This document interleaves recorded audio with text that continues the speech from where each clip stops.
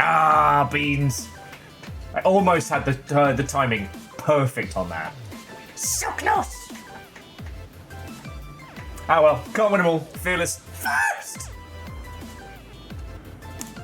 Aeon Kakazi, Watto and welcome. Fucking shark facts already. Fuck you guys. I take it back. Fuck off. Alright, let me update the boards. Come on in, friends, come on in.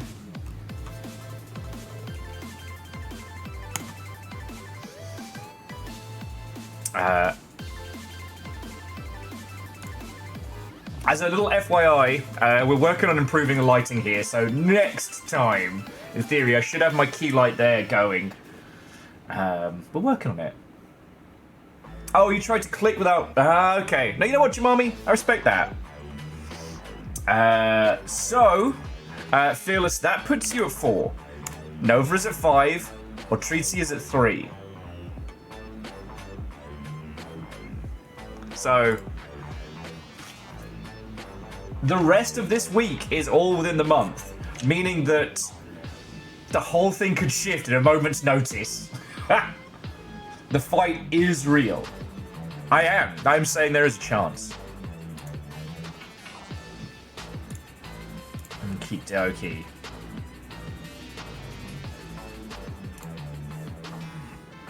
So, friends, Longshipians, it's good to be back. I've fucking missed you lot.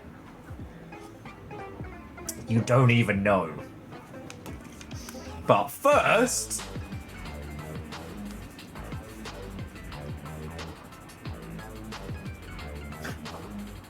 the Megamouth was accidentally discovered in 1976, and only 3 specimens have ever been recorded.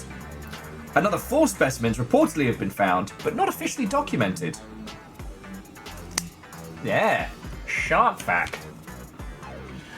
Okay, friends, come on in. Game news aplenty. Knees weak, arms spaghetti.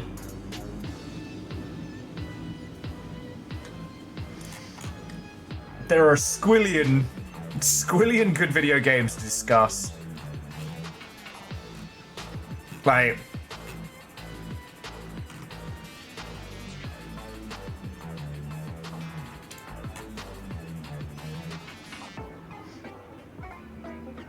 Nova, Watto and welcome. Handlebars, Watto and welcome. Yes, indeed. Mum's spaghetti.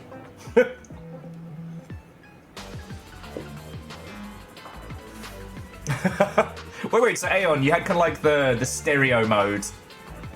Oh, that's pretty cool.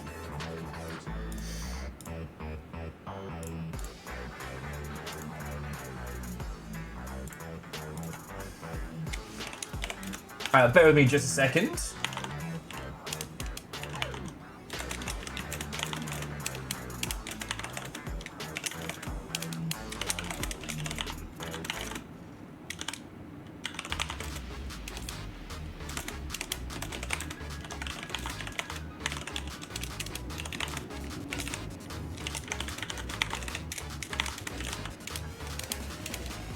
Captain Stephanie Barnes, Watto, and welcome.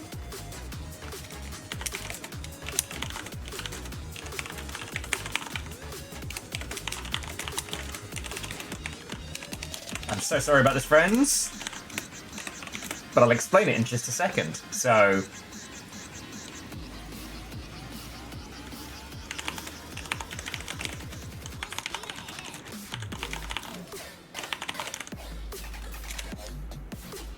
okay, so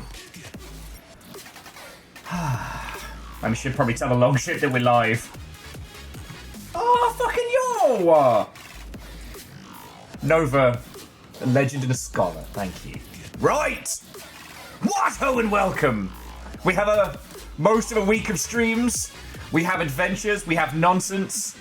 It's gonna be a week. So, today, we take up the Slugcat mantle once more. Oh, John Doe, Watto and welcome. Spear in hand, rot in heart, we will be returning to the Watcher after far too long. As real life has definitely been throwing some fucking balls, which weirdly seem to continuously coincide with Rainworld stuff. Like, what I'm saying is it's somehow Pebs' fault. But this week we're doing something a little different. Now, as you know, the Longship is exactly, Jamami, whose fucking house? Lance! What, and welcome, are you back? Shaunarus, what, and welcome, greetings.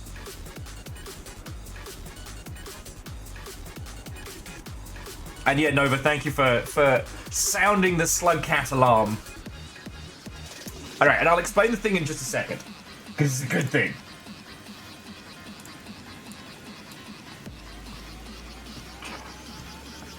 Yeah, Pebs isn't even in this campaign. Yeah, it's still his fault.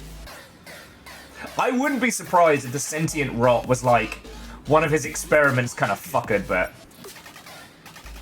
Ooh. Well, Lance, it has been lovely... Hang on. I have so many threads going on right now. Let me give you all one more. What? Oh, and welcome! How's that? I was flying my spaceship and I was attacked by aliens from the planet Omega 3, but it's okay, the damage was only superfish oil.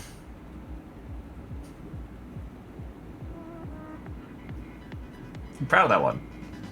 You know what, I can't hate, that was good. That was a good one. Thank you. And Harmonious, good to see you. Come on in, friends, come on in. Thank you for the bits. God fucking knows I need them. Fucking legend. Thank you. So, we have a big week. We have some uncharacteristic chaos. And some giant robots. This is going to be kind of a... I don't know. It's going to be a bit different than usual, but at the same time kind of a Longship greatest hits, if that makes a weird sense. Yeah, also, Lizzie's in a box! Ah. So, let's talk about Longship stuff. Then we'll talk about what's going on video game news-wise, and then let's get some Slugcat stuff going. Fable 6, I saw. I'm really looking forward to getting my Ice White Zaku finished, because, I don't know, there's so many good builds I want to start, but, alright. So first off, as I'm sure you've noticed, shit has sucked. Outside of stream, shit has sucked a lot. Now, I don't want to go into it today. If you want to ask about it off stream or what have you, you talk about it, but, like, I try not to track my shit in, you know? That's not my job.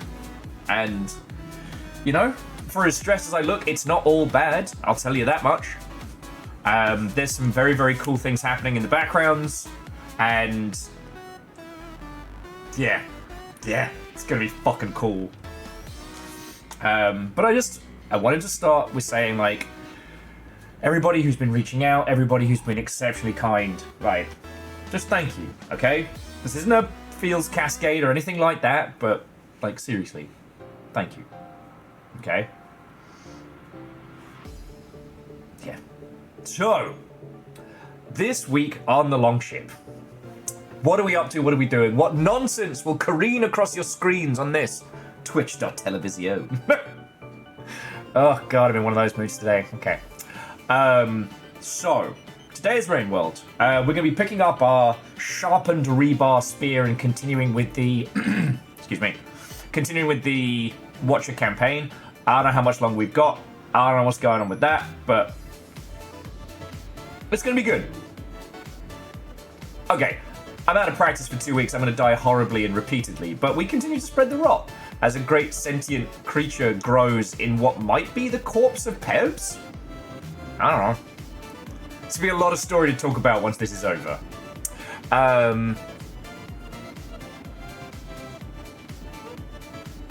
This Thursday, I should say tomorrow, we are doing something that's a little bit out of character for us, but I want to. We are going to be jumping onto Elden Ring Night Rain on Thursday at launch. This will be the first AAA game that we have been supporting at launch for a very long time. Oh, Scott in Alaska, what and welcome. Shadows, good to see you. And you're probably wondering why. Well, I've been a fan of varying FromSoft stuff for a long time. This will not shock you, but predominantly, like, before I was a Soulsy and Numpty, I was an Armored Core fan. And one of the things that I always loved was the Armored Core kind of side stories. They had this development style where they would make a game, and then they would use that game as like a jumping off point. When they'd make like an expansion, standalone, full game thing. One of my favorite Armored Core games is Armored Core 4 Answer, which is Armored Core 4, then some, right? This was something that From Software have done for a very long time, and it's basically a way of like offsetting the cost of stuff. Expansion packs were all the rage during the 90s, where you'd buy a title and then buy a big old shop. Beans! A little fire. What? Oh, and welcome. Friends, you would not believe the amount of times I've said something, like, in terms of, like, a Britishism or, like, stuff vaguely around the UK, and Little Fire will say, without skipping a beat, I'm sorry, I don't speak bean. It's the kind of sausage I'm getting. Beans! Anyway. So we're going to be doing Elden Ring Night Rain on Thursday. It's going to be a little super team. As it currently stands, it's going to be myself, here are the people Dan, Jones, and Sauron. What those team-ups look like in the coming weeks, I don't know, but it should be fucking cool.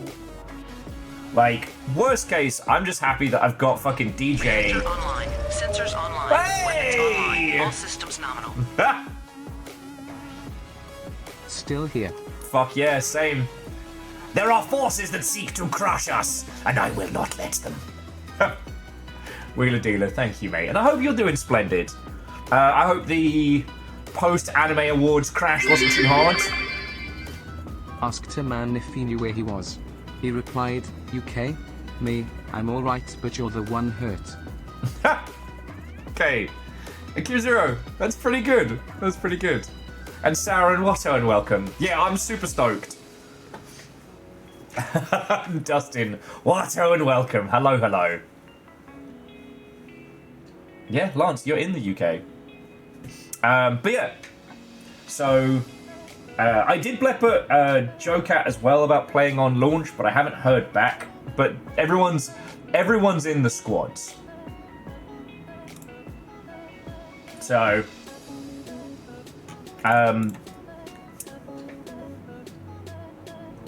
so yeah. Captain on the bridge. Oh! What how lovely people. Neo Shadow, what and welcome, friend. Thank you. God. So Wheeler, that's 61 months. So all this time you've kept us up going for my little corner of the internet. Thank you. Neo Shadow, the 78 months at a tier 3 is as much as one can put in via Mr. the Twitch's allocated subscription service. Seriously, thank you. Alright? Thank you.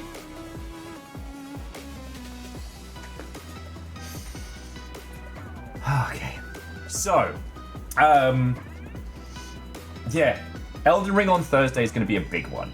I mean, I need to ask Sauron and DJ. I don't know if we'll be combining our chats that day. I hope we will. But if we are, friends, Twitch chat's going to move real fucking fast that day, so it's going to be a slightly different day in terms of, like, bantermancy. But it should be fun. I am going to do a double header. So Friday will also be Night Rain, but I don't know who I will be sailing with, or for whomst I will be doing battle with the forces of darkness. Or if it's just me and the rest of the cool kids are doing their stuff, then we'll just open the pit up, you know? Alright, Edwin, stay strong, fight well. We all live together. You got this. But yeah, so tomorrow is going to be intense, and I'm looking forward to it. Before you ask, I am probably going to be playing whatever fits in with DJ and Sauron's style. Like, I'm guessing DJ's either going to go Parry Master or the Bloodborne Murder Twink. Yes, I've forgotten all of the class names, and I only know them by their visual description. Harvey Birdman, Strong McBonk, Rani's Fangirl. You know, the whole shebang. Yeah, exactly. Well, Felix, that's why I'm so stoked that I'm going to be streaming with DJ, because, like, you all know, I love modern FromSoft stuff. I'm just not good. I'm either stubborn or I use the power of friendship, which is fine. Bloodborne Murder Twink. That dude from BBC Sherlock.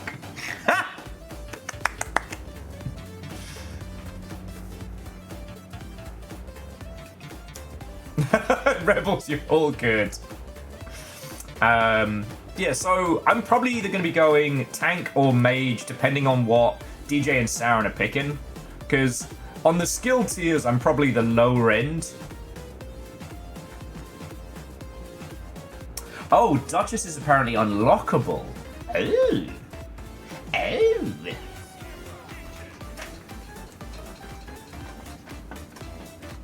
Huh. Well, I mean, Sauron, we'll work through it together. If we end up having to deal with a day one patch, if we have to deal with Fafamancy, we'll just do like a, you know, in the booth with DJ and Sauron. We'll just talk about FromSoft goodness, flexes and whatnot. I'm determined not to do Therapy Sword again. Because, like, look, friends, I appreciate that through Elden Ring, y'all were like, all right, let's let Will have his build. Let's have him, he gets his big sword, he gets his anime bullshit, and he's happy. I appreciate that. Oh, Vanderbeest. Whatto, thank you for filling the pint glass. And Alnus, there's no leftover mac and cheese. If you saw the mac and cheese grilled cheese sandwich that was posted in Galley Cantina I made, I took the old mac and cheese and heated it up with the fancy cheese for the central part, and then grilled that into a sandwich. It was delicious, and it was as dense as dark matter. I almost couldn't finish one sandwich. Snag. Ah? Vanderbeest. The Aldum's yours. What will you do? But yeah, jumping back. Whatever we do for Night Rain, I'm going to try not to just be Strong McBonk. And considering that, like, I'm the most stubborn person I know when it comes to Soulsian games, but I'm not the best. So, yeah, I'm going to be picking whatever fits everybody else's playstyle and kind of bouncing around with it. If I get to, I'm taking the mage because she's basically, what if the draw system from Final Fantasy VIII did coke? And I'm okay with that. Sauron, I don't know if you also saw this, but I found out this morning while scrolling through Le TikTok that Parry Master, not Bloodborne Twink, Parry Master's ultimate is fuck you, surprise, I'm a furry, by turning into this gigantic battle beast. Eve, what? Oh, and welcome. Come on in, friend, come on in. So, it looks like, you know, just like the internet, Elden Ring is secretly being held up by furries. And I'm okay with this. No one expects the furry Inquisition. Yeah, and Fearless, I mean, we didn't get the chance to unpack it as much as I would have liked during Elden Ring and Wine and Cheese Night, but I do like that there are very few bad builds, except when it comes to the most toxic twink and his daytime boy toy, Radahn. Oh, no! Oh, Eve, I'm so sorry, friend. Fucking time zones, am I right?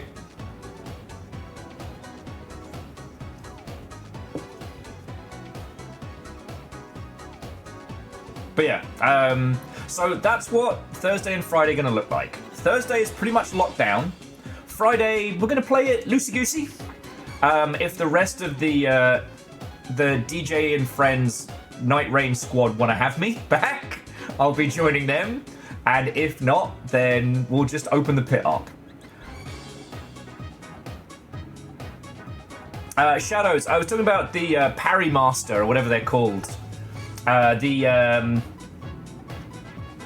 Special Forces Sekiro furry that's going to be playable in Night Rain, Elden Ring.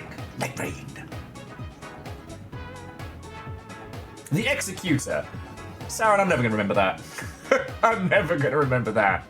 See, everyone thinks that all my nicknames for monsters in Monster Hunter are all like cute and quippy and like clever. No, it's because I can't fucking remember the names. Railgun, Bagel Goose, Bastard. Right? And someone's like, oh yes, we'll be hunting the Dora Zazora. I'm like, I absolutely know what that means. Oh, you mean Fight Toaster? Oh, cool, yeah. Nova's like, it could be both. But yeah, Sauron, I'm really looking forward to tomorrow.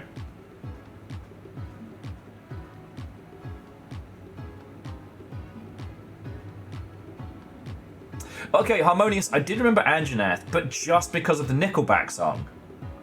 Look at this Anjanath! With his tiny hands, he makes me laugh! Bacon's not dead! He's just not here right now. Tesla, good to see you. Kaiser Poogie, what an welcome. Oh yeah, Repo is absolutely the same. Mobs Fondleman. Mobs Fondleman is a good old-timey police officer name. Up there with Huckleberry Mocha and and Habanero Jack. One of those is a kind of cheese. Edwin with, is Bacon in the room with us right now? No? Case closed.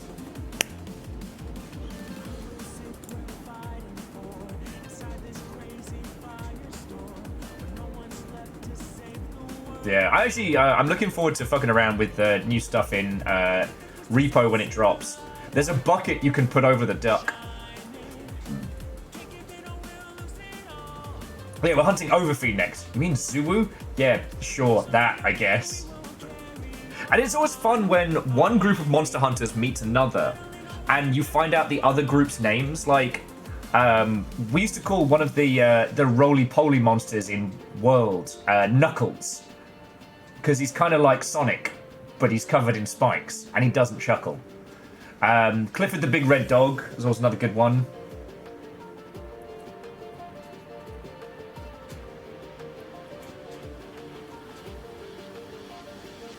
Lance, you're doing it not for you, but for Super Earth. Lance is currently eating on the leftovers in the fridge while Jin does the packing. Yeah, Fire Chicken Lizard, KFC.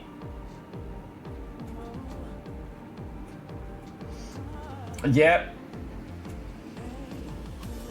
Anyway, jumping back. So, Friday is going to be Elden Ring as well. But as for whether it's all of us playing together or whether it's like the banner of DJ, because you have to understand, friends, like, I am not responsible for organizing the Elden Ring stuff that's going down. I DM'd DJ at the start of the month when I was drunk and was like, you want to be cool, kids?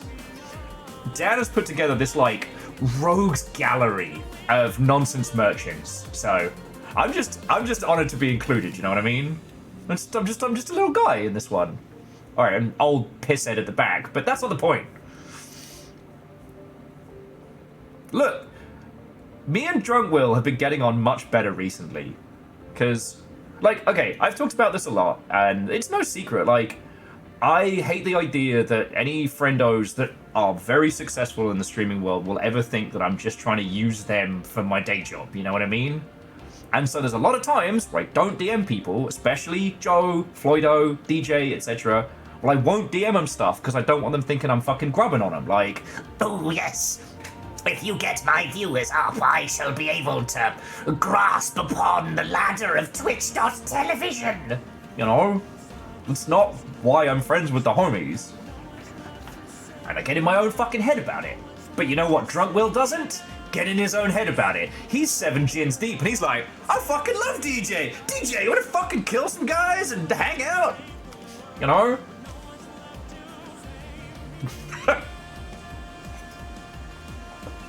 Thank you, significant I do try. I'm still uncomfortable with, I forget who said it, but during the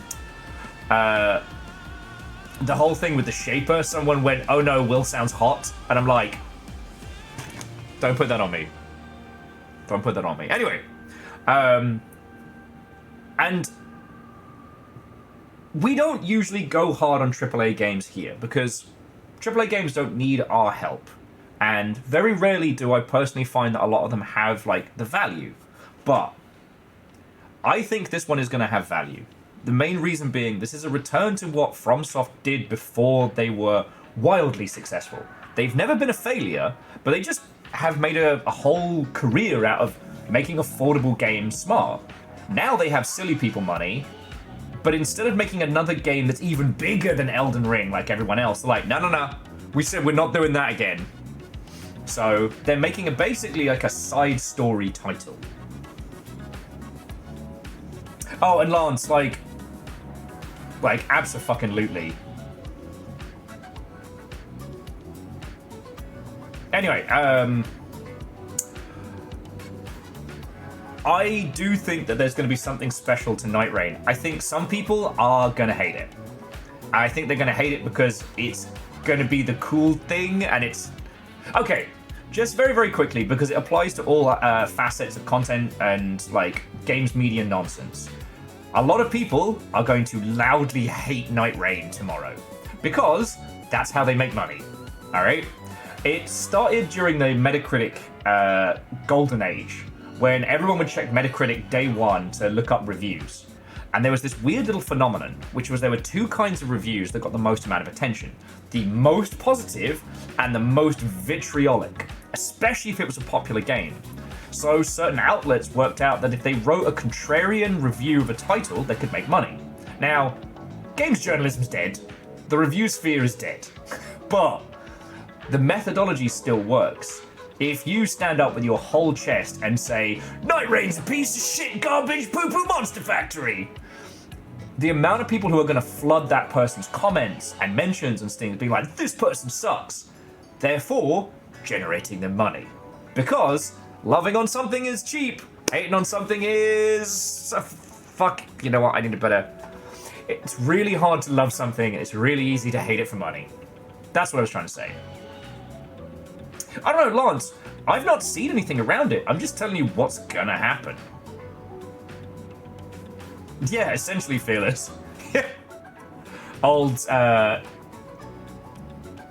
you know what? No, Fearless. I can't crack open that can. There's too much there. There's too much there.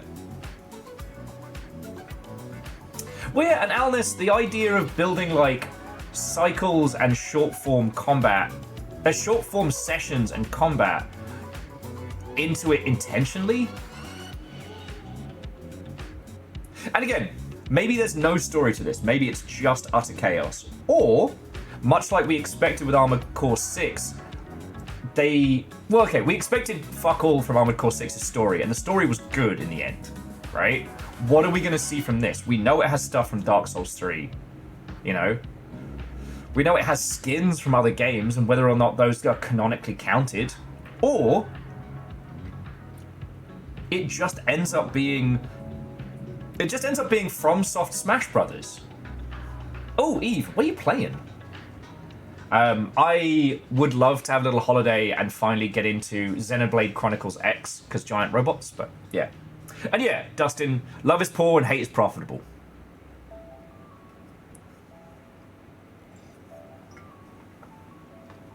And DJ Coil, I'm not really fussed by the reviews on it. You know, we had a great time with Fly Night the other evening, and that was gloriously janky. We're going to have fun with Night Rain. Hey! Hi, mate. How are you doing? John, good to see you. Saw a bunch of photos on my my old Facebook memories of LARPing days and swinging swords in the ilk. So, I hope you and yours are doing splendid. Cheers to you. We talk about Elden Ring. And Angelos, no piss to boil. I'm just reminding myself as much of all of you that there will be a bunch of people tomorrow who are going to take a hot shit on Night Rain, because that is how they will get attention, and attention equals money.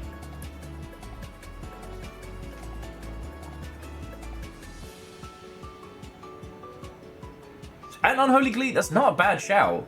Because John, Soul Splitter John is somebody I not only LARP with, but is still an excellent friend. But like back in the UK, we used to hang out a lot. And our group also played World of Warcraft together. And I still remember it was like, not Underbar. Underberg's the drink. Ultramar? No, that's the Ultramarines. Whatever. It was like gnomish god raid. There was cars at one point, I forget. But like, that was a day. If you could clear everything without reset, it was a day. 8 hours. And like, I'm good. Unholy Glee, I miss it too. I really miss it too. I'm hoping to actually take part in Tobias's one later in the year, but we'll see how that goes.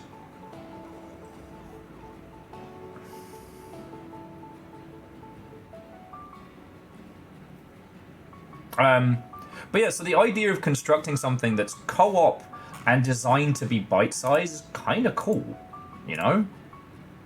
So I think Night Rain's gonna slap. I also think that we are going to have fun with it. I mean, fuck, we had fun in the club. But yeah, just there'll be some shit eels tomorrow going me me me me me me me me me. Just remember, don't give them air. Don't give them the time of day. You know what, Favor 6? I shouldn't be surprised you're a claw fighter. I shouldn't be surprised. Anyway, so that's Thursday and Friday. After that, I'm going to be aiming to do like a day a week on Night Rain until... Well, once we have an understanding of the story, once we have an understanding of what it's actually doing and saying, we'll go from there.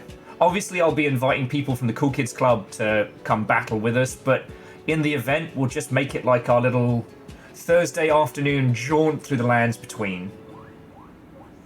And the idea that we may have to do another Elden Ring and Wine and Cheese night once we have more lore to stack together makes me very happy. Then on Saturday, I'm going to be a great big selfish Dinkleberry. I want to play MechWarrior 5 Clans with you all again. I really enjoyed it.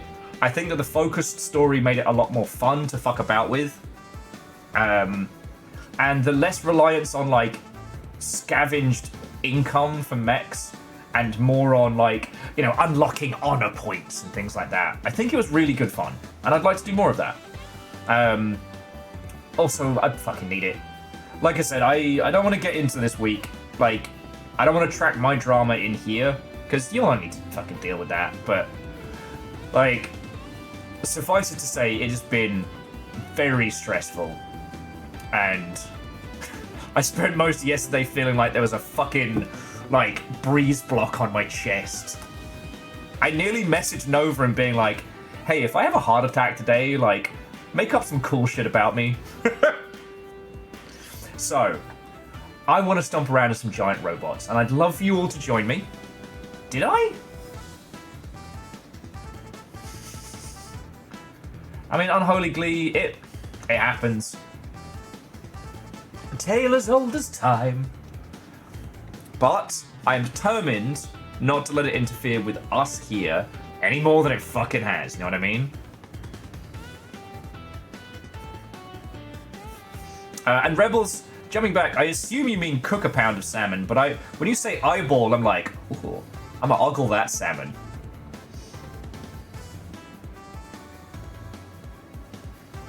Well, and Unholy Glee, Nova, like, thank you. I was really enjoying playing MechWarrior Clans with you all. I'd like to do it again, and with the whole, like, reshuffle, I shouldn't say reshuffle, but with all the chaos here, the old HOTIS has been dislodged.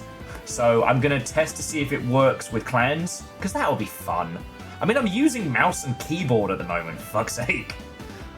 Like, It's intuitive on mouse and keyboard, but it feels weird.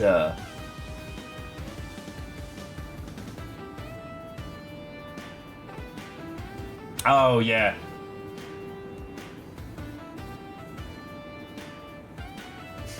Sorry, Favor 6, in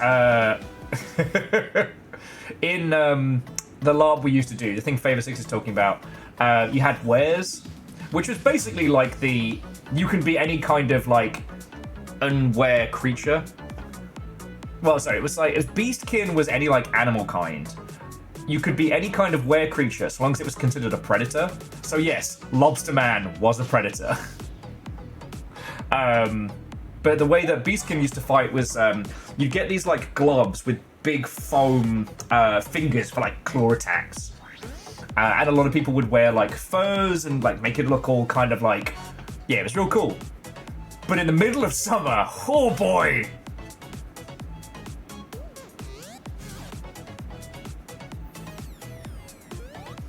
Indeed, Alnus, one does not point and or click a mech. One needs to flip a switch, yes.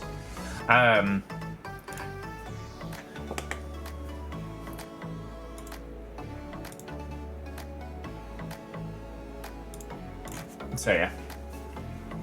Would that make Wereman legal?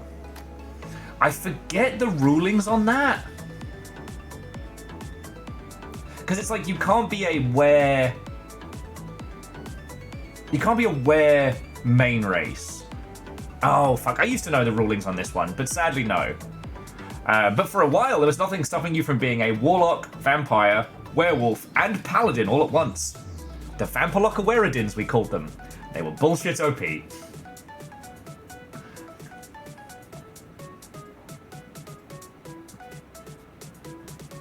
And Fearless, that makes sense. Thankfully, the temptation was removed.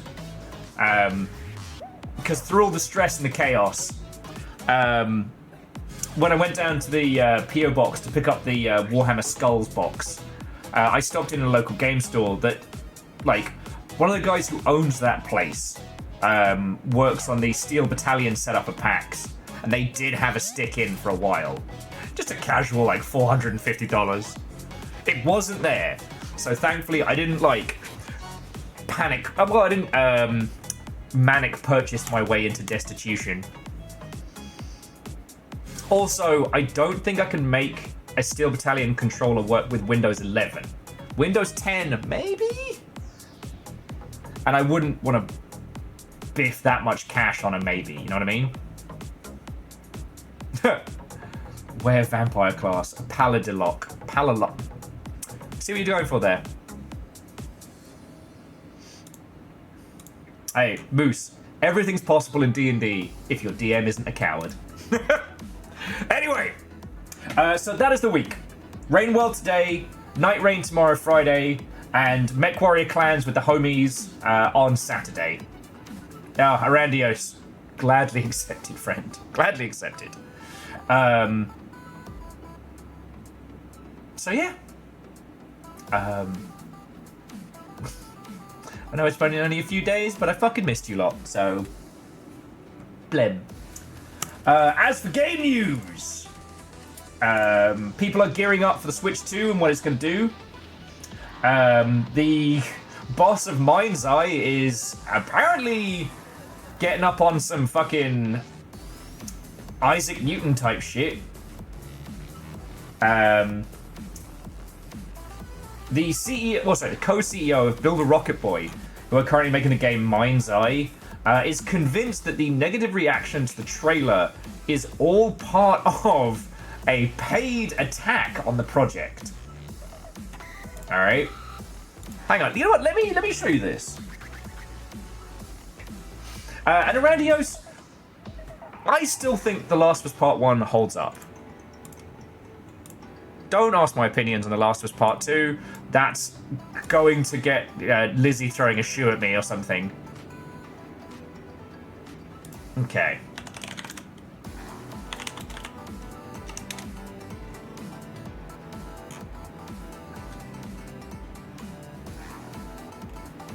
Of course IGN has 5 different trailers up. Fuck's sake, man.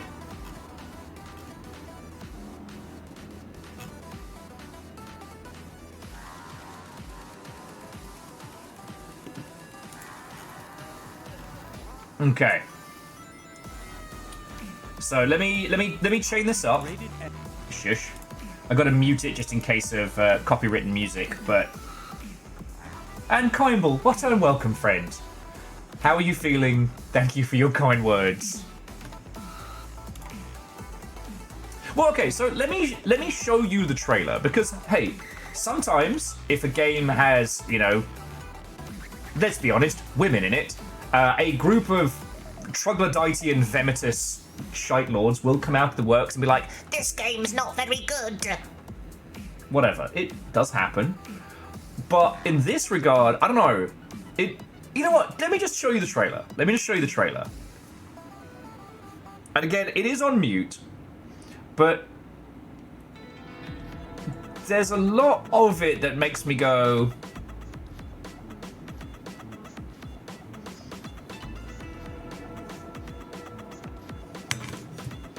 like, this is obviously being built by a lot smaller team than usual. Like, they've got the movement and trundling stuff going.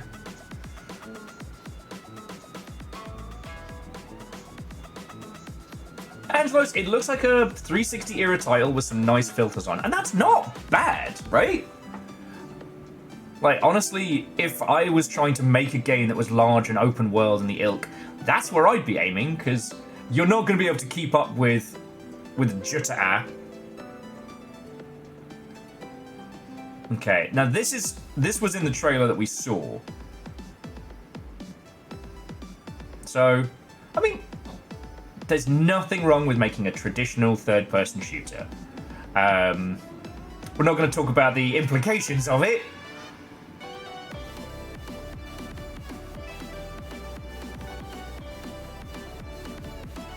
Oh God.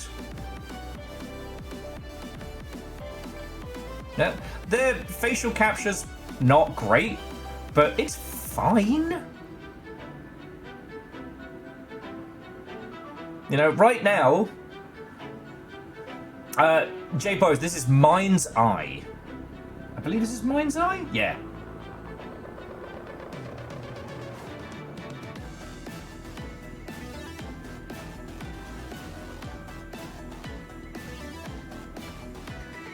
Because, look, the thing that we keep talking about, and the thing that we need to discuss, is that, you know, making games the cheap way is a good way of doing it. Now, yeah, Nova, nothing about this has struck my interest. This kind of feels like, I don't know, this feels like someone who grew up in Somerset decided to make a game about the drug cartels in the future.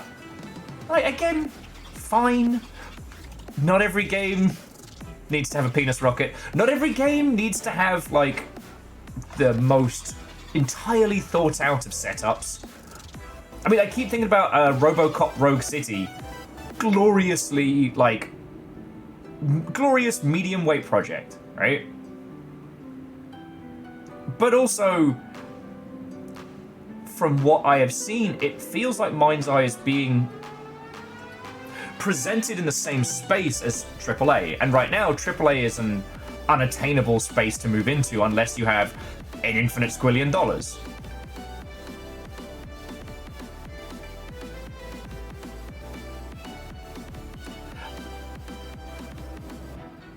Yeah, Firewolf art, this looks extremely normal. This is a normal game. Alright? Now, the reason I haven't really been talking about it is because there's nothing really to talk about, right?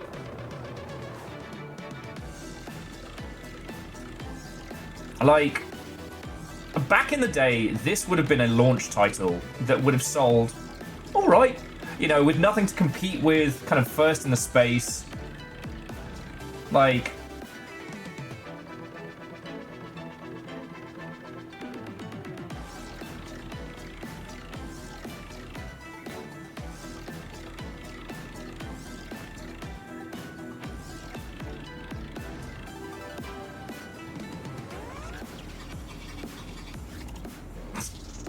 now, Dustin, a Mindjack sequel? You don't want to know how feral I'll get if they ever make a sequel to that game. Zeke, it's not the trailer music. I can't risk the trailer tunes getting, like, DMCA'd and whatnot. Yeah. I mean, Fearless... Mind's Eye has... It has nothing to offer us creatively, and it does feel like... I don't know...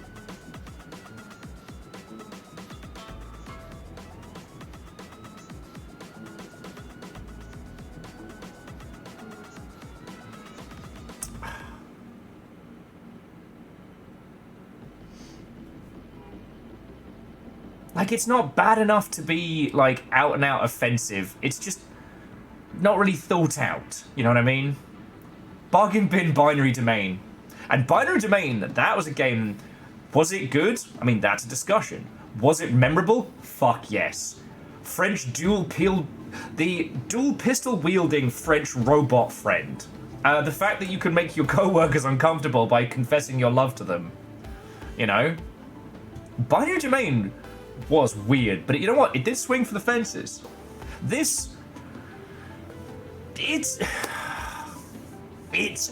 fine. It's fine. But the reason why I wanted to show you this is that one of the co-CEOs is having a complete meltdown and is genuinely on the path of believing that the critique that they've received so far and the negative response to it has been part of a paid campaign. Yeah, Nova, there's nothing to hate, right? I can't hate the people making it. There's nothing to hate.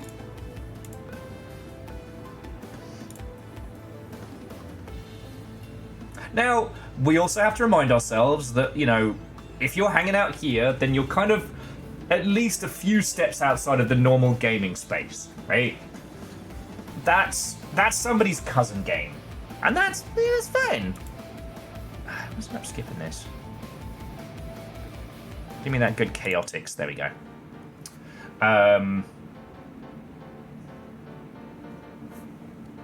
Now, making a game like that at the budget they're making it, I think is an ill-advised maneuver. I would want to try and find a way to make a game like that a lot cheaper than they're doing.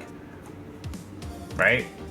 But, you know, that's how the business is right now, you know? Now, DJ Core says, perhaps unfairly, but the kind of game imagined by someone who left their last company because their pitches got shot down. It does feel that way, doesn't it? It does feel that way.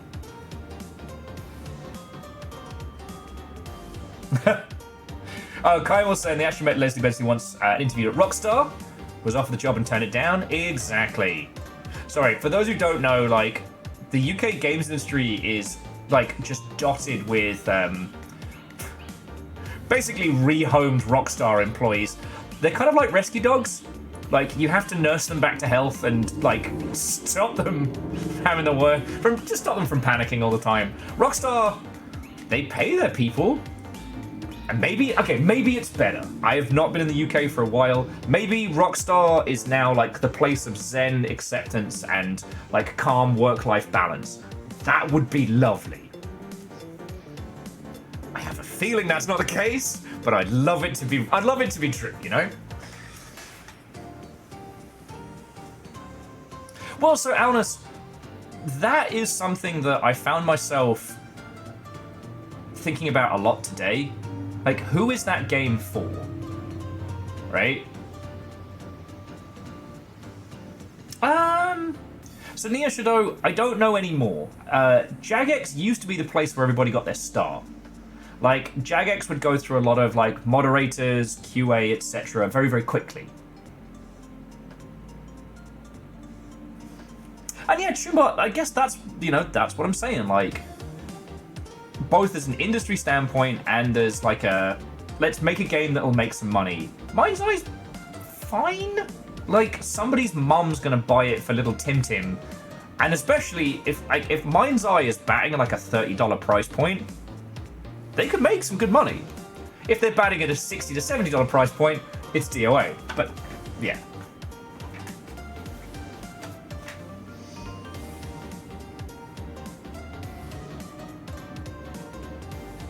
Oh, God.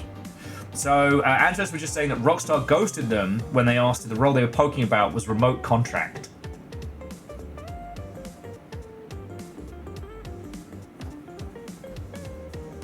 Yeah. Oh, actually, you know what? Okay.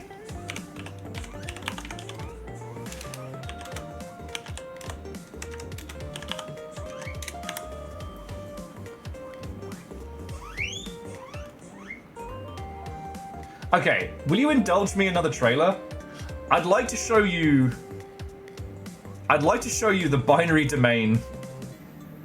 Which is the good one?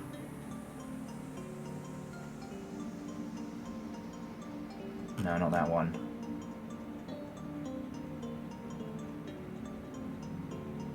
They went through a phase of... Okay, this one won't work. They went through a phase of naming the trailers. Oh, God damn it! God damn it, Zeke! At the end of World War II, the Indianapolis, the ship that carried part of the Hiroshima atomic bomb, was torpedoed by a Japanese submarine. Of the 883 people who died, most fell victim to sharks, who attacked the survivors for 4 days. Enjoy that one. Aiden, Watto and welcome. Happy birthday. Legend, because it was a gift. I keep all the shit from you lot and everybody. Okay. So, I want to show you something.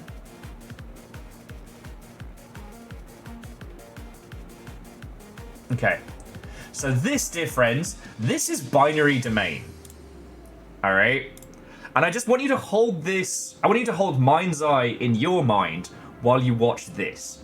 Now, this was a 2010 Sega endeavor by the Yakuza team to make a game to appeal to a Western audience. Alright, Zeke, have a lovely rest of your day. Alright? Again, I don't know what the state of the... I don't know what the state of the music is, so we'll have to do that. In a world where robots that think they're people could actually be robots, you and your team of anti-robot special forces will go to Robot Island.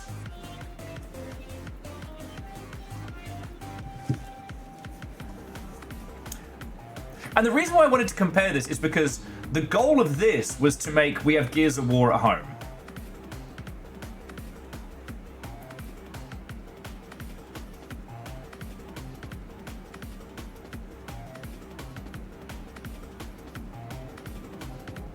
Exactly, Angelos. Exactly.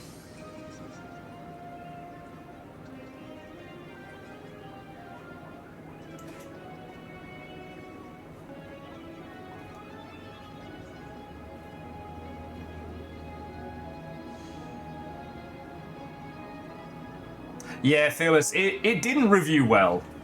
And the whole, like, voice comm system they tried was hilariously weird. But it was also, it came out in the era of, like, the snark review, so...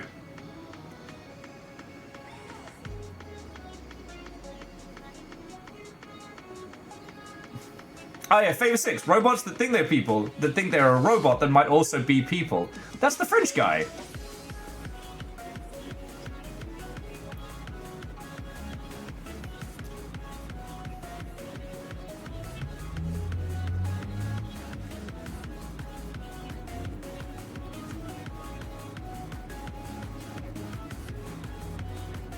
Well, and that's my point. Like, it's trying for an aesthetic. It's trying for something. And this is one of the reasons why we talk about trailers and marketing and stuff like that.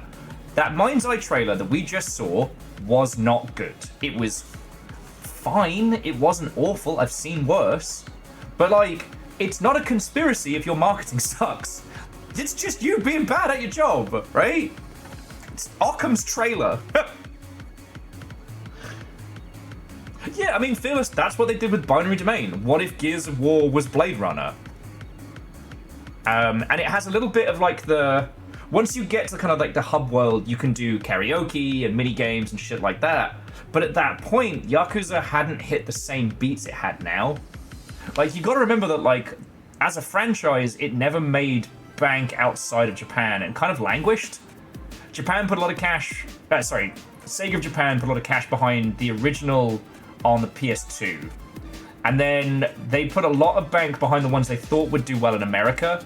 So, what is it? Yakuza of the Dead.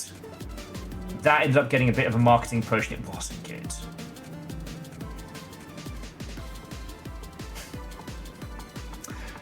I'm not gonna dignify that with an answer, even on your birthday.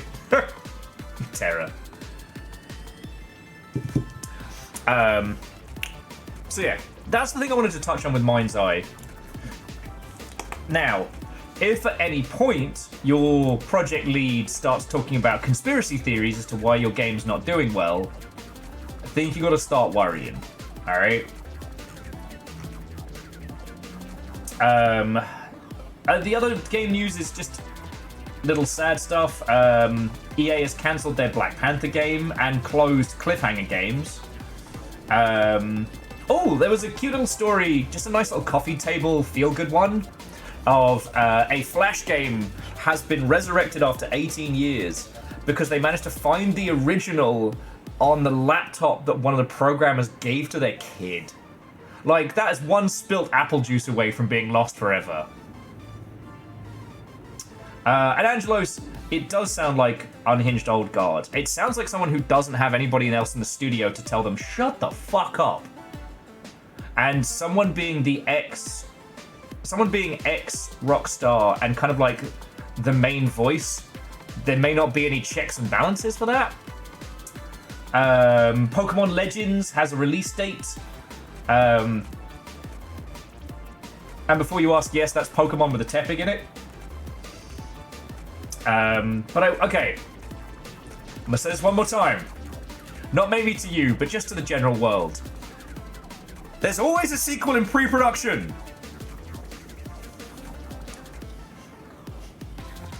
There's always a sequel in pre-production, even for the games that never deserved a sequel.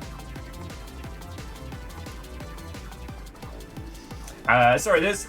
I forget who put out the original story, but it did the rounds that Cyberpunk 2 is now in pre-production. Cyberpunk 2 has been in pre-production since launch.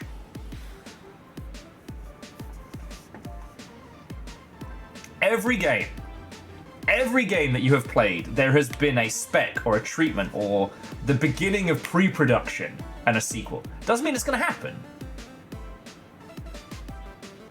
There's always a sequel in the banana stand, Michael. Thank you, Moose. Now this is just a pet peeve by me because it only exists as a marketing thing, but it's just that thing of like.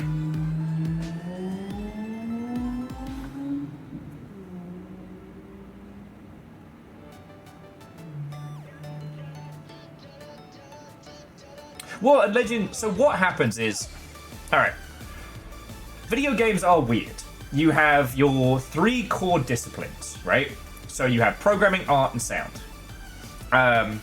Aside from that, you may also have like writers and standalone designers in a larger project, but those are your 3 core. But the amount that you need for each one changes drastically dependent on time.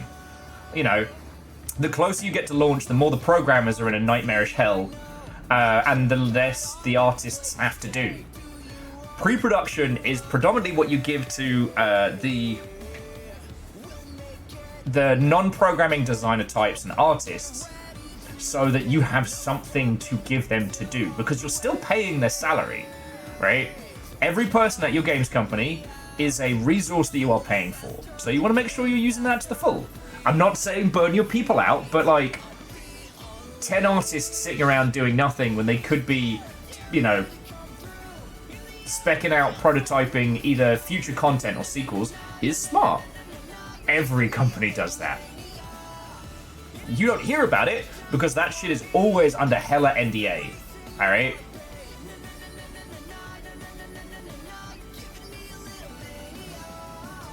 So yeah. Hey DJ Coil, they are openly hiring for Cyberpunk 2, which is way cool. It's just, they've been hiring for Cyberpunk 2 for a while. And they're going to do a whole Witcher game first.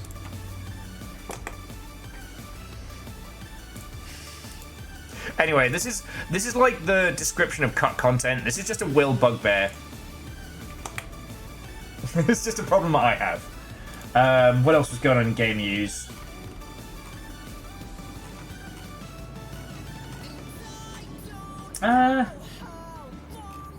Nothing else super massive. Codemasters lost the rights to the Yeah, Codemasters lost the rights to the World Rally Championships, which doesn't matter a hill of beans to us, but it's an interesting one that, like, the World Rally Championships has been one of Codemasters' staples for longer than some of you have been alive, which scares me.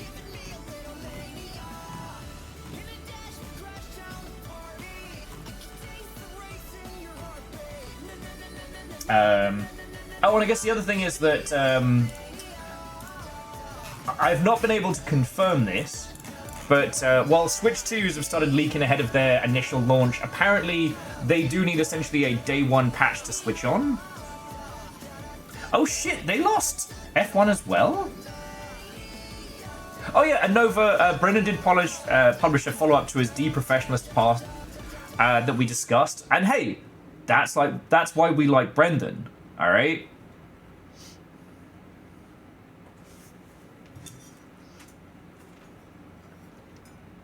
That's why it was so clear when we were discussing the deprofessionalization discussion that, like, don't hate on him. He's a good dude.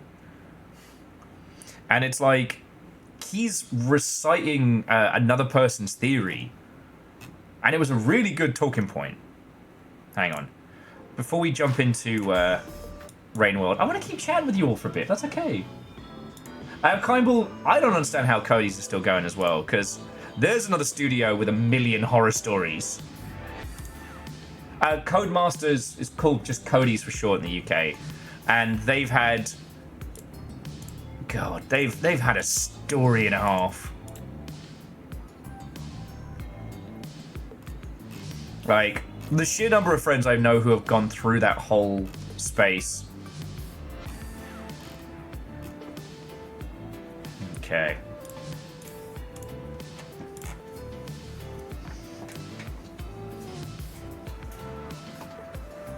But yeah, no, I think that's it with like the main hot sheets today. I haven't seen anything else popping up, but I was sorting out the guinea pigs vet visit in the next couple of weeks because they just need a checkup. Nothing to worry about at the moment. So that was kind of what I was sorting before we let off.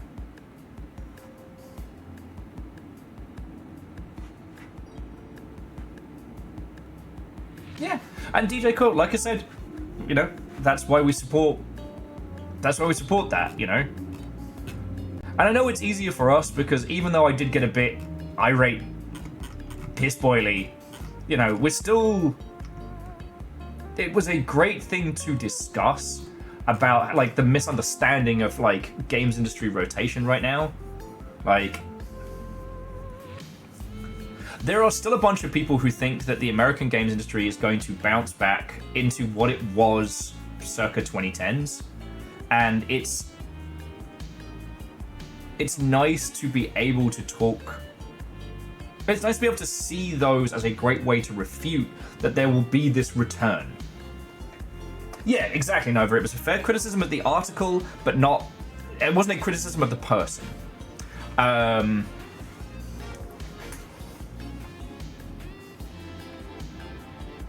Yeah, DJ Coil, I wholeheartedly agree. Whereas right now, it's like, I don't know. If you want to get into the paint, we can, but it gets a bit dark. Breaking news. An explosion at a local miniature factory caused one worker to be embedded with multiple toy horses. Doctors describe their condition as stable. Okay, Simple Chaos, bravo. Bravo! That's very good. And thank you. I'm very, very appreciative.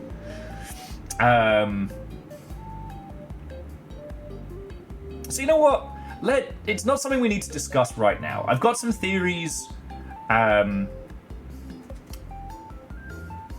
I'm not ready to go into full discussion, but I have been... Oh no, Jonas, that I completely agree with. Jonas was just saying that they read an article about how the games industry has matured, meaning that, like, major investment has dried up and the industry can't go back to how it was in the 2010s. Absolutely. There's no crazy money. Like, there's also an expectation, because like back in the day, you get a little bit of investment and they expect a fair wedge of return. Now you can get a lot, but they expect Genshin money. They expect Fortnite money, and you can't just do that, right? I've been working on some projects, some potentially very, very good stuff, and even throughout all the chaos of the last couple of weeks, I've been doing some research. I've been doing some deep diving, and I do think I see a path for how the American games industry is going to be grown moving forward. The good news is, it's not going to be going anywhere. The bad news is, outside of repeat franchises or big studios with a strong sense of identity. Hey! J-Post, that's fucking cool of you. Chaunerous, no more adverts for you. No, Unkindable, dev salaries are much higher these days, especially in the UK and North America, and Canada as well. I can't speak to other regions, but that's just the truth of it, right? One thing that I do see is essentially people are going to be on the hunt more for emergent talent rather than constructed teams. There is no longer a guarantee that the old guard deliver, right? And I think that we're looking at Mind's Eye, we're kind of seeing that. There was a time when if you already worked in a big studio and you had shipped a thing, whatever you shipped afterwards, gold dust. And those same white guys are still in those same circles and those same meetings, but they're not delivering bangers, right?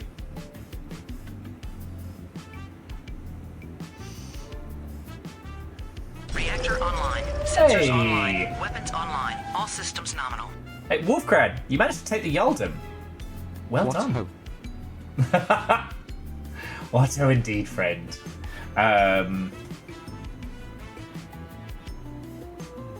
But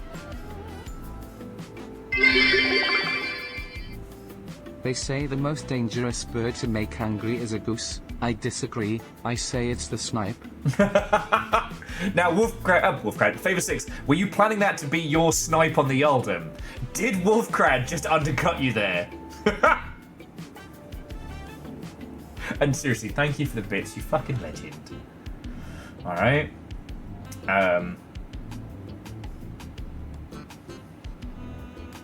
The Teenage Mutant Ninja Turtles, our 4 reptilian heroes, have overcome the arch villain Shredder. And Simple Chaos, heckin' thank you. You managed to get Sir John Bacon. And Angelos, when we say higher salaries, it's that thing of, we're talking about salaried positions in stable places. In the US, the majority of peeps are contractors. There are much, much less individuals who are considered full-time employees. And in the UK, there are only a few big studios left. And because those are mostly, like, legacy studios, the people at them have quite high salaries. So, like, if you start talking about, like, baselines, contractors get treated shit everywhere. Look, from my research, here is what I have seen. There is still a very, very clear path for the... I haven't come up with a better name than the emergent punk band. Of individuals creating games of their own volition, then being snatched up because, like, they are already making games in a specific style and delivering in a specific way. Like, basically, the model for success is a Zalavir right now. Someone who has been producing titles within their own ecosystem before receiving investment, right? I do not see a situation in which an indie team would be able to get funding having not produced a fuckload of games. Right? But, I mean, then we're getting into massive speculation. The TLDR is the same thing I've been saying. Start making more games. Make yo games. Make them weird and esoteric and strange, but make them and have them out there. Right? Like that one about shopping in Tesco that was weirdly expensive. Like, Because, like, right now, your back catalogue that you've made is definitely something.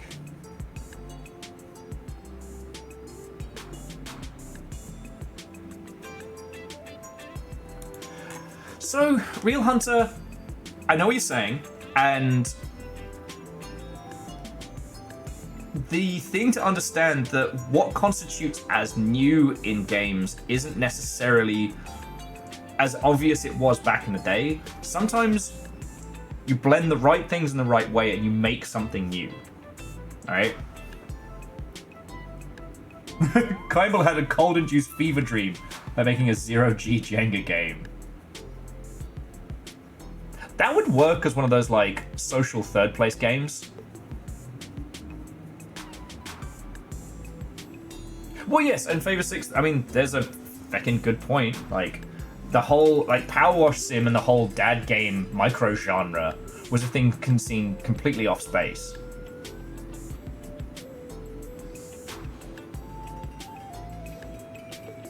Now, it does mean that the indie publishers are going to be looking for increasingly weird and increasingly interesting titles. And the thing that led me to this thread that I wanted to talk to you all about was, like, just going through my press emails this morning, and I saw one that was a traditional, like, early JRPG style title. And it was just a traditional story, you know, protagonist, hero's journey, battle, the whole shebang. And hey, that's great. They're putting some marketing spend behind it.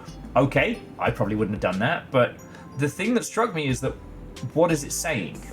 You know, at a time when these titles have to go up against everything else, the art style is exactly what you would expect. The experience is the old group of people walking in a train JRPG style. The protagonist looks like a protagonist. Whatever you're imagining in your mind, exactly that, right? But then kind of, yeah, we look at a game about digging a hole, and that immediately confronts you with a, what? What's the premise of the game? You dig a hole in your backyard. And you're like, okay, I see what you're doing here. And that's where, like, I get what the Real Hunter is saying. It's more complex than that. But yeah, if you're pitching people the same thing, but as opposed to what is, like, something that is air quotes new, it's just, I mean, as with everything in video games, it's more nuanced than that, right? Mind's Eye does not strike us because it isn't anything new. The environments look like that one Battlefield, what was it? That one drug cop game that was just upsettingly bad. Anyone who doesn't understand the game about digging a hole, that's not done what I've done to my backyard. Yeah, weird. Fun fact, Aeon actually does have several mine shafts now. It's like the underground mine lady, but legal, I guess. Yeah, Alnus, a good, but wait, what? Or a visual style. Okay, so, to that end, let me take you through the Will's Releaseometer. This is a new feature we're calling Will's Releases. So, these are what I have on my personal wish list. Alright? First up, Trash Goblin. You play a little goblin who works at a tinkering store. You are brought trash, which you must then carefully extract and make into cute stuff. You clean it up, maybe combine it with some other things, make some trash to sell to people, and they buy it. Look at that! Look at that! That's fucking brilliant! Now, these are all elements that you know. These are all elements that you've seen together, but the blend. Well, Safik, it is. Goblin D's no. Ah, damn it, J-Post. What have you done to me? J-Post, thank you for the bits, friend. Yeah, art style, lovely. Concept, lovely. It combines the dad game elements with some good trade. You know, this was put together by some games industry friendos of mine, so I will be adding this to my friends' games. But you can see the concept, all right? Next up, to a T. Now this is an Annapurna after the setup. by the creator of Katamari Damacy.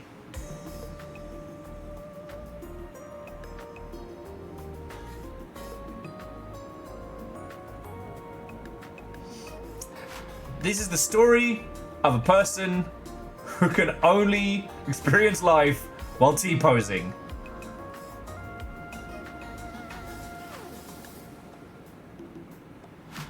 Also, your parent is a giraffe? Or giraffes, I guess? Don't even worry about it. You know, so Real Hunter, this is one of those situations where you're you're hitting upon it correctly. This is one of the situations where the nuances of the idea and the execution of it are important.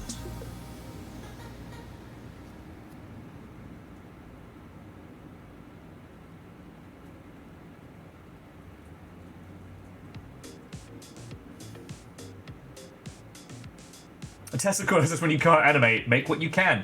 I mean, starting with a game where everyone's T-posing is a fucking funny way to begin. Alright? Also, there's a hip-hop pigeon. I don't know.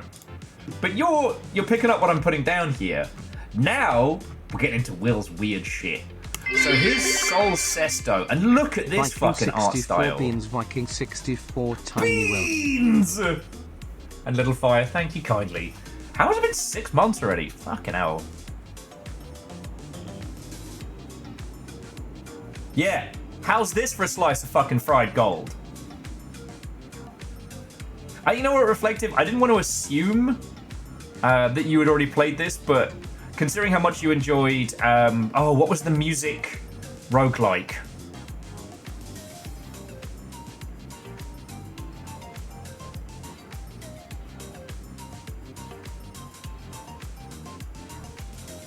Like, look at this. Look at how fucking good this is.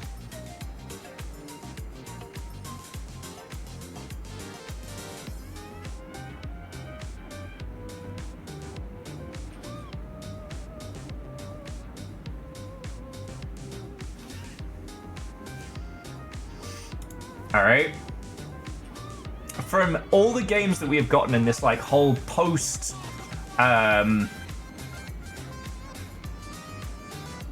Slay the Spire type world, it's distinctive, it's interesting, like, it's fascinating. And I don't know if you saw that, like, instead of just, like, opening a treasure chest, you have to pull the treasure from, like, a monster's tooth. And Oran, Watto, and welcome. Yes, Reflective, thank you. Those are the ones I was thinking of. Now this one, this is Decade. Time travel,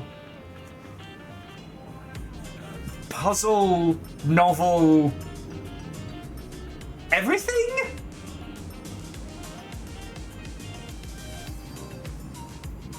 And the thing you'll notice almost immediately is that it's a lot of photoshopped photos of people. Like, this is a very, very interesting art style that any of us could put together given, like, time and focus. And I'm not saying that in an art style of, oh, I could have made this, but more as an important point of, like, look how fucking weird this is! Everything everywhere scrolled at once. Fuck, Dustin, that's really good.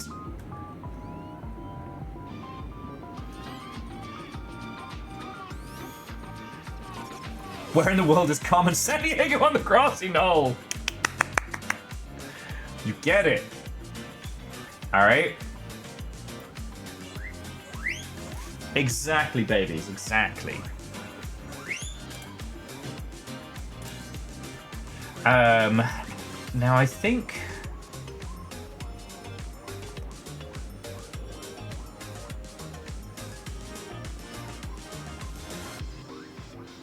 Which one was this one? Hang on. The starving nugs. They're so hard done by my chunky babies. Alright. Now, I forget what section 13 is. And I forget why I had this one earmarked. See, the thing is, this one could be... I thought it would be a fun kind of alien swarmy type game to play. Or it's the possibility that this was being worked on by a friend.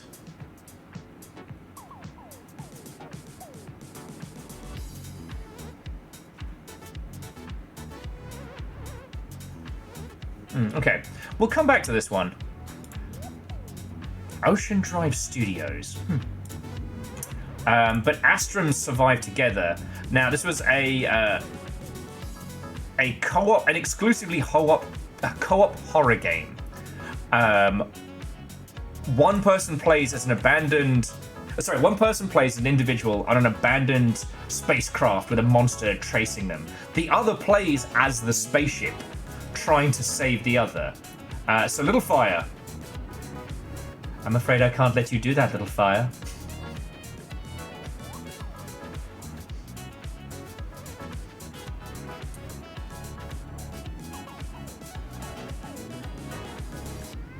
Now, this was a premise that's been toyed with a couple of times. Clandestine came really close to making it work.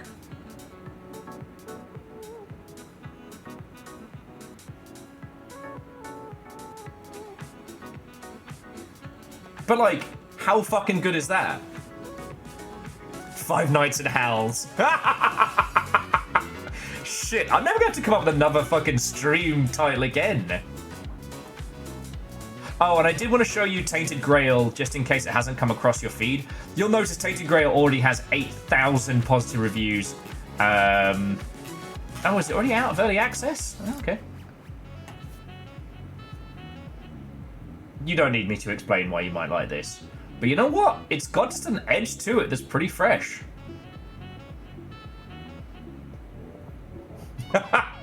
Cooperative games. Yeah. It's, no, you know what? Devoshi, I can come up with a better one. I might need to make myself another coffee. But Unholy Glee, I'm not going mad. It was an early access, right?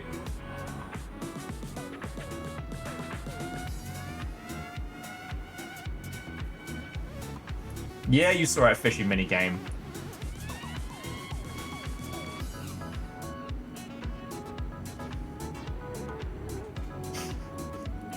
Indeed. Though I almost got lured into one of those philosopher's arguments of when is a fishing minigame not a fishing minigame when the fishing is the important part.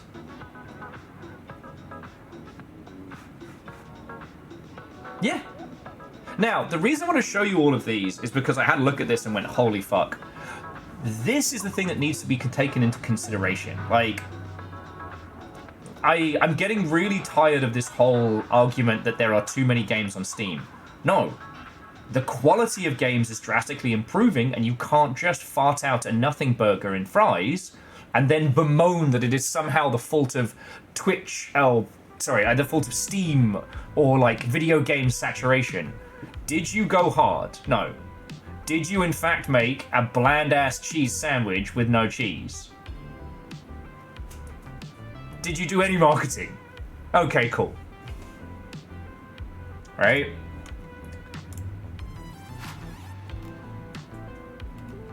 Oh, I'm a little afraid of this one. Oh, sorry, Coin Push RPG. Because those coin pusher games destroy me. The Fishing Pole of Theseus. Angelos, you're right. There's no such thing as too many games when it's still possible to say, why has nobody done X? You know?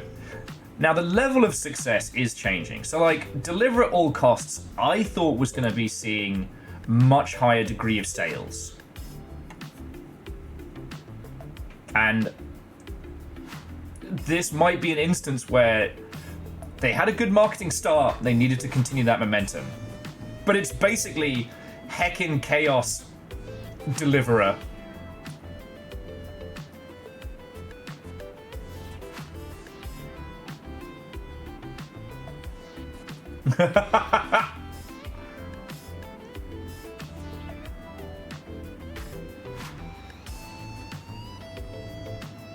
Like, look at that! You're a tiny car wrecking people's day? Let's fucking go!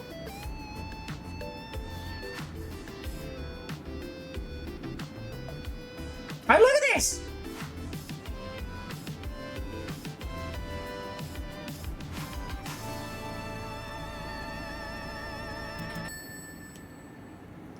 We have to get the cabbages to these orphans now! But yeah, like, I'm not trying to make this conversation about stuff that it ain't. It's just... It's partially the... You can't afford to be boring. And that is the thing that Mind's Eye did. Because, okay, even if games like this don't sell massively, they are part of the consciousness, right? And users don't care. Like, it's a horrible thing to have to say. Users do not give a shit that you are a team of 50 industry veterans and that some savant genius with super drugs has made a similar title solo, and that, you know, you're batting for this much higher price point than them. Users don't care. They do care about the end results and what they get to see.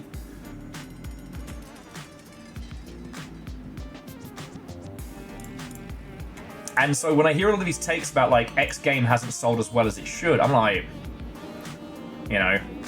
Now, one thing that does worry me, though, I did think that Ninja Turtles Tactical Takedown was going to do better. So I'm keeping an eye on that one.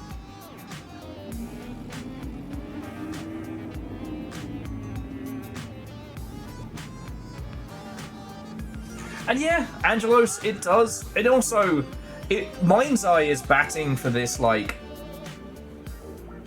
This market that doesn't exist. These people who are only looking for kind of, like, similar banality and have nothing better to do. It's not saying anything, it's not doing anything. And... yeah.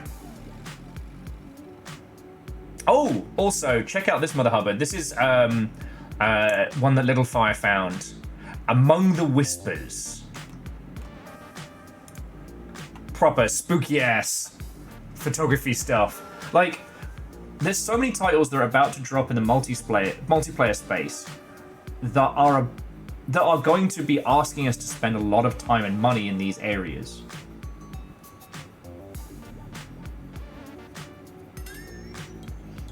And Tronorus, which one's Fantasy Life again? And the thing with Tactical Takedown is that it's not done because it didn't have a good launch. It's a good Turtles game, and it's pretty fucking styling.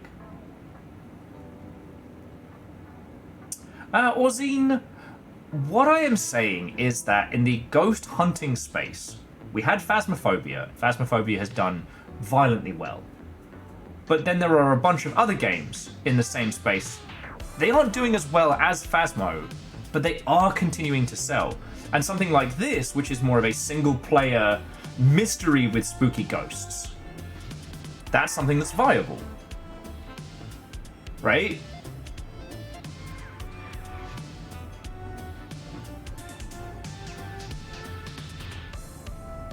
Now, Orzine, again, with like the ghost hunting co-op games, I'm always looking for things that are interesting and different, but I also have to acknowledge that a lot of those games do sell.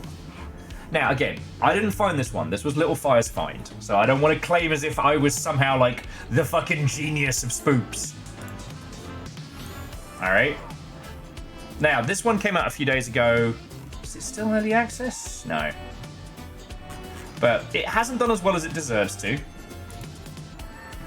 But also, I wouldn't have known about it if it wasn't for, like, Little Fire telling me. Okay. Stardew Rune Factory. Alright, I get you. Oh, also, Onimusha 2 got a re-release. I don't know if I should play Onimusha 2 because it's going to make me feel 1,000 years old. Oh, and I'm scared of Nine Kings because it's a roguelike deck building auto battler,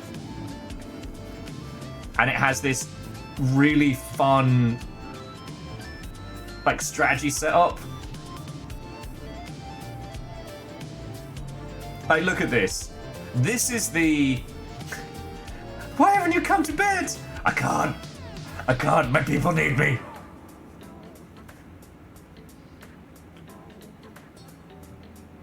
Although I will say, if any of you are if any of you, like me, are also struggling with sleep and bad times recently, the game I kept talking about got renamed. It's not Witch Survivor anymore. It's called Magic Survival.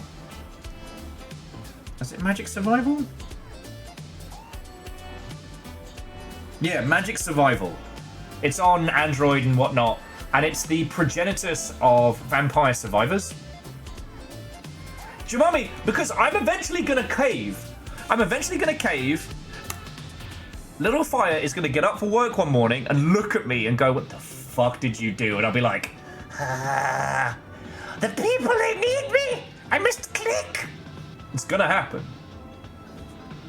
But yeah, Magic Survival has been helping keep me sane over the last couple of weeks.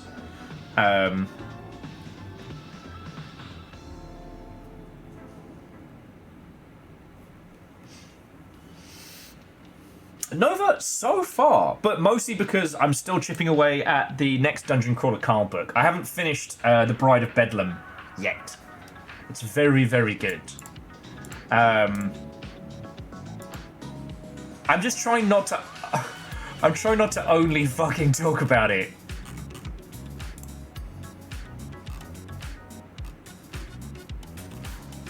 Because I do have, like, a bunch of books to read. Little Fire lent me Bury Your Gaze by Chuck Tingle, which is supposed to be very, very good.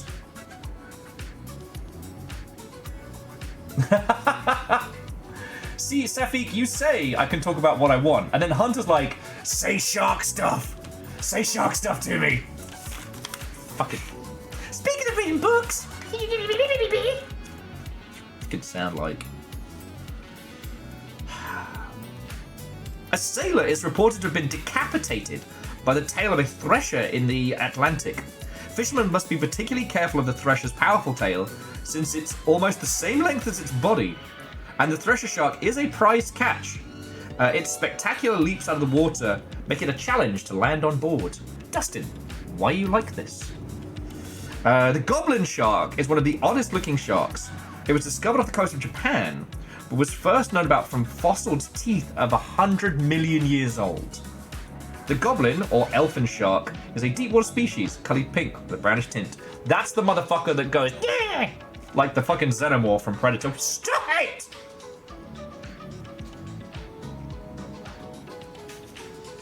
Will's so angry, he temporarily becomes an Animal Crossing villager.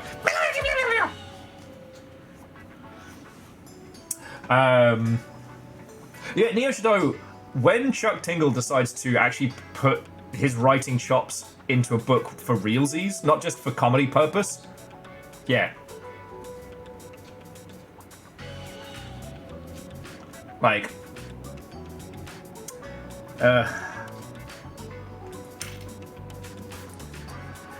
in 1966, a very persistent great white bit the leg off a teenage boy at a surfing beach south of Sydney, Australia. The lifesavers who rescued the boy were stunned to realise that they would have to lift the body of the shark out of the water as well, as it refused to let go. It was not until the shark had been beaten over the head repeatedly it opened its jaws. I was hoping you were doing better today, but I see the shark facts are coming out. So I see you are well enough to torment. Fuck off. Eraman, thank you. That's $50, you fucking legend. Also, Eraman, you have the Jarldom, and I do not see you getting dethroned quickly, so what is your Jarl's decree? No, seriously, thank you. Alright.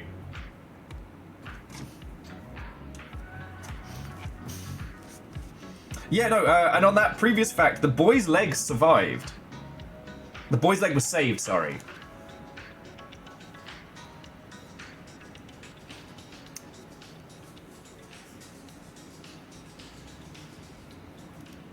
See, Angelos, that's so weird, because you should just be getting mead points just ambiently.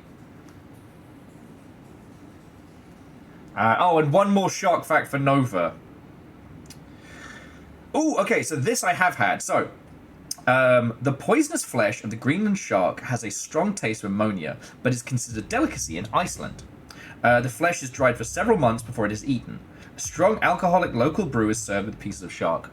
Yo! So, from what I have been told, because I haven't had like proper moonshine Everclear, it's the same effect in that the alcohol that goes with that Greenland shark, it evaporates as you drink it. It's incredibly strong. And the actual process for how they make the shark technically edible, it's really grim. Don't look it up. Don't look it up. I mean, unless you are strong of stomach.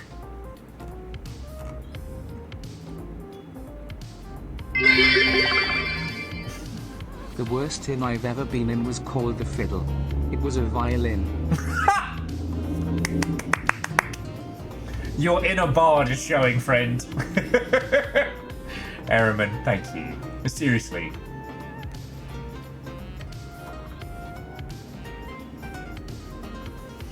Okay. So, if you all want to talk books and literature, we can. I'm going to move us over to Rain World now. Because the Slugcats aren't going to get started on their lonesome. Plus, it's been so long since I have actually gotten to play some Rain World that I'm probably going to be fucking terrible today. As a quick FYI as well, after today's stream, I will have played Rain World for over 350 hours.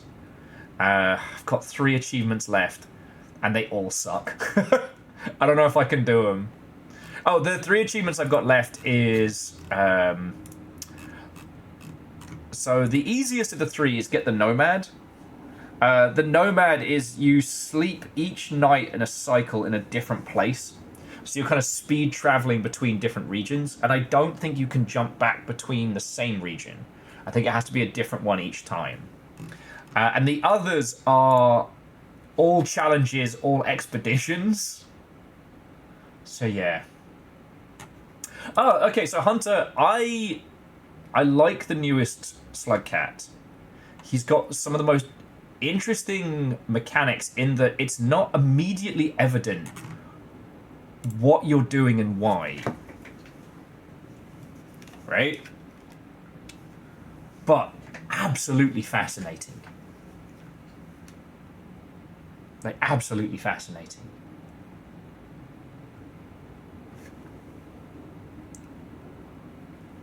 Turn this right up.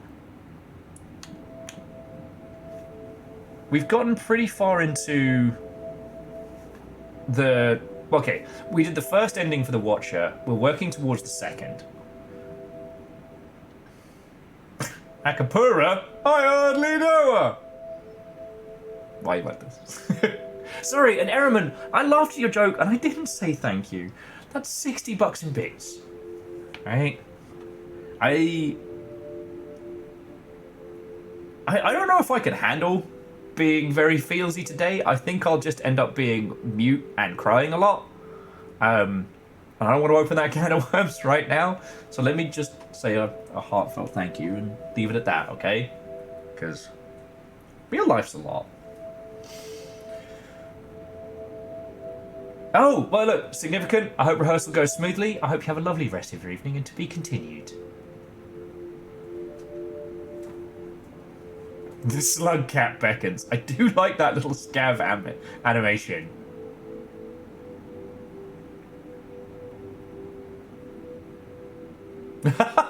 Oh no! So Hunter, I don't know, maybe there are some... have you seen what's available in the remix menu? Because that could help.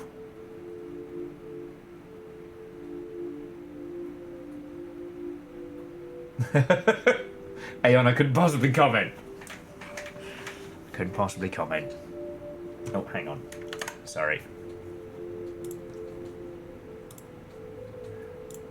Oh, and the so the other thing of like stuff I've been up to since last I've seen you, both Little Fire and I got super into Let It Die on Sunday, which was real cool. I played Let It Die a whole bunch on the PS3, and then when it, on the PS4, and then when it re-released on Steam, we did a big old long stream of it. It's really fucking cool, but I hadn't really gotten back into it. It's still really fucking good. Though they have added some new features to it that are scary. One of them was like an arcade machine that puts you in an arena fight. I didn't realize you're only supposed to do that if you're like level 250. What happened to me in that arena cannot be retold or reshared on social media. Yeah, Dustin. We never left. Now the question, of course, is still... No, I'm not doing it. What is your favourite Let It Die song? Mine is obviously Let It Die, although Let It Die is a serious contender. There, I did it. I restarted the chaos.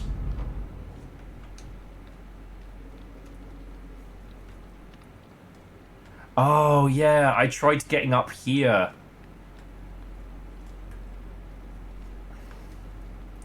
Okay, so we're still in the fetid glen. Oh, God. Does anyone remember what we were up to? I guess we were kind of exploring the area.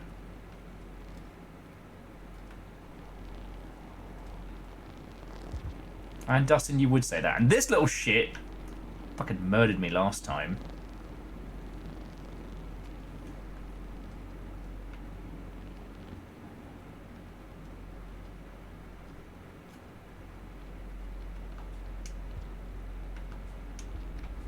So I'm just going to start exploring and chatting with... Well, I'll just keep chatting with you lot at the same time, because it's going to be a little while before I can get my eye back in, and I do forget what we were aiming for. If anyone would like a primer on like story so far as we know it, I'm happy to talk about it. Otherwise, I'll just keep trundling forward, because we're not going to be hitting any story beats anytime soon, that's for fucking sure.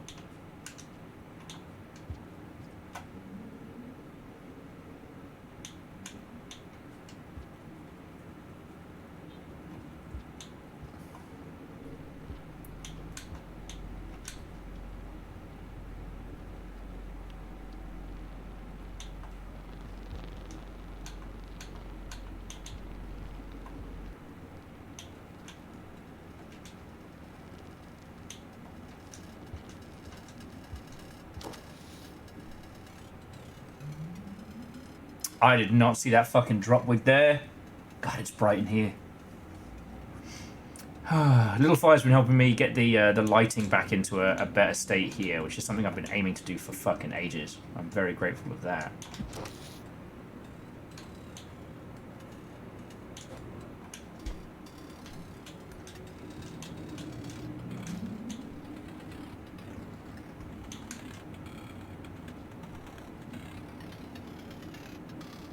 What the fuck is that?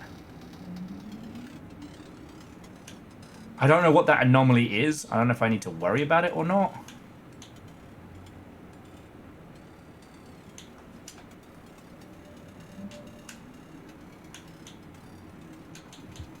I feel like I do.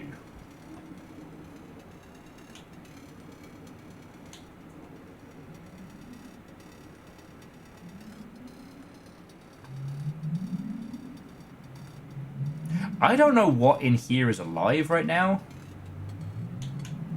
Risk it for a biscuit? Okay.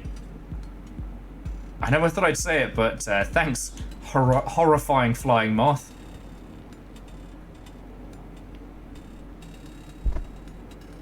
Ah, poo. Trust me, baby Newt Newt, you don't want none of that.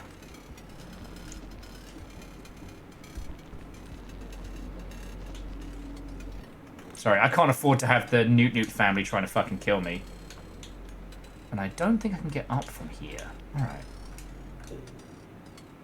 Yeah, so Safik, that's a time-warped poisonous lizard that's been rotted.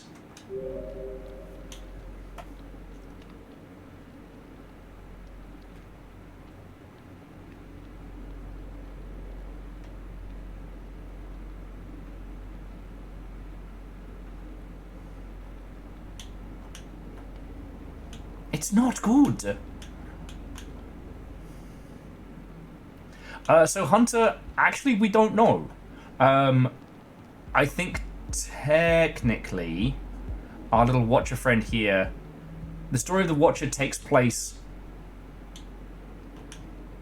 I don't know, yes and no. simultaneously before and well after. How the fuck am I supposed to get up there? You're not helping.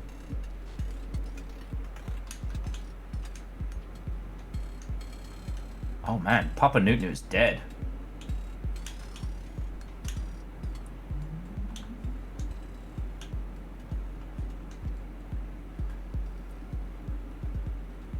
Yeah, fetid Glen.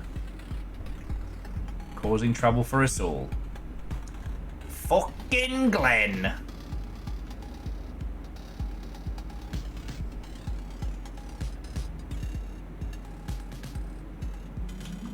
Huh. Maybe I've missed something. Oh. Fuck.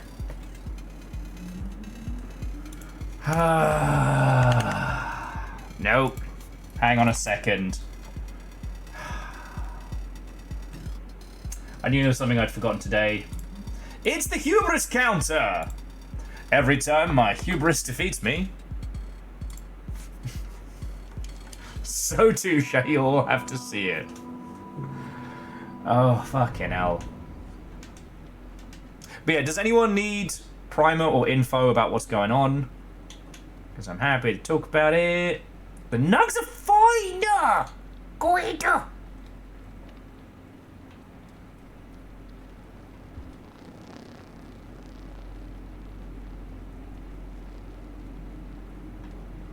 Oh, in the gotta get up to get down stakes, I went the wrong way.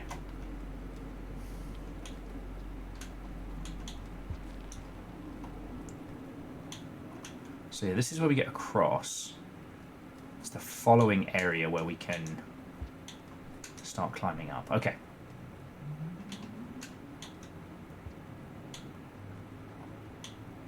But yeah, so again, friends. Oh, fuck. I'm going to be making a lot of dumb mistakes tonight, just because it has been a while since I've been back in Rainwell proper. And Fetid Glen was not easy at the best of times. Okay, so the next area, and we go up. Okay. I swear to God, Ball Squigs. Fucking bump me off again.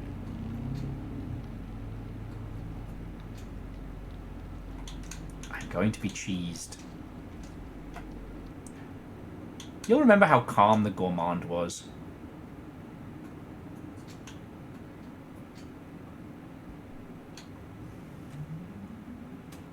It says there's a platform between us. Okay. Well.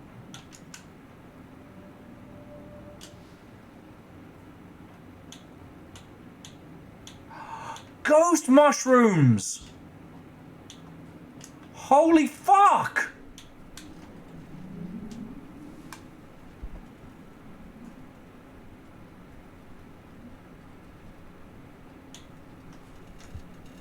And I left a tear in space-time. Not my smartest play, I will admit.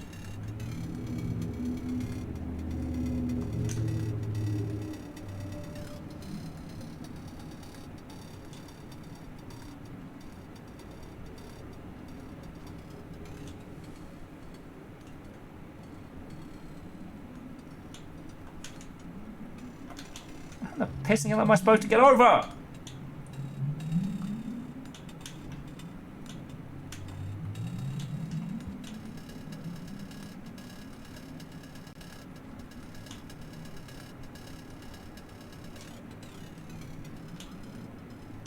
This is not going well.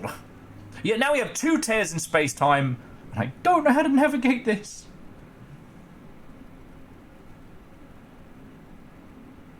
I think I need to...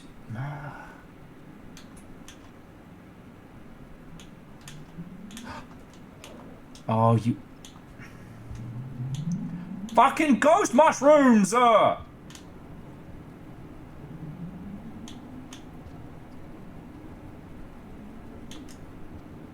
So, in case it isn't obvious just because of the stream, basically there are these shadow mushrooms dotted around.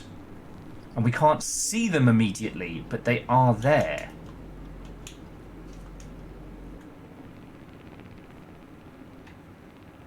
can't even rest there because I haven't eaten enough.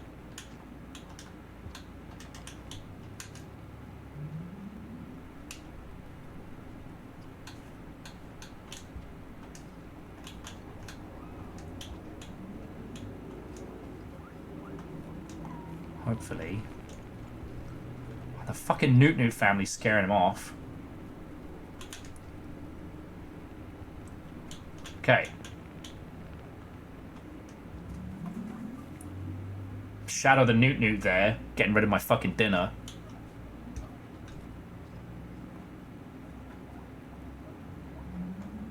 Invisifungi, I should say. I thought I'd seen everything.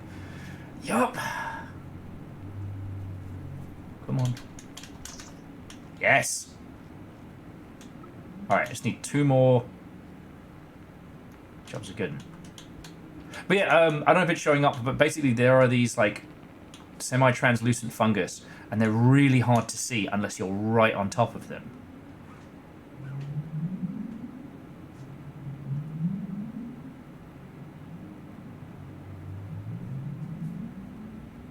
Man.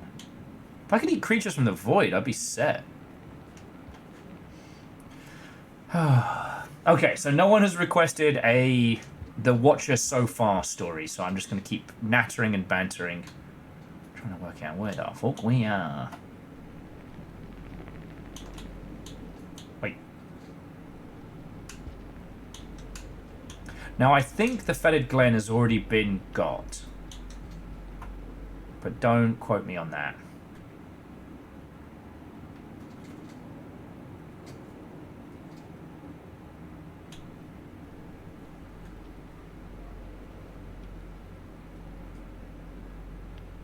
The pictures, if I fall there, there's nowhere to go after.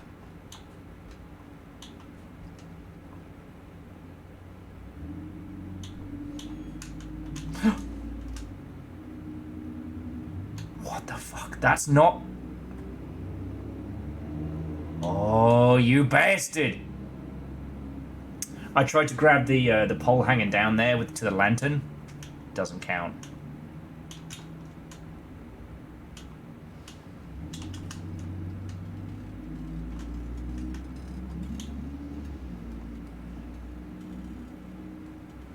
Of course, there's a fucking time warping bastard.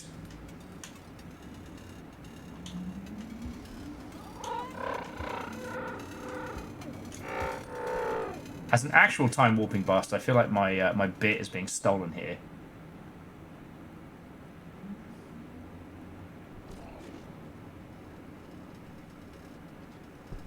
I might be able to time hop here, but I don't know if it'll just take me to... Because I... Fuck it, let's give it a shot.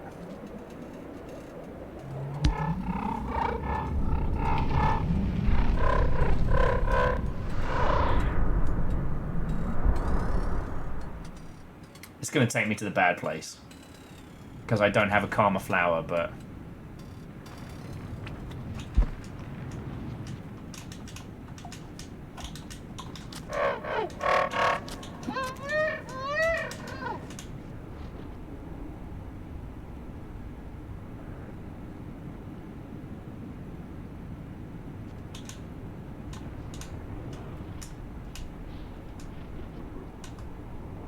So if you haven't encountered these guys before, they aren't usually quite as covered in tendrils. The TLDR with those guys is... Oh, there's food this way. Jobs are good. The TLDR with those guys is that they have poisonous skin. The more contact you make with it, the more it fucks you up. But they have a time warping gravity effect around them. Ah. And snack time is good.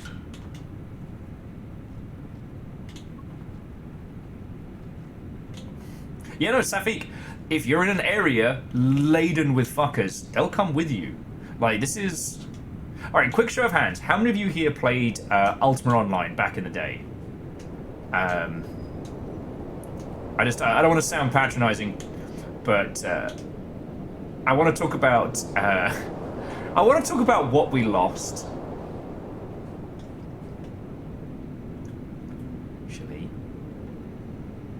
Sleep up ahead. Maybe, Hunter, maybe. Alright, so the thing you have to understand with Ultima Online is that it was not designed to be user-friendly. For those of you who may be a little younger, now let's see if... You know what, I'm going to snooze first. And then I'm going to try blink warping.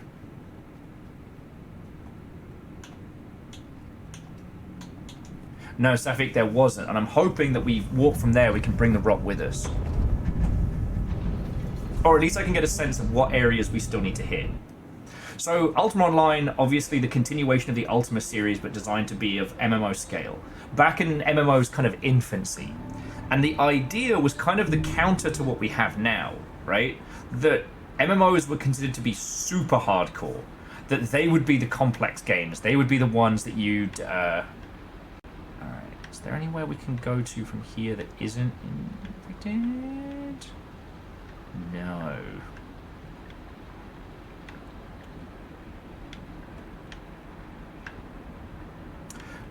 There was this idea that MMOs would be... If you went into that space, you were expecting, like, player killings, assassinations, etc. And that players would be able to do whatever they fucking wanted within the rules. Oh, fuck off. Vanderby says, "Tell us, Grandad! Tell us how fun it was to play with a soup and a stick!" Alright, firstly, before they nerfed the fucking hoop, top tier. Anyway, hang on, let me try. Balance the weight! Nah. But I don't want to... Never mind. Okay, sure. We're just going to put up with crappy lighting for at least another day. One of the things with Ultima Online was that it was grid-based and it let you do pretty much anything, but always with consequence, right? That was the rule. So you could cast a spell on any NPC, they'd call the guards, and the guards would then show up and attack you. Guards could be summoned at any point, but they would only attack people who were grey or red in terms of their karma. It was possible to get your karma back to blue, so guards wouldn't attack you on sight, but it wasn't good. Plus, if you were grey or red, other players were allowed to attack you without consequence. So that meant that whatever was on your personage could be forfeit. And the reason why I mention this is because you have to understand that, like, World of Warcraft changed it all. Instead of it looking at MMOs like, alright, this is what our most hardcore, most sweaty will be.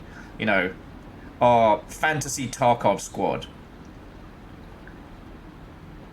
With World of Warcraft, they smoothed off the edges. They made it more accessible. They made it like a great big theme park to play in. And I'm not saying I hate that. You know, our Final Fantasy 14s, the world, are fucking brilliant. And I love that. But with MMOs of yore, the ways in which you could fuck with it were fucking fascinating. And one of them was portals. See, there were two kinds of ways. If you wanted to teleport around Ultima Online, you had to have a rune book, which was already fucking expensive. You would have to go to a place, attune the rune to that exact grid coordinates, and then you could cast spells on it. You could cast teleport, which would just blink you there, and you could cast portal. And the thing about portal was it would open up a gate, and then everyone could follow you through. Everyone. So I'm sure you all know the story of the CDC researched World of Warcraft plague, you know, where they had a plague system inside of a dungeon. It managed to break containment, spread across the land. It was used for like real world disease modeling stuff. That's fine. Back in Ultima Online, if it could walk, if it could follow you, it could go through a fucking portal. Now, did this mean that you could run up to a dragon, smooch it on the mouth, smack it on whatever its dangles were, and then have it chase you through a portal? Yeah. If you tried to do that into, like, say, you know, the capital city, the guards would jump it. And most servers had it so that guards weren't traditional NPCs, you know, that could be killed or stopped, but they were like one-hit kill invincible. But it is worth noting, at launch, the guards of Britannia were just like any other NPC. Now, they would keep spawning if killed, but it meant you could fight your way out. Now, Real Hunter, we didn't realize what that style of play was for quite some time. You know, back when it was still called PKing. Like, it wasn't considered griefing to, like, murder someone and camp their body. But no one had a good time. Like, for all of the stuff that we lost, some of it needed to go, right? It never felt good walking out of, like, the capital city, getting jumped, losing that armor you'd worked so hard for, right? Soulbound kit didn't really happen, you know? If you think WoW PvP servers were toxic, imagine places where you lose everything on your personage when killed, and it can just be looted. I still find it interesting that that's the style of MMO that's emulated in a lot of anime and shows about MMOs, despite the fact that we've moved away from that model. I always think that's fascinating. Anyway, I know, babies, it's very fascinating. Do you want to come say hello? Alright, friends, I think we're getting a legally mandated guinea pig break. You want to say hello to the cutie? You want to come say hello? Papa Joe? Oh, yes you do. Yes you do. Oh, happy little baby.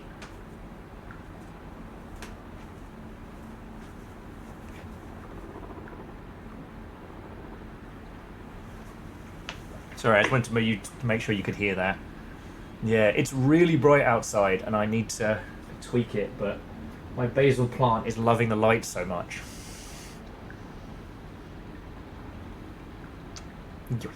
Nice. Little cutie. They've already had so much salad. They've had so much salad. Yes. So yeah, I don't know if I mentioned to you all, I've booked them in for their like checkup and appointment because I just want to make sure that the nuggies are doing okay. And like, thanks to Longship Day, we've got enough money in the tank for it, so it's fine. But I have this feeling that I'm going to get yelled at by a vet tech being like, why are they so fat? Why are they so fat? And I'd be like, no! Like, look at this little face. How can I say no to this little face? If you lot had your way, they'd be little fucking spheres. Little round nugs. Yeah, basil plant the long way. Vershi, I don't know if you're still chilling and illing, but I put some photos of the basil plant like up in Creation Celebration. Yeah, little nuggles. Little norbs. Yes, I know. Yes, I know. Little cuties. I know, I know. You can have some more crunchies, how about that? I know! Now some more crunchies. There you go. Little Fire was suggesting having like a points redeem where you can give them treats, and I'm like, no, because your generosity plus your love of animals means that those two will end up like little spheels.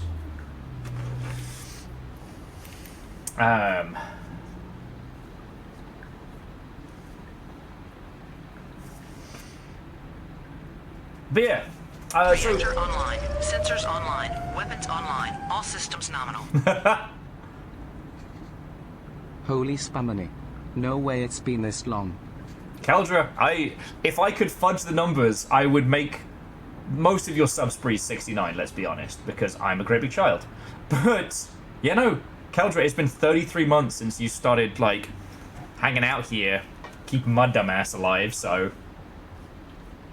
Thank you, hello, how's the tribe? I hope they're all doing splendid. We're doing Slugcat stuff. It's just Nova, knowing the Longship's ability to be incredibly generous, combined with how cute the nugs are, somehow you all would find a way around. Okay.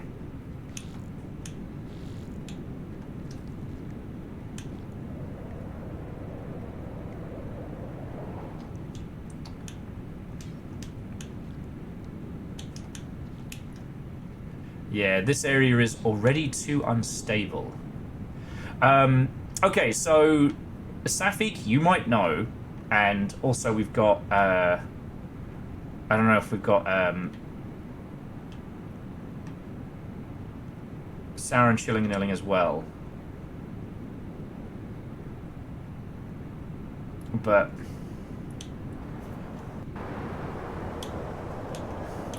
Mr. Rottingham. Might have to talk to that guy again, Mr. Rottingham. Okay. Well, he's a walker to drop down from here. Here comes the boy, the Rot boy. Holy fuck! I do like Rottingham. It's got kind of like a formal undead vibe to it.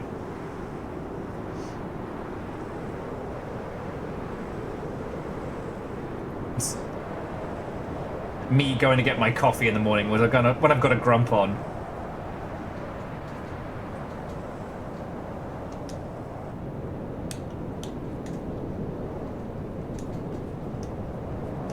Now I know how to hippity hoppity across this. Hey, Iced, Watto, and welcome.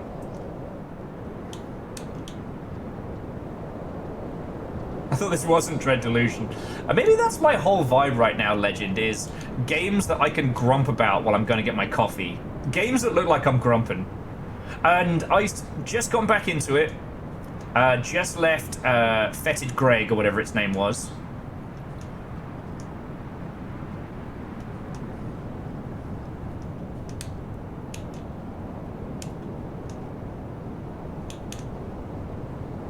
And Virals, how you doing? All the cool kids are in tonight. I think at this point I'm just trying to work out more spots where I need to give it the old rotty botty, you know?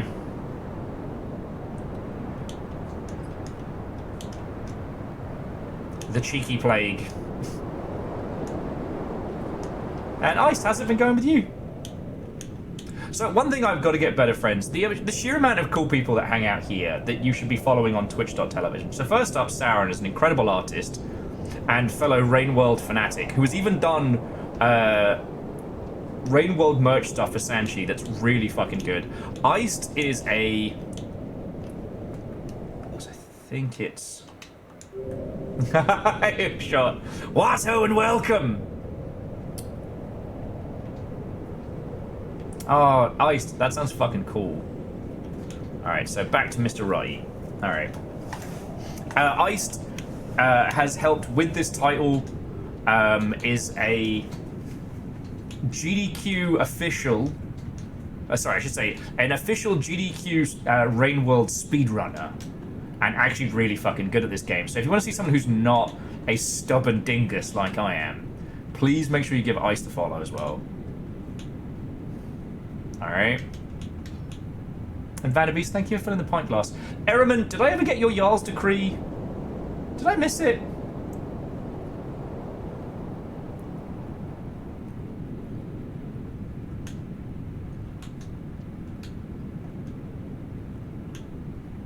Okay.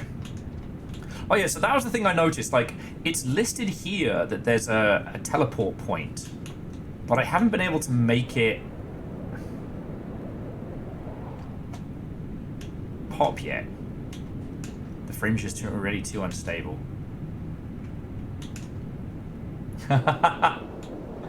Yeah, we gooping. And I think it's okay to ask on these ones. Like, wait, no, this is the wrong way.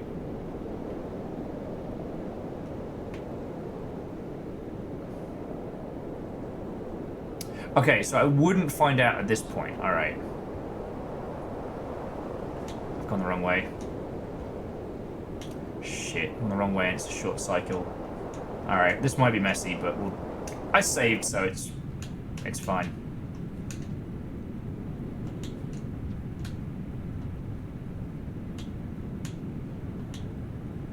Oh, okay. Ice, thank you. So yeah, Ice is saying basically if we'd gotten here without the ability to teleport out, that tear in space-time is so that people can leave without getting stuck. Oh, that's right, smart. That's good game design, that is right there. Oh, that's right, good.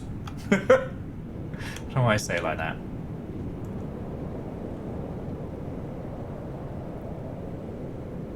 Let's see if we can make it across the dunes before the winds claim us.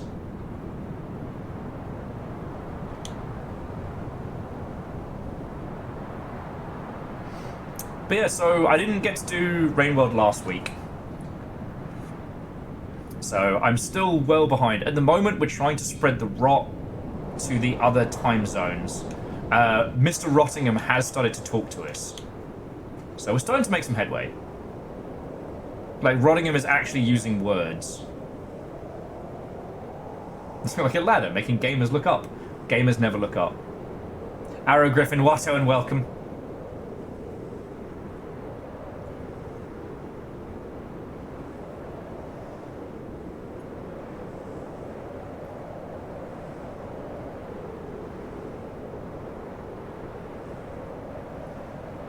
Alright, come on, little guy. You can do it. Not much further. Gamers can't look up.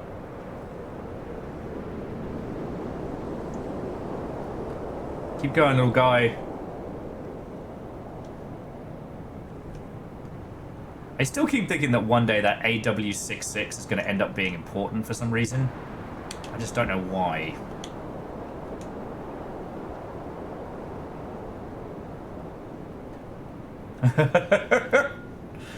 So Tesla Coil, no spoilers, because we haven't started doing blueprints for the Longship yet. But the amount of people I've seen post on Blue Sky just about blueprints being like, and the secret was to look up? Okay, as long as I don't biff this jump, we'll be fine.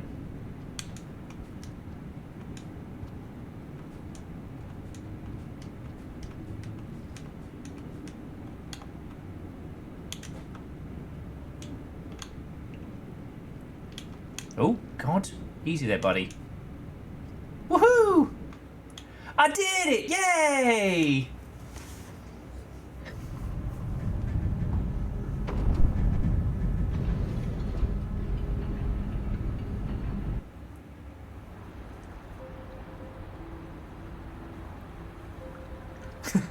Real Hunter. Classic Doom taught me that up is an optical illusion, and so are basements.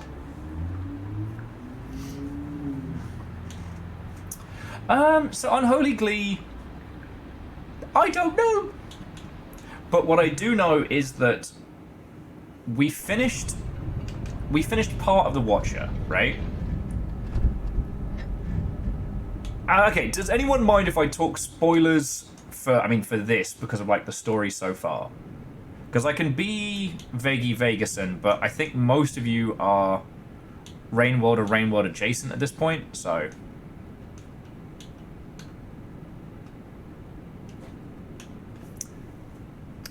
God darn it.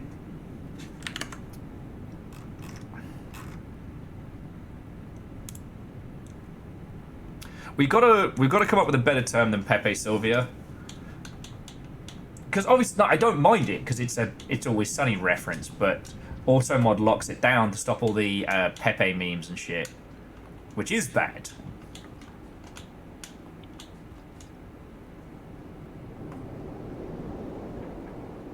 No, so Oren, it's not just a bit. Gamers don't look up. It's well fucking documented. Valve's whole follow the light philosophy was directly to counter a bunch of player behaviors, like how gamers don't look up.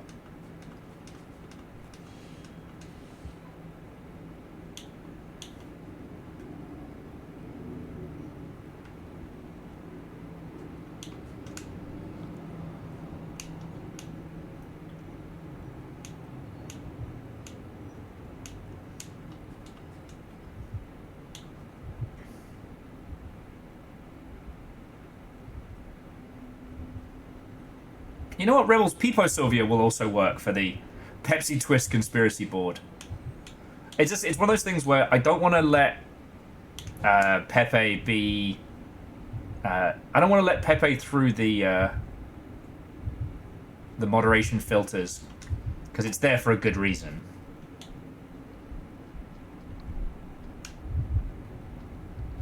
Okay, that heartbeat is definitely louder. Anyway, jumping back. So... One, players don't look up. That's why Valve came up with the follow the light philosophy to basically train...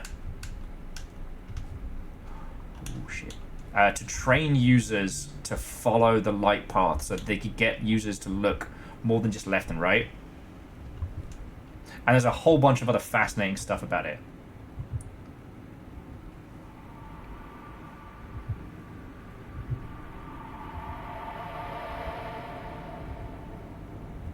Pepto-Bismol conspiracy board. Pepto-Bismol, Pepto-Bismol. This name keeps coming up.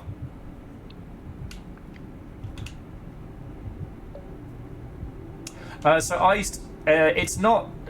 basically, the Pepe meme got co-opted so hard by neo-Nazis that, unfortunately, you can't really separate the two. It ended up on the Anti-Defamation League's list of hate symbols. And while not everybody that uses the Pepe meme is that way, including its original creator, it's unfortunately reached a point of internet culture where 9 times out of 10 it's a big fucking red flag. Same with people who have like 88 in their username and stuff like that.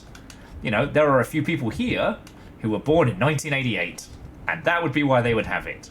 But 9 times out of 10, 88 in a username is a big fucking red flag. But in the same way that, like, 1312 is a green flag, you know? Being a community manager, I've had to keep up on top of most of these ones. Yeah, rip 37-year-olds.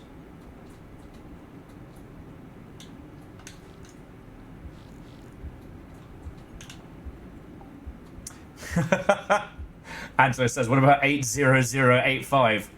This means you're in for a good night. That's my, I see you were a person of taste.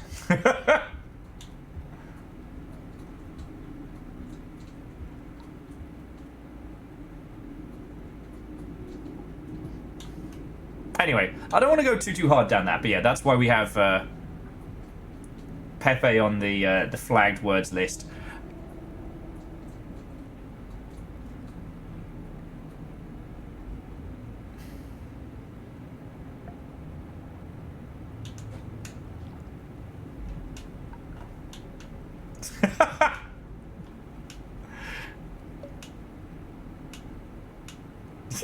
Tesla Coil, if you write it, it's still going to censor it. Anyway, like I said, this is just... If you ever get into community management, one of the things you have to know is you've got to know about this stuff, because you've got to know before it happens. Like the Longship is a pretty... We're a pretty fucking sturdy part of the internet, right? A lot of us have been doing this a very, very long time. You know... Everyone on the mod team has either been CM or CM adjacent for a squillion years, so, you know, that kind of stuff doesn't pop up here, but when you're, you know, doing community work for a commercial video game company, you have to know about that stuff. Like, it can't be what blindsides you. Because people will post it air quotes for the lols, and before you know, you've got an infestation. Anyway, like I said, I don't want to go too hard into that conversation topic. Okay, so there's where we've been. It looks like there's a new area to go, so let's climb upwards. Feck.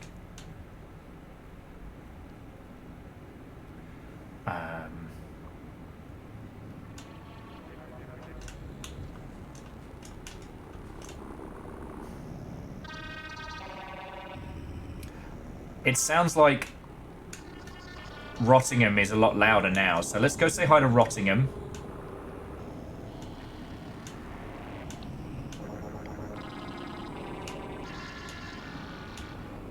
This is getting kind of spoopy.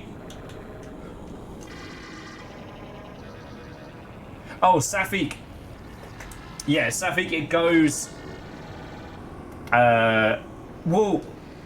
It's the karma symbols, but once you have the full list, because the karma symbols change, as you well know, as you unlock them. So yeah, I think it's 6, 8, 9, and 10. 8 and 10 were the ones I recognized on the way up. But it is like Rottingham is actually, you know, growing and improving with these cycles. But that's good or bad, I don't know. But, you know.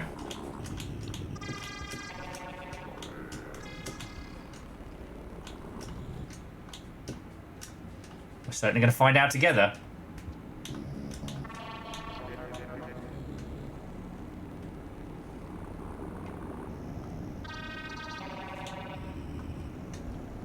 Yeah, see, that way wasn't clear earlier, so that's where we're heading next.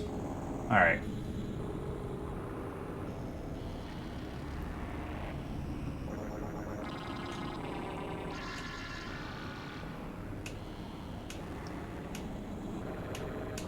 Well, so Arrow... We're not quite at the point where I can start theory crafting, because I know everybody who's finished this already will know way more than me. But we did see basically like a void quivocant of the usual void worm. We saw a purple variant. It feels like we've kind of seen the... We've finally seen the other half of this yin-yang equation.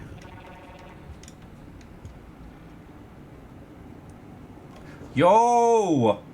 Greetings, friend. Oh, you've come. Please be comfortable. Much time has passed since your last visit, and my kingdom grows. Oh, the things I have seen and tasted.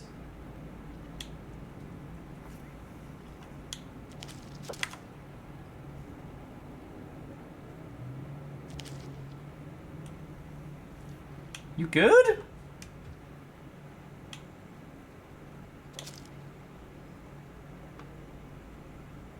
Sunflowers are evil. Well, it kind of looks like a... Oh, shit! Okay, so the big rot has officially opened, right? And out of it is this... I don't know. In the same way that Pebs was like a part of the whole thing. It is a cute little puppet. What's up, Koi?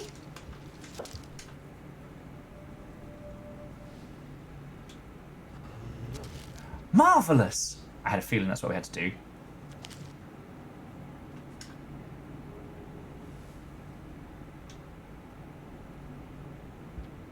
Yeah, like an iterator, but kind of fucked.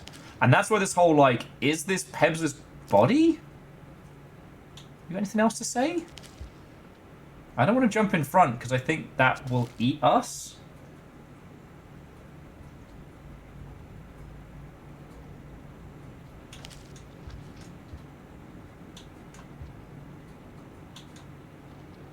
Yeah, Jamami, welcome to the party. He just wants a taste. Just a little nibble. Okay, what do you reckon? Should I give him a little nibbly nibble? Because I can do the journey back to here pretty easily. So Hunter says, what if this is Pebs somehow because time is a flat circle? He's sweet and he sings for you. If it's the same song that Pebs listened to as his mind was going, I'm going to fucking cry. Alright? You do not understand the fucking knife edge my emotions are on right now. Swear to fuck. Swear to fuck.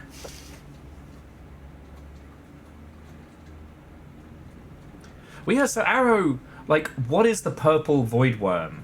Why is this growing out of the corpse of Pebs? There's so much. J-Pose, thank you. I'm serious. Him. Thank you. Thank you. You know.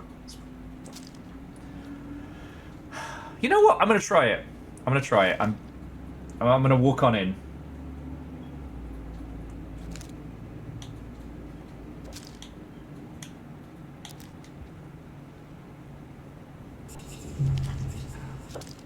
How I have wished for this day, my dear friend, welcome.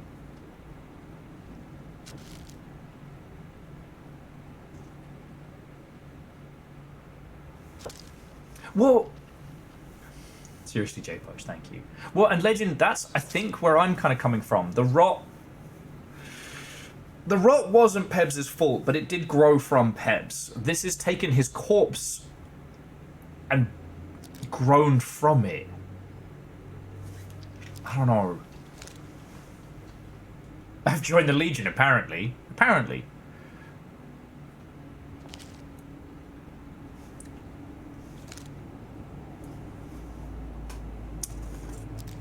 So there's... Okay. If Rainbow has taught me anything, it's don't immediately assume something is, you know, directly and terribly evil. Like... But we have been spreading the rot, and the rot is now visibly grown into this entity we can talk to.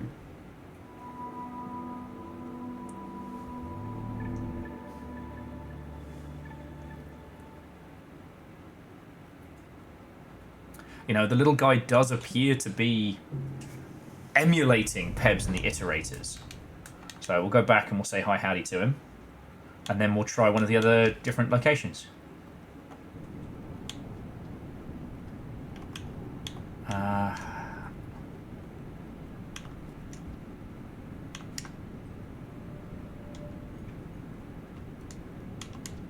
come on.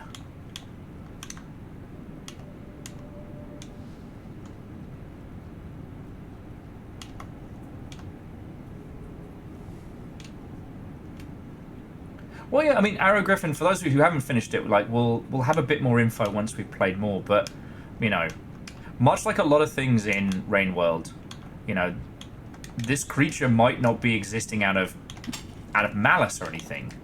You know, it's going through ascendancy. It's learning. But it also, as Saren said, it might be, I'm just a little guy. I'm not trying to eat all of existence. It's my birthday. You know?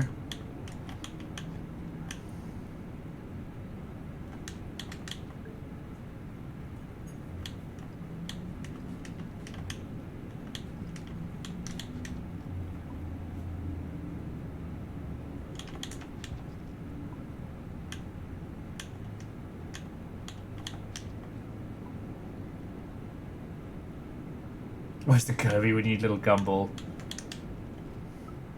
Where do you think the souls go when Kirby swallows them whole?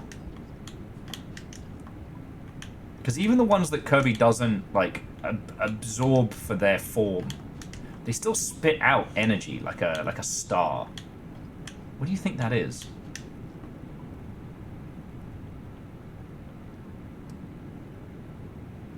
A Red Burning Dragon... So...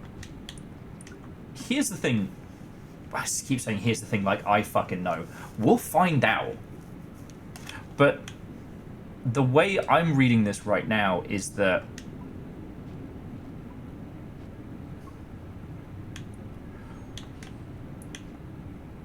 we might be the furthest point down the timeline the other way. So when we were dealing with that Cutie Patootie Echo and finally helping them ascend, that was the earliest we've ever been on the timeline. This feels like the furthest the other way. Like, all of this feels like an old Iterator city that's either buried or fallen into the sand. You know, there's elements from the crypts below and the ziggurats also buried in the sand. Like, there is no rain, there's nothing else. It's just rust and desolation here.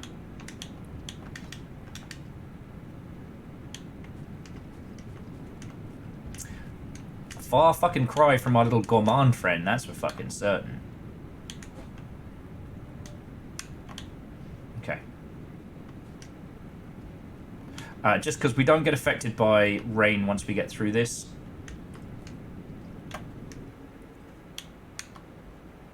The command is living fat and happy. And I love that. You know, decided to stick around this area of Rain World just for the snacks and ends up founding a whole, like, fucking tribe.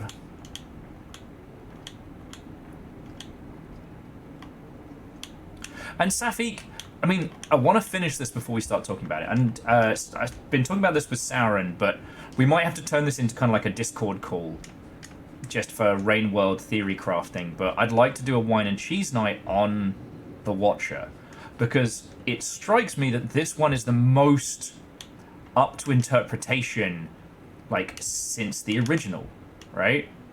Now, it took the Rain World community a long time to piece together the original story, right? So a lot of pearl hunting went into that. But, like, you know, the Watcher starts by being attacked by a different Slugcat. And the Watcher doesn't fight. The Watcher does choose to hide and shrink away. Like, is that why that specific echo chose them? Or is there more involved? The thing is, here I am trying to guess it, and I'm behind all of you lot. So, you know, I don't want to say this is the dumb leading the blind, but definitely, there's definitely the shepherds leading the numpties. Duly upon thee and those of your ILKRIP Bacon. Oh, hi, Mark. Oh, hi, Mark. Bacon's fine. Although, like, numbers, heckin' thank you. It's going to be 80 months next month. Not ready for it. I am already fragile. I am fragile, the real hamster. There's nothing under there. God, they better not be. Okay.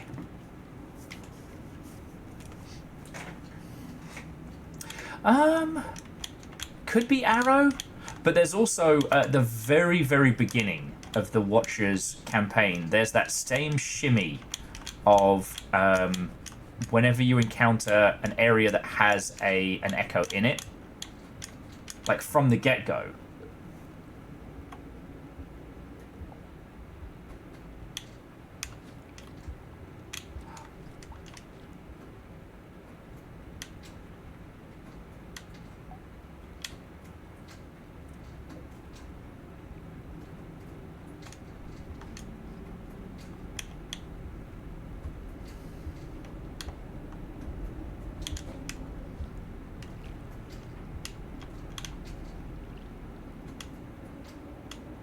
Plot twist, you're suddenly being hunted by the gourmand. You're just that delicious. If you haven't played a lot of Rain World, you don't know what the bloody hell we're talking about. So the gourmand is one of the first of the downpour Slugcats that you can play as. And the gourmand is not doing jobs for the iterators. They are not part of the whole, like, Pebs and Moon plotline or anything else. They have a secret menu that they want to eat, and that is their whole goal. They have a secret menu, they want to try all this delicious food, and then maybe raise some slug pups and found a little kind of, like, basically like slug cat, I don't want to say colony, but that area definitely is like a, I don't know, I think like a little Slugcat tribe is, I think that makes sense as a term, because they are teaching, they do learn. You know, they do have, like, rudimentary culture. The gourmand teaches them what they can eat, what they can't eat, what they should eat. And yeah, Safik, trauma bonding's my first guess, but I don't know.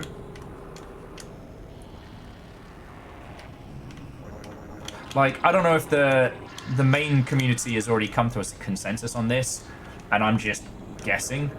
Oh, numbers! I'll fucking show you. Because, friends, it won't take me too long to climb back down from the top. So, numbers, you remember this area before, right? With the, like, the weird karma symbols etched in rot and all that, right? Alright, wait till you check this the fuck out.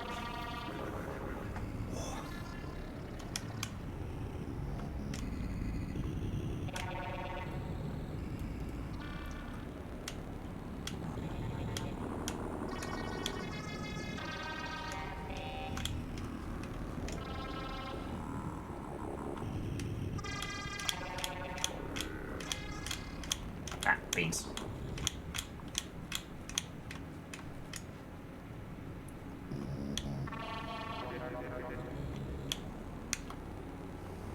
Check this out, numbers.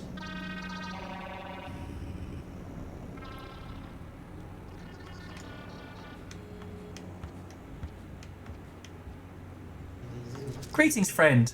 Oh, you've come. Please be comfortable.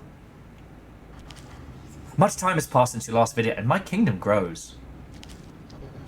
Oh, the things I have seen and tasted.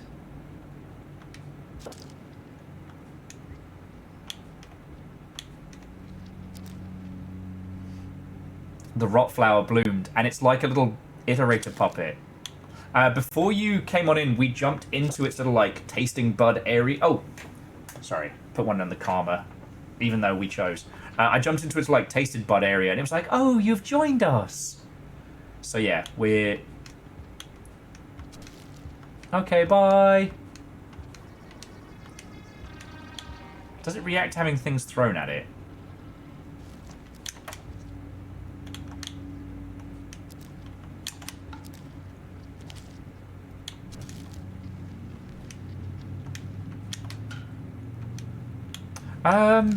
The other pieces react to the sound of it, but not the rest. We did die. And Red, I think comparing it to the Gravemind is a pretty solid comparison. But also, like, it's spreading across space-time as well, so it's a whole fucking thing.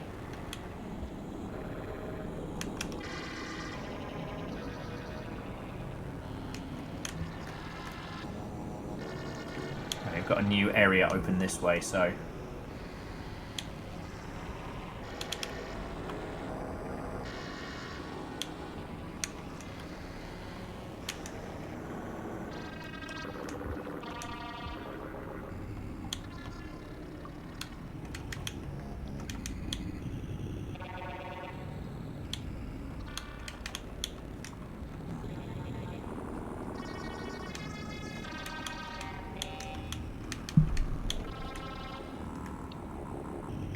Now...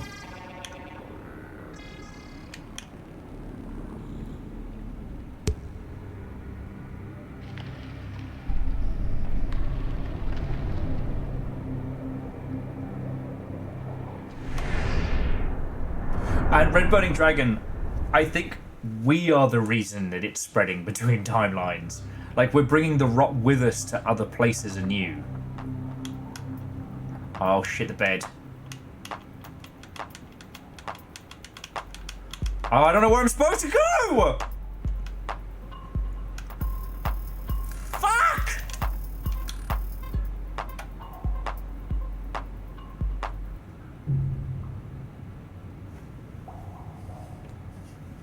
Fuck!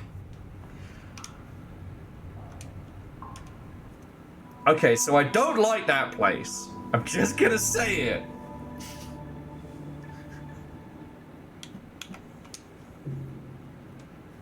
Suze v Slugcat anyone. Fuck you guys! Alright, maybe it'll teleport me somewhere else next time. Oh, numbers, because you use a karma flower to open a safe portal.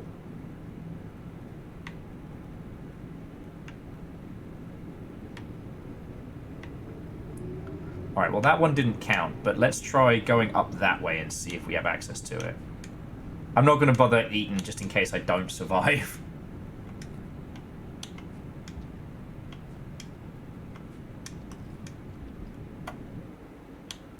But yeah, so the rot appears to be like almost either emulating the iterators or growing and learning in some way. So...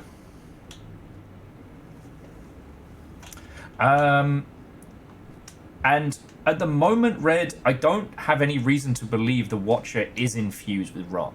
Like, if we eat rot fruit, it still makes us feel gross and pass the fuck out, right? And if we touch the nobules, it'll still eat us. Like, the rot is not our friend. Now, we didn't get touched by what looked like a rot version of the Void Worm. And whether or not that's related to this creature, I don't know. Now, my current read is kind of like the forces, not of good and evil, right? But like, if the Void Worm is part of ascension, part of leaving this mortal coil, you know, ascending to a being of pure light, then the rot is about consumption, like unity.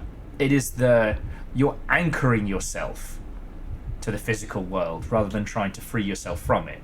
So it kind of ends up being like, you know, the positive and negative charged elements of the same philosophy. Does that make a weird sense? That's my current reading of it. So in the same way that there is a Void Worm for Ascendancy, that there may be a Void Worm for, I don't know, whatever we call this. You know, it's not entropy.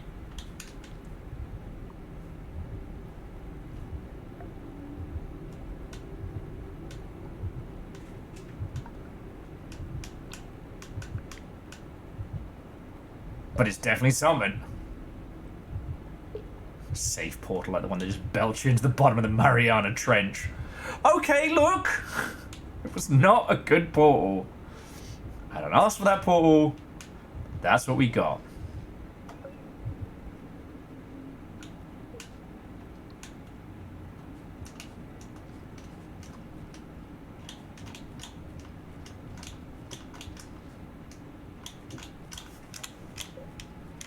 Fuck.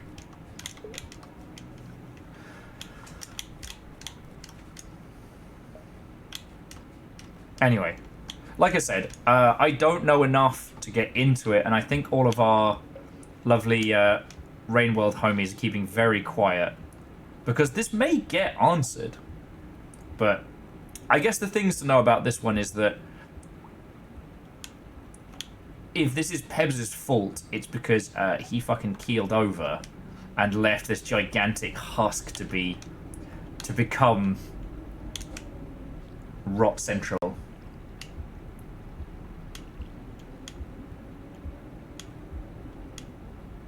And Hunter, you know what? There is something very, very natural about, you know, eat, consume, grow.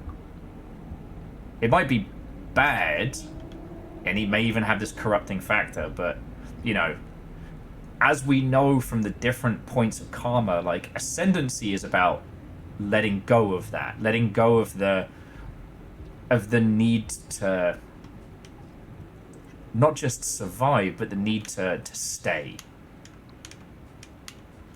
You know? And so far, like, the only other character we've met is that cutie patootie Echo.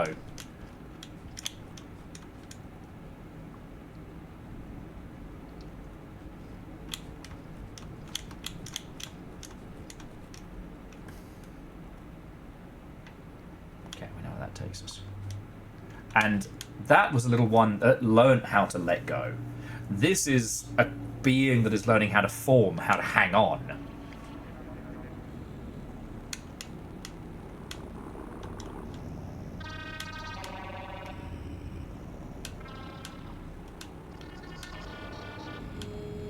Oh yeah. Like, the procedural animation system in Rainworld is so robust. God. I hope we get to chat with the team again.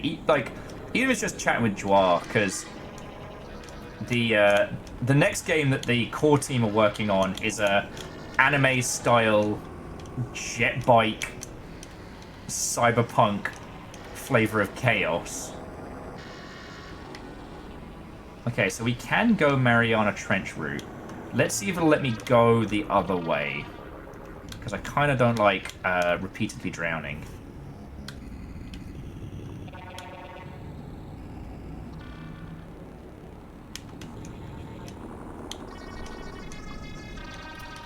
Shit, it does let us.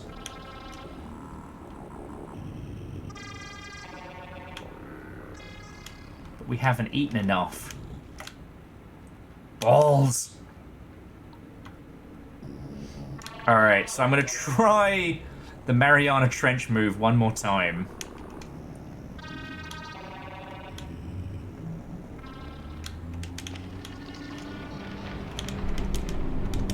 No. I thought I could grab a Karma flower, but didn't have time.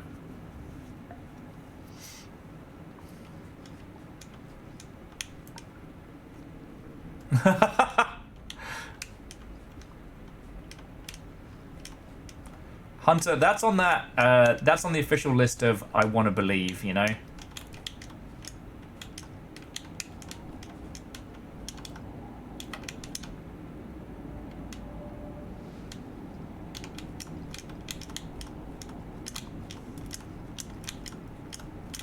Fuck! It's not letting me go up there!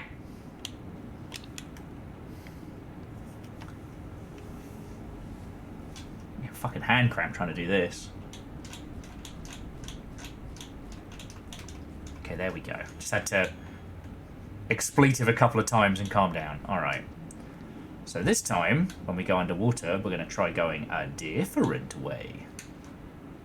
It is the British way.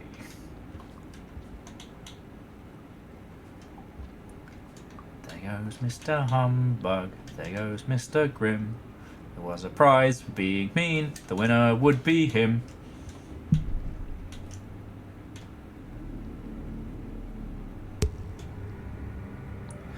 And so I think I kind of like that. Like, Rottingham knows that you're a force that's helping, even if they want to kind of snack on you.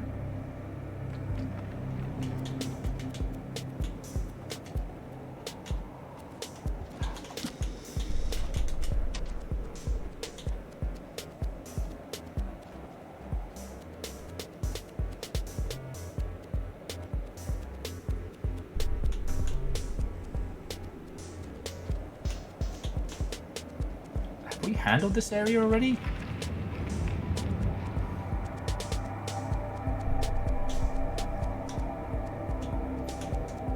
I don't know if we've infected this area yet.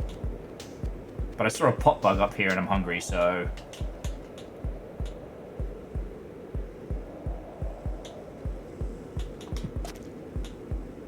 Look at that!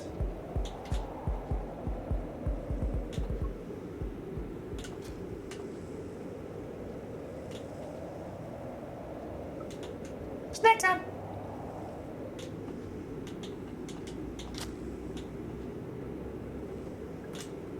Because I kind of blitzed through this area because I was panicking a little bit. Like, there's a lot of this area I haven't really explored. And I actually might want to... Okay, so there's a lot to this area we haven't explored. Let me go back, get a save in, and we'll trundle around.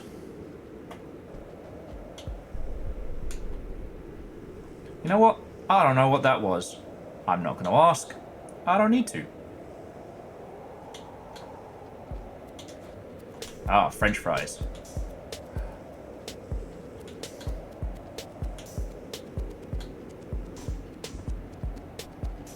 I think we spread the rot here.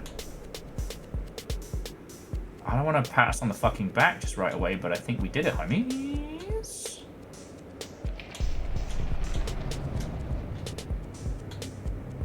Because he looks goopy.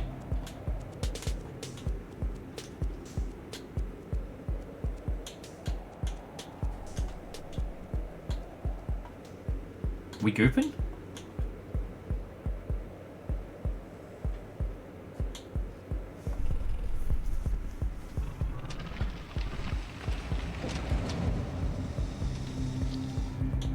Oh, this is a fucking nightmare. That's a fucking nightmare in there. Okay. If you couldn't see it, as I know you can't see my fucking face very well today, and I'm still sorry about that, there is an Invisilizard, a green bastard, a blue bastard, and at least one French fry. The French fry is gooping. We need to get past that to get to the shelter. So...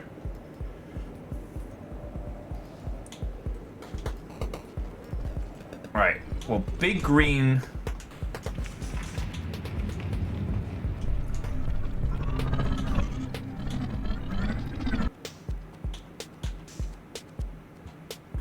Which way is it to the shelter? Oh, one across and then one down. Alright, that's cool. There we go. Net him! Dial 0800. Are you fucking kidding me? Okay. We haven't had any night dreams in a while.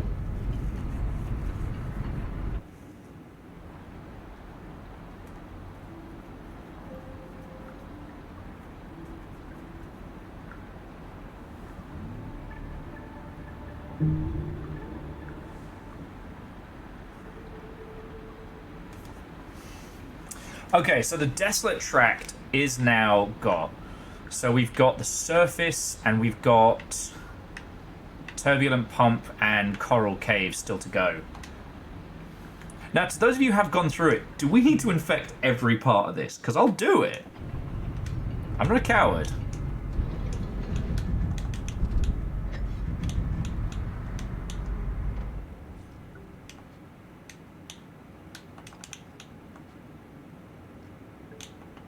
Hang on, let me grab the...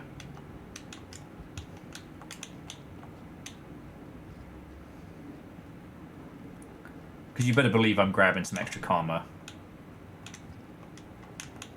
No.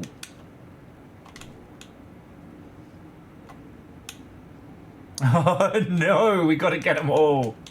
All right, well, at least you know we'll be playing Rainworld every Wednesday for a good long while.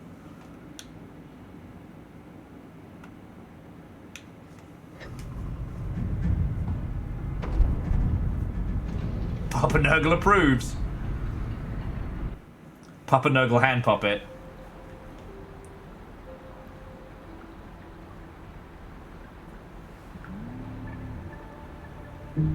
And in fairness, like, one of the few goals I set for myself was murdering the shit out of the tiny Godzilla.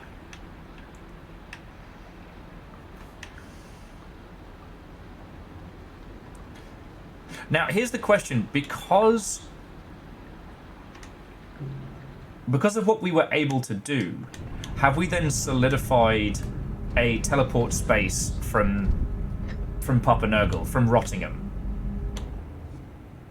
Like, is it making us lock in all those different spots each time? Because that's how it feels, but... So yeah, with Desolate Tract, so it down leads us towards the water. And whatever the fuck all this was. Oh man, there's a lot of game. And there's a lot of Desolate Tract back the way we came that we didn't explore.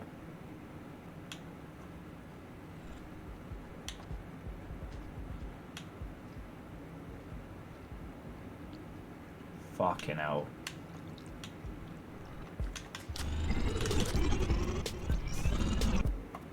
So that thing's fucking scary. Come on, come on. Like, you see that, right? The corrupted...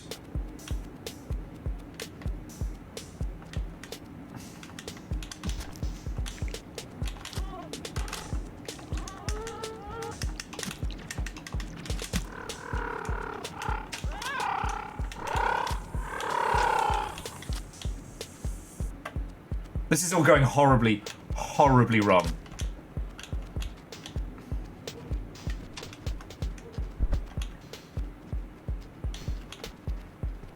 Fuck.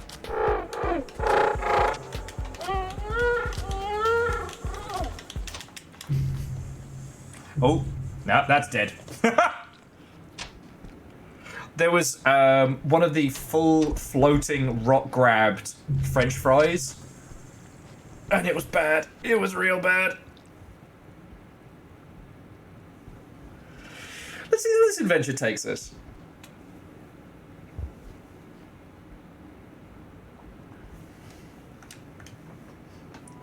Oh, friends.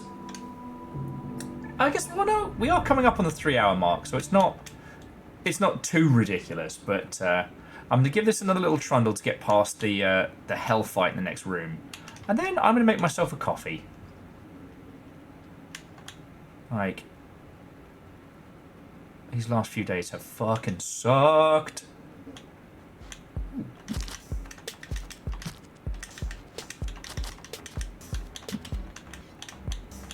back here. You're my dinner.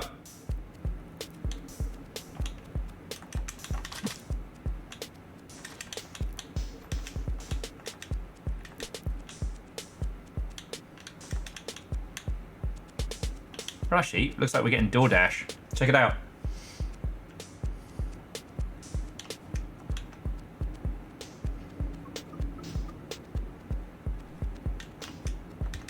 Because even though we're not a carnivore proper, we can still eat those millipedes. And remember, they don't eat you. Those great big bugs, they shock you and leave you for dead, but they don't eat you. Hi, DJ Coil. This is as good a spot as any. Yeah, I know things are a bit of a mess. Tried to get it all ship-shape and proper after yesterday, but...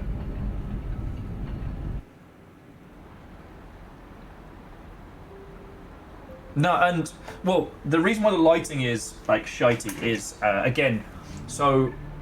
Little Fire and Little Fire put them up.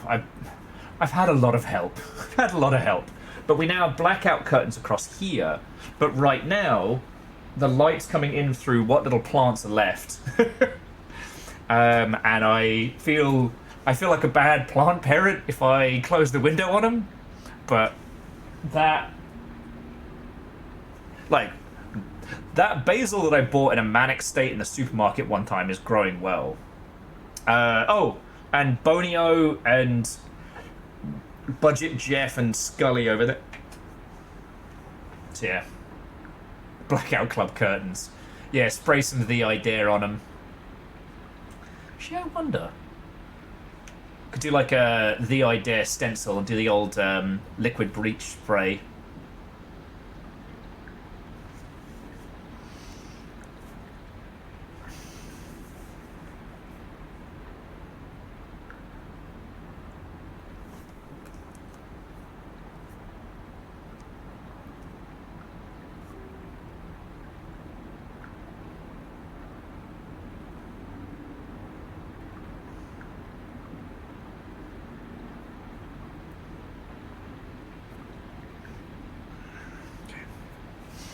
Thank you.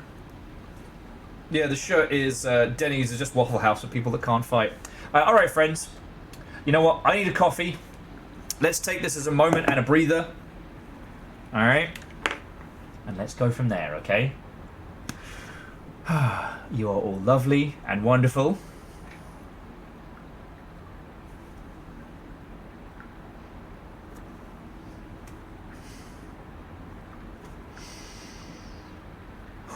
Sorry. I guess I'm just kind of overwhelmed potato. But yeah, coffee, more Rain World. We have more spheres to get to.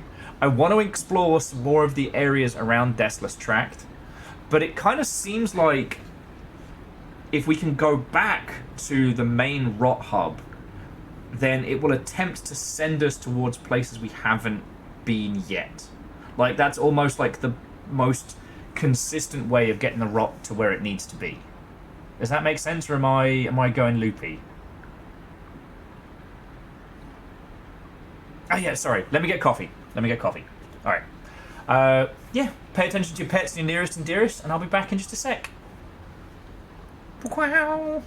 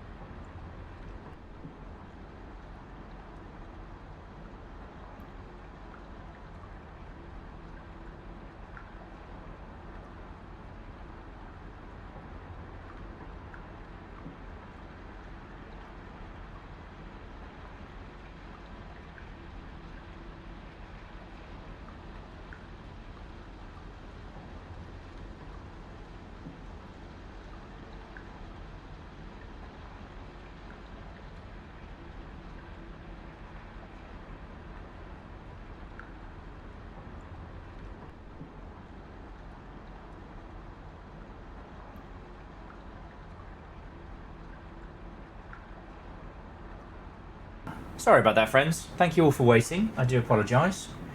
Just had to... What would be the Rain World term? Recenter my karmas.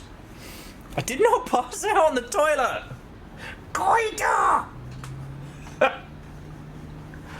Although, DJ Coil, I get you were aiming for now, and that was fucking cool, so thank you for sharing that with me. I always love the idea that for those of you who are like working, be it at home or elsewhere, like, I get to be your little... Excuse me. I get to be your little, like, second screen buddy. Passed out next to the toilet. Look, I am still...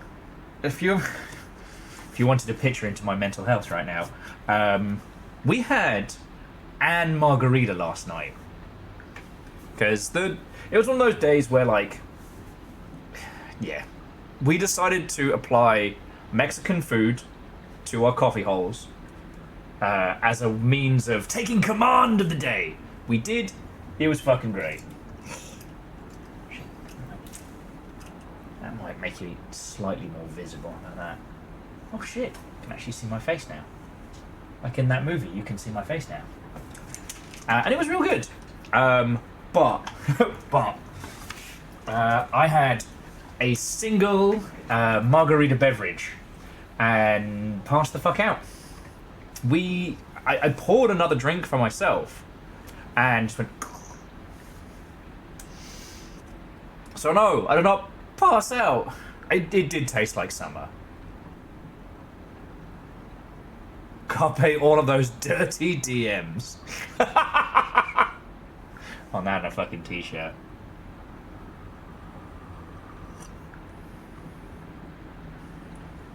Oh, that's cool. Phillips was saying that I usually hop online the same time their East Coast teammates go offline for the day, so it works out. Oh, that's cool.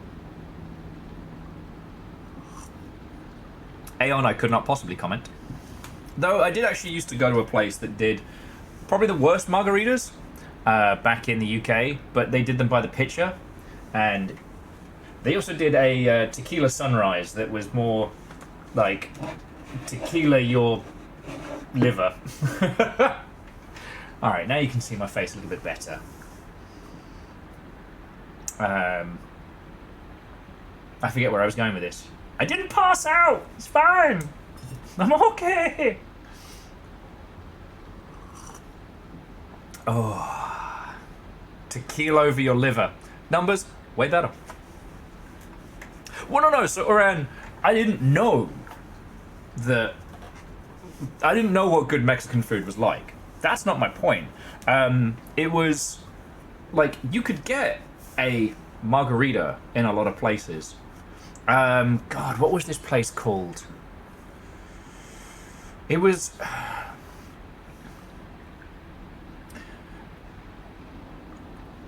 a heinous stereotype of the Italian restaurant from the Godfather movie.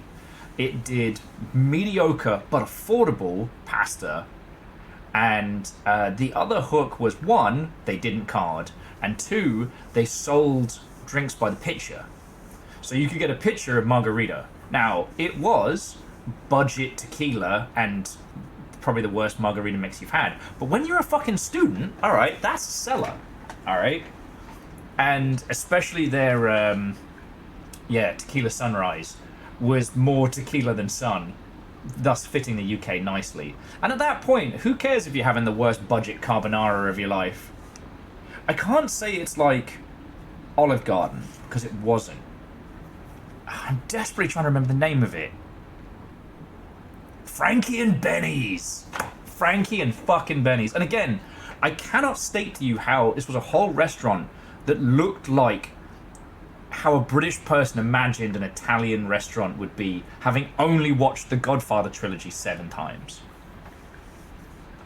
No, Little Fire, that was when I was a student. I was pretending to be a student after that. Yeah, right? Because I didn't know if Frankie and Benny's was a chain. I know that weird, like, faux American steakhouse place was. That was fucking funny. But God, it's so fucking weird. Because we did have TGI Fridays in the UK, but It was weird. So, I mean, it's all fucking weird. It's all fucking weird.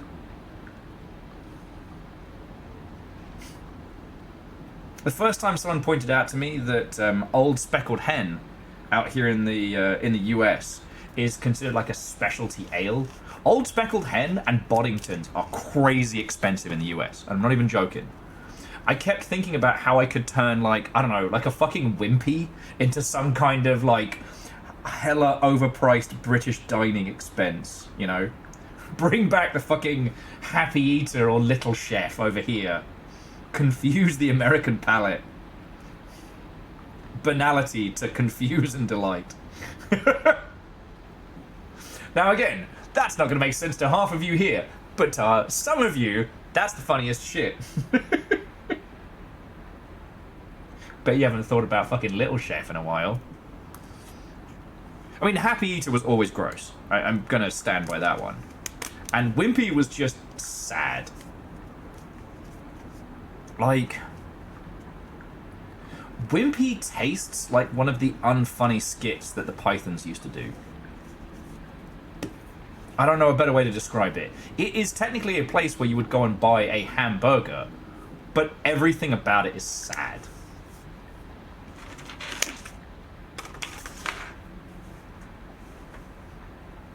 Oh, and if you're wondering why I have rainbow face right now, hang on, get the angle right.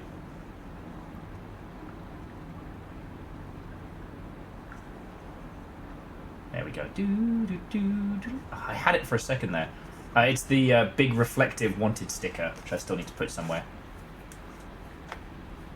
Like the single most expensive fish and chips you've ever seen. Yup.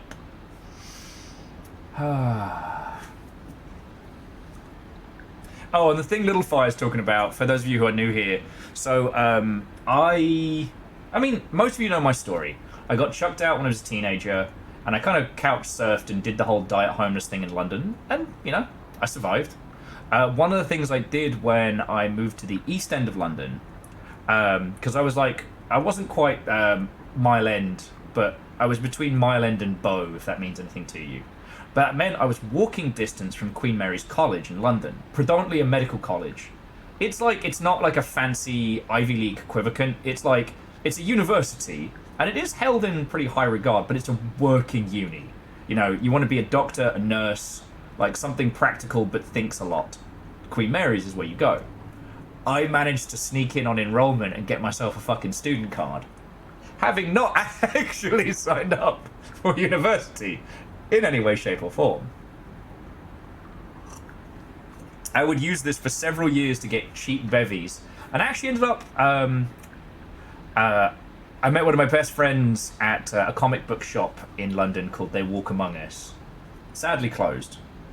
Which I confused for Forbidden Planet, which is where I was recommending that Lance and Jin check out.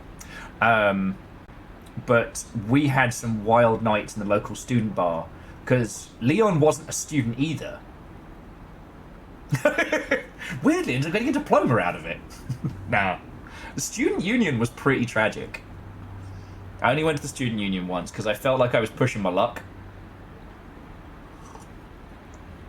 Student union is an on-site bar that some universities have.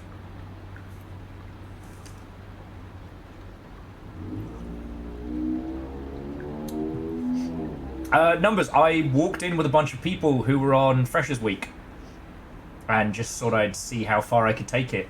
And then we ended up in the queue, and I guess they had checked everybody earlier. Like, they didn't ask me for any, like, ID or credentials for my student card. They just asked me what I was doing. And I bullshitted some kind of drama thing. I forget.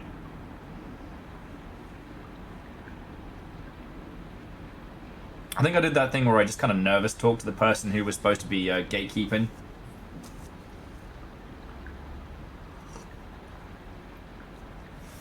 Oh, Angelos, absolutely. It's also how I got... Sorry, Angelos was saying there's a video game in this somewhere, like, it's Hitman, but how drunk can you get on a fake student card? Yes, the answer is very. However, I did get roofied, so... It's not a risk-free maneuver, I'll tell you that for nothing. Well, okay. The fact that I got roofied is because somebody else was either smart enough or had friends looking after them.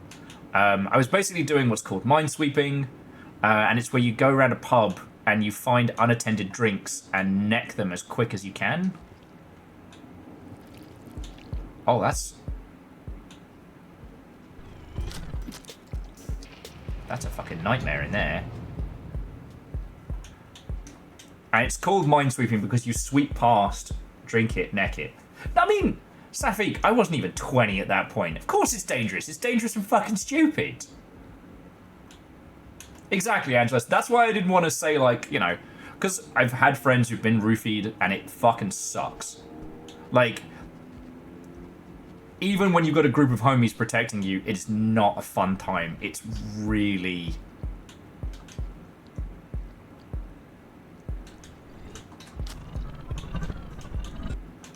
Like, it sucks, and you feel crappy for, like, at least a couple days. It's way worse than, like, a regular hangover. So, I don't want to make light of it, but... Yeah. Yeah, in the game of minesweeping, if you die for real.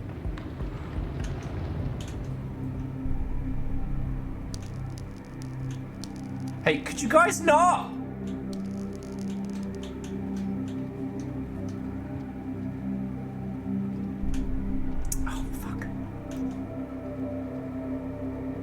Sorry, the little lightning bugs were zapping me. Couldn't see where I was going. It's called minesweeping because you ignore all the red flags. Ha ha! Angelos, you don't even know how funny you are right now. Anyway.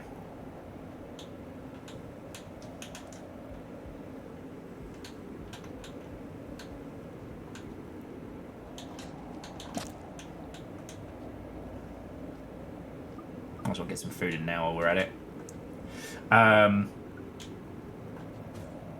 I forget how we got onto the subject. Oh yeah, just that's what Little Fire meant when they were talking about, you know, Tales of Yule. Because one of the things that, you know, when you start dating a new person, you don't... Well, I don't remember, like, what tales and stories I've told, right? Because I like talking. I know that is a shocking reveal to so many of you. I'm sorry you had to find out this way. But I really like talking. And not in a I like to hear my own voice way, but more in a kind of, you know, sharing stories is one of the cool parts about being alive. And there aren't as many cool bits to being alive and hanging out with people as there should be, considering how much effort we have to put in.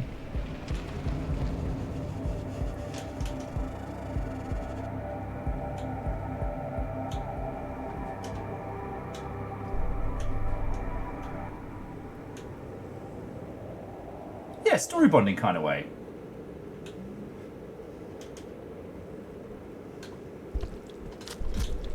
Fuck, fuck, fuck!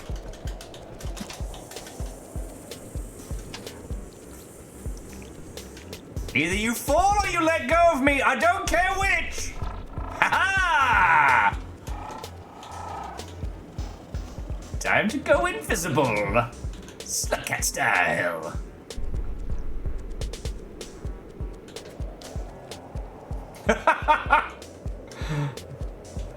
Well, Fearless, that's extremely funny, but also, I'm very glad you're here, friend.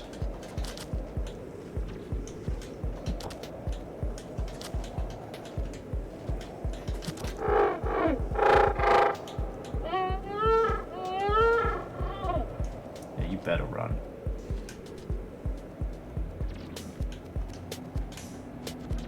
The Slugcat boogeyman.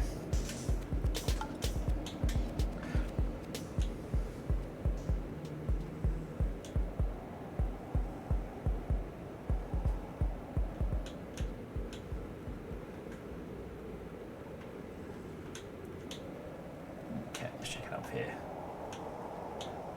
Trauma bonding is the creative assembly. You'll just have sparkling war stories. No lies detected.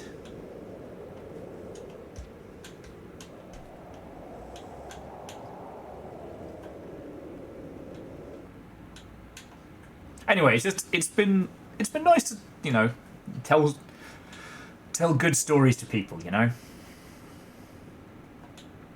I'm always incredibly grateful that I seem to have fallen into a profession where not only am I allowed to tell stories, but you actually want to hear them. Like, what the hell is wrong with you? Don't answer that.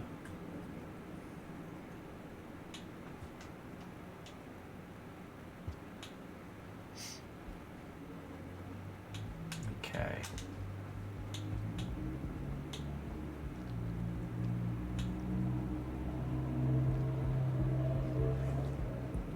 I'm just gonna make a move because something out there sounds real soupy. Come on.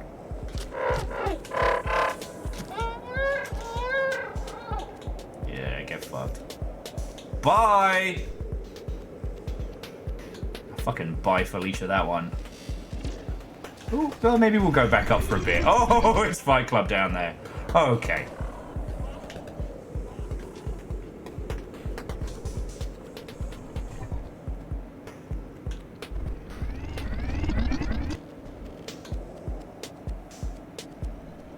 Okay, cool. We zigged, we zagged, we got the fuck out. Alright. Okay. Now, let me pause it for a second. You know what, Fearless? That's 100% true. Working in video games, you generate so many stories, and the kind of stories you can share with people. One of the best things about working in games is that kind of story camaraderie. Of course we want to hear the stories, else we would never know the tale of how Will broke his hand, or the community-made map that snuck in TTP. Very true. So Bacon, I was checking the comments and some of my TikToks when I was in the bathroom, and one of them was me screaming about how cool it was to have a mech that can punch things. And of course, Marsha Rhea's like, you hit any stop signs yet? And I'm like, maybe? Because I did get my fucking hands broken twice in that game. If you weren't there for the last big Mech Warrior stream, I found out that they added the feature that allows certain mechs to punch and or do, like, melee attacks. What are you? You seem like a problem.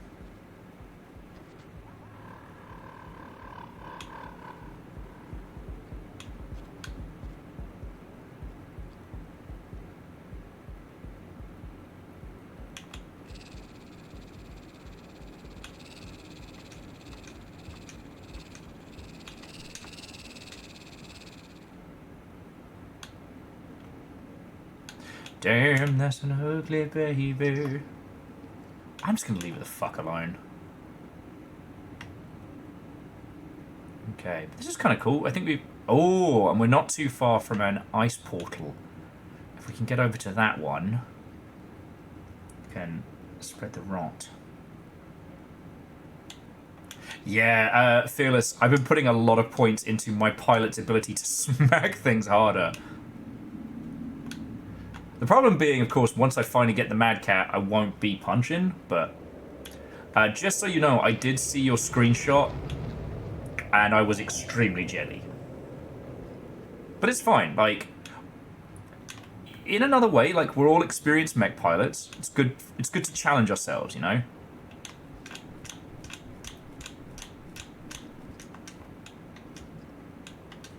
And it doesn't feel as laborious as MechWarrior 5 Mercenaries.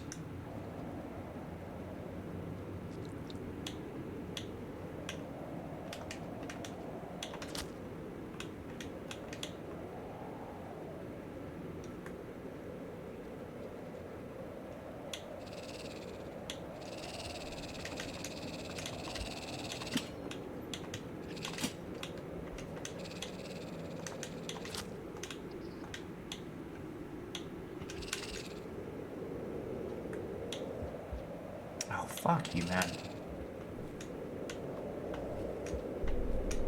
Alright. That seems pretty fucking cool.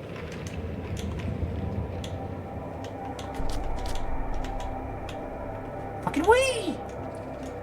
Come on. Interdimensional uppies, let's go!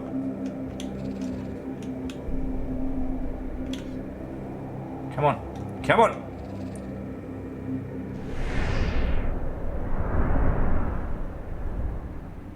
Evanescence Bring Me to Life Elden Ring trailer. No! That's amazing!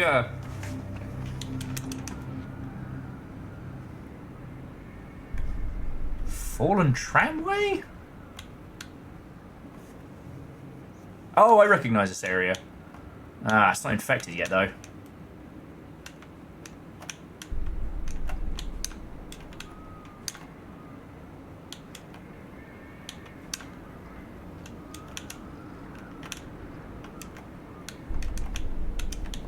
Just a quick question for the Rainworld squad whilst we're at it. I don't know how far we are from a place to sleep. Are there any other good ways to spread infection on this one?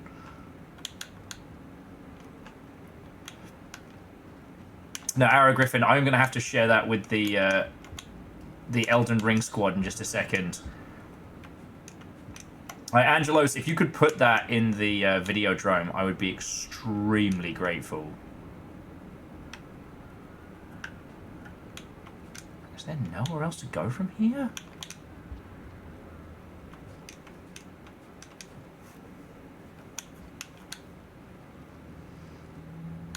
I mean, I think they did prove with the Devil May Cry show that it's viable.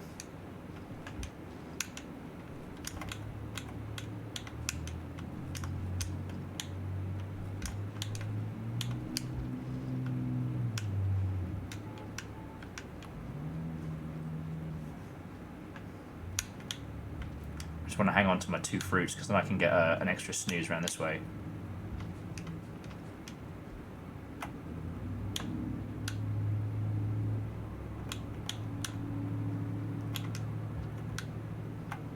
I still think the Dark Souls 3, There Ain't No Devil, still one of the best trailers they've done, but that's me. Alright, Aeon, have a lovely rest of your evening. Thank you for being extremely patient with me this week. Alright.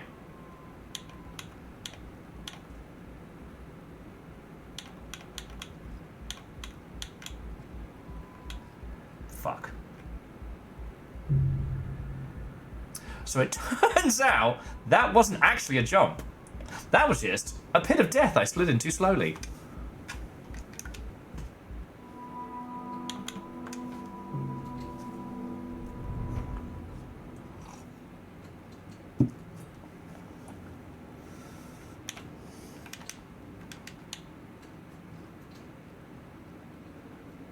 God. No one knows what... No one has really talked about what YouTube did to the AMV scene. I'm not saying in a bad way, but it was a bell that never got unrung. You know what? I'm going to try going the other way. See if there's anything to be explored that way before we try once again for the tram section.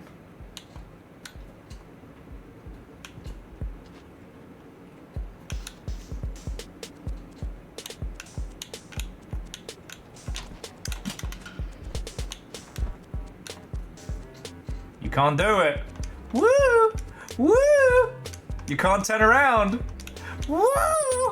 Yeah! Ah! If the green lizard turns around, it'll lose its grip. But it's desperate to eat me. I'm invincible. I'm invincible. You can't bite my feet. I'm invincible. Being a Slugcat, it's amazing. I can't get eaten by my feeties. What? No! I looked away for a split second. Bye! Is he coming down?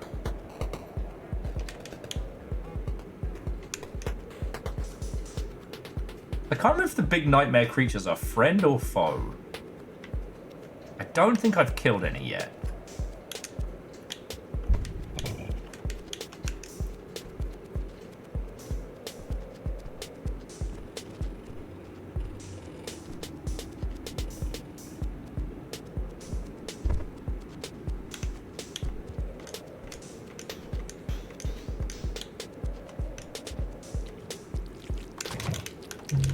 Foe. Definitely foe. Definitely digesting my fucking face, foe. God damn it. You know what? I shouldn't have looked at that and thought, I'll be fine. Hubris has entered the chat.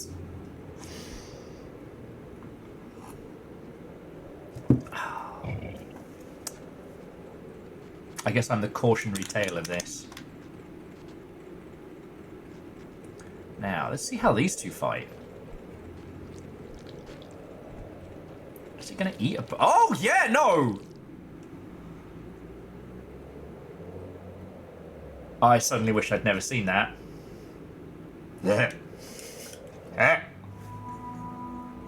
Eats things with its butthole face. Oh, fuck all the way off. I know a way to feel better. Fuck off.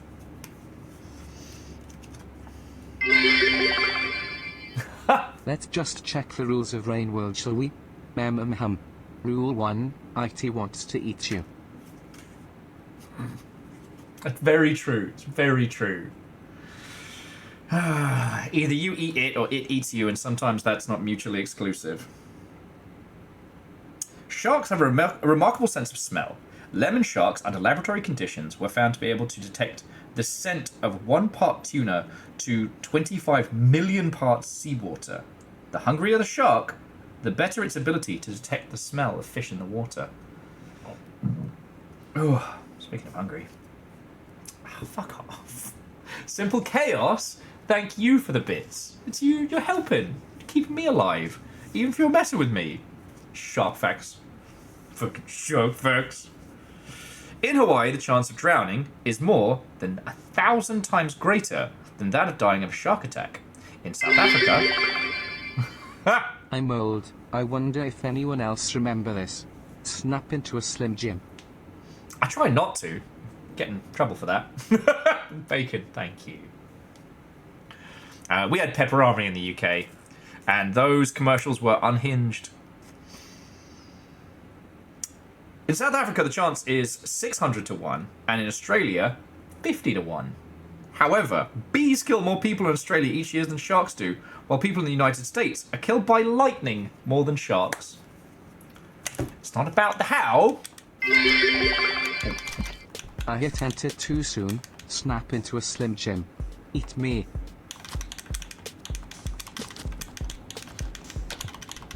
Fuck. The Invisilizard decided on new snackage.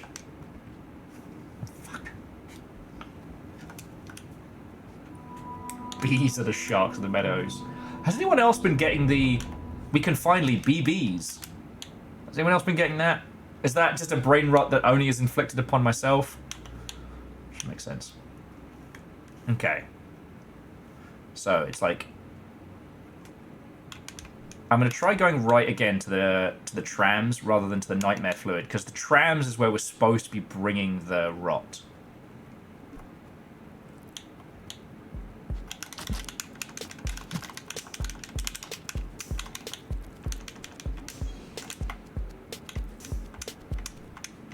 Okay, well I stabbed that guy in the fucking eye and he took it personally, so... Come back here and scare me!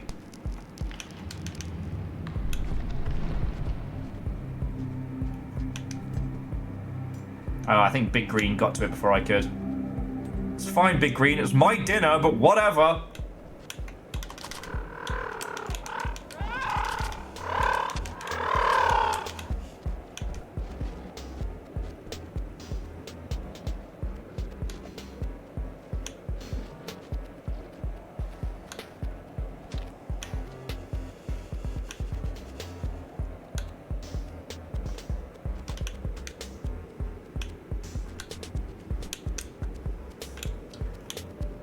Okay, Big Green has partially embedded me into the wall. I am fucked.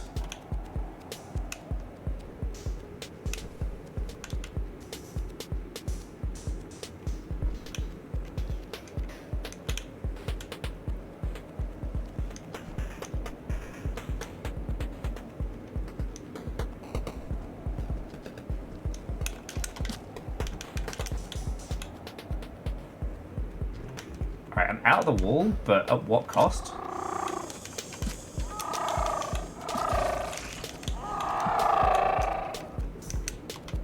Like, at this point, if Big Green eats me, then so be it. I don't even know what's going on. How am I still alive? You know what? I'm not gonna question it. I don't need to know. They don't need to say. I'm gonna get the fuck out of here.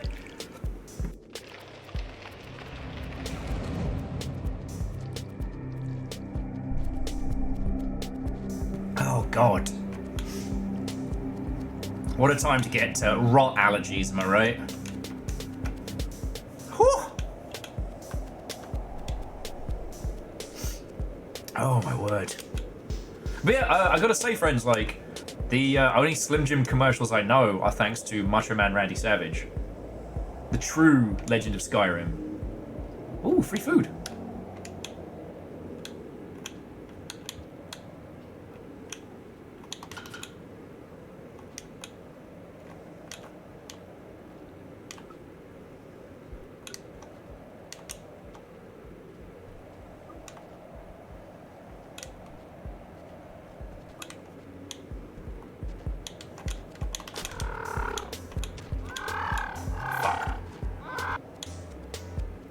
Okay, we're good, we're good. I managed to fake him out.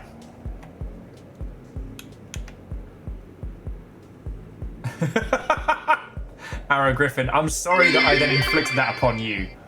There's no such thing as a free lunch. You're right. Numbers, thank you for the bits, friend. But I'm just gonna let Big Green can have his Big Green snack. I don't need it. He wants it. That poor potbug is gonna be freaking out for hours. Ah.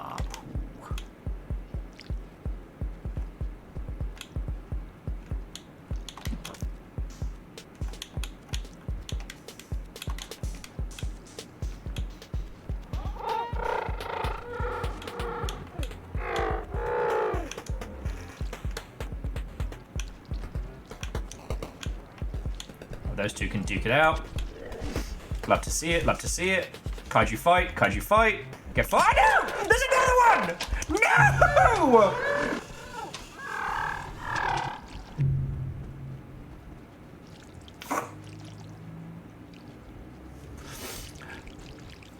I don't like it here. I don't like it in Spaghetti Lizard Land.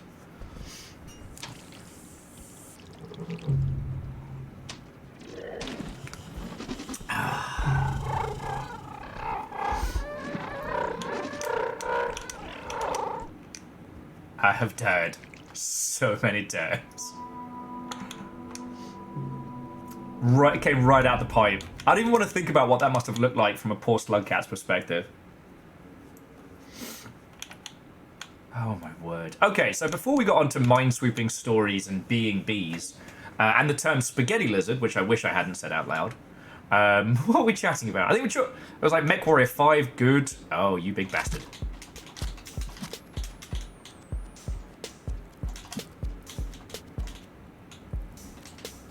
Man, that dude does not want to fight me. I just live in confidence now. I probably sent him into something.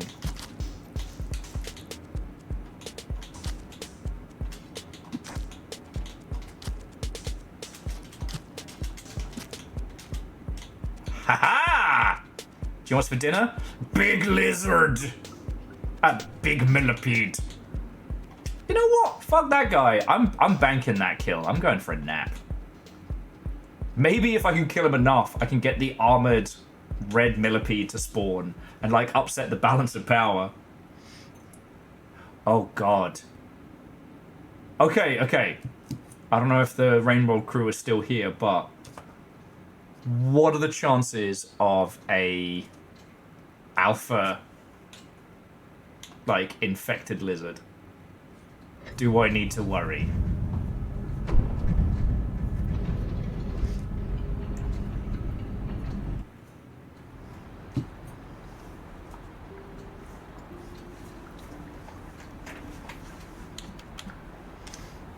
Oh, because for those who don't know, when you finish a campaign of Rainworld, you do get like, you know, you get the story and the credits, but you also get like an after the credits kind of scoreboard, which we didn't get, or at least I didn't think we got when we did the first ending. So the second ending on this will probably be, I can't wait to see that little like Godzilla Zilla face. Piss.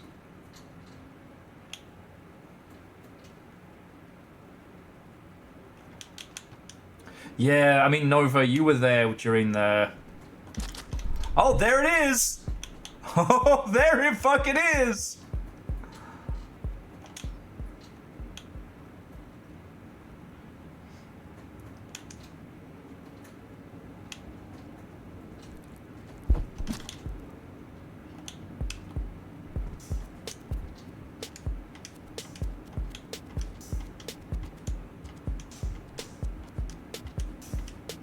I know you well.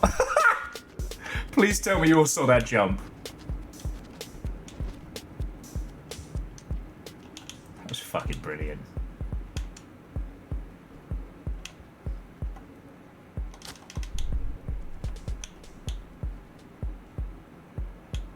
Okay, so right now what's happening is that the armored millipede is getting stopped by the little like Electra bug, the little rock bug. As I can't tell if the goopy lizard is dead or is just getting shocked.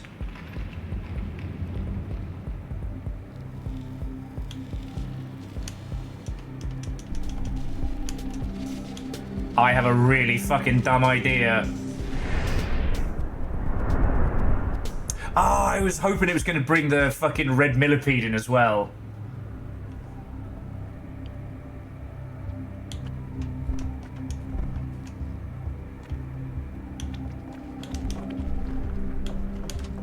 You fucking did!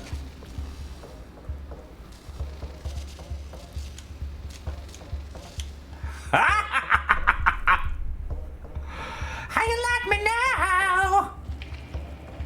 Hey, Scavs! What up?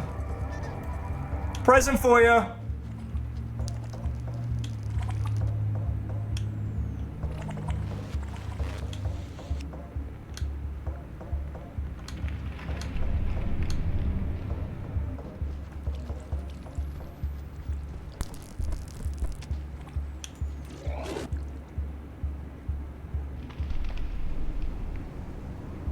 What I have done here is horrifying, and I'm not sorry.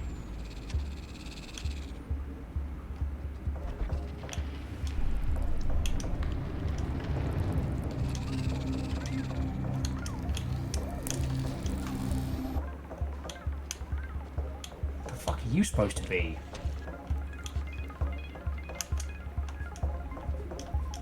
Sup, big nerd? Sorry I summoned you! Bye!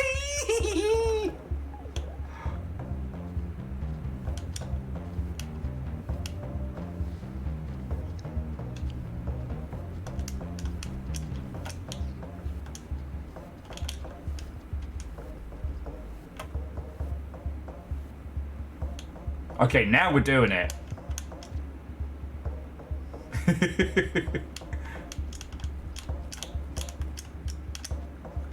Now, I do wonder if bringing, like, the living rot lizards over here is going to increase the chances of fucking this whole place up.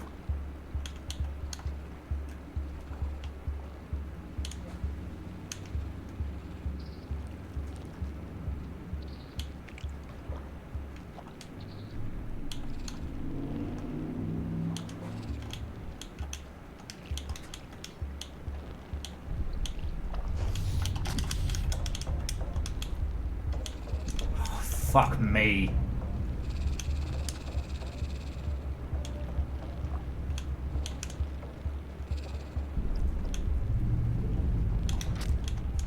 Fuck, I needed that.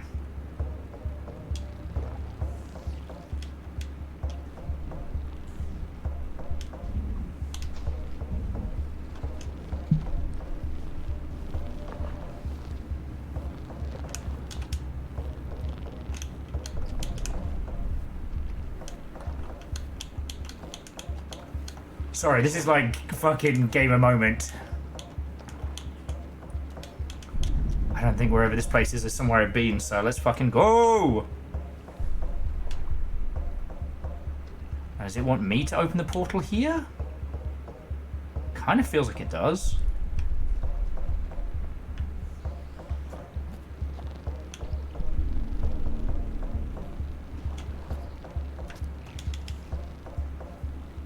Oh, I don't have enough karma for this spot. Okay, okay. Alright, we know what to do.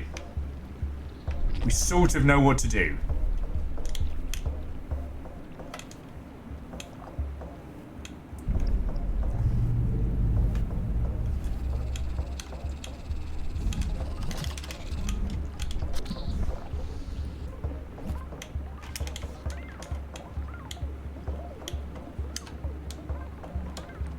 I don't know if I've even fucking been here.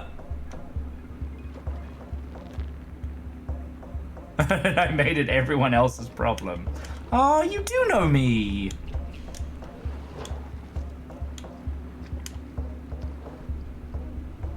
Here I was starting to think I was misunderstood. Look. This is kind of the Rain World equivalent of you can't control what kind of a day anyone else has. You can't control... How's it? You can't control how good a day anyone else has, but you can control how weird a day they have. That is within your power. Please don't be underwater. Okay, not underwater, but...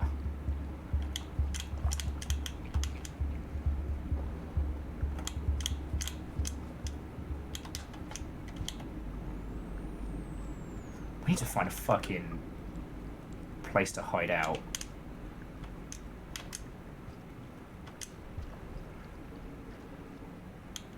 Ah, there we go. Perfect. Net him. Whose house? No, seriously, whose house? The Slugcats' house. Thank you.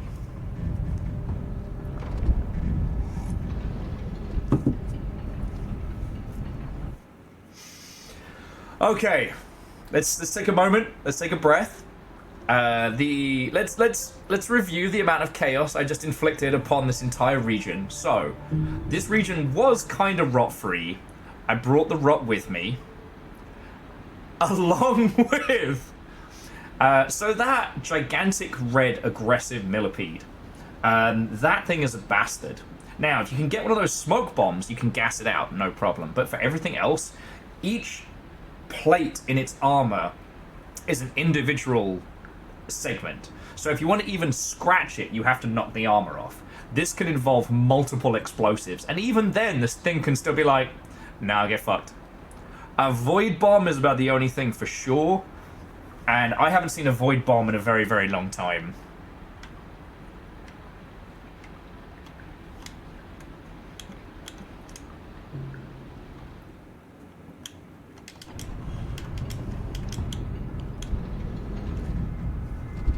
So yeah, we just took this ecosystem and we fucked it.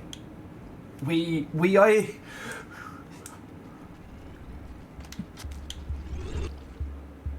might be watching.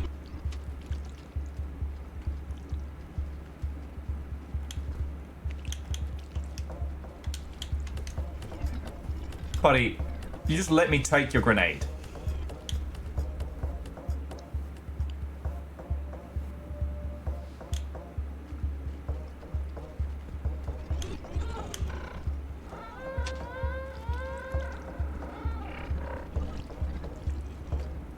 Triple kill!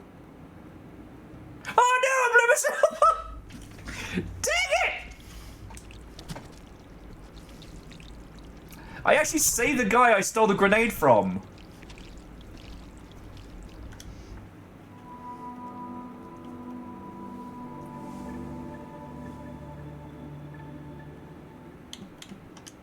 I lost my karma. Technically that was a quad kill. If we're being sticklers for the rule, 1 grenade, 4 deaths.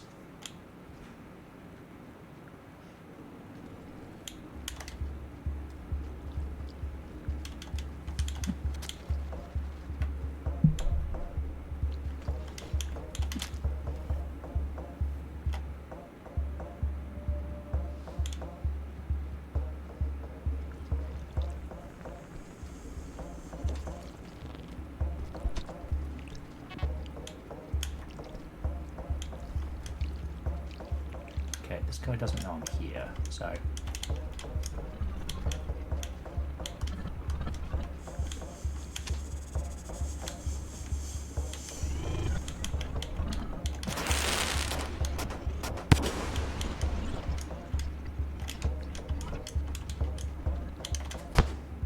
Fuck!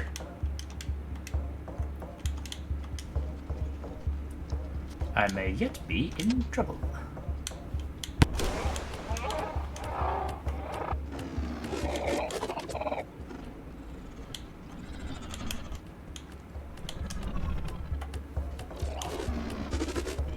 Everything about this area is now a clusterfuck, and I made it this way, so... I can't complain. I can't complain. I could complain. Oh, fucking... Alright, Void Bastard. You know, you don't even have any fucking lines in this play. Jesus. Did we ever work out how to eat the gigantic watermelons? I see them. Though, I do have a karma flower. I have a karma flower and a hand grenade. Let's fucking go.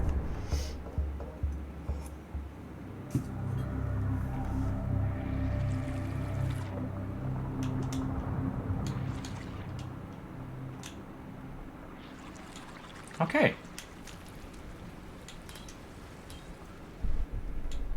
Okay.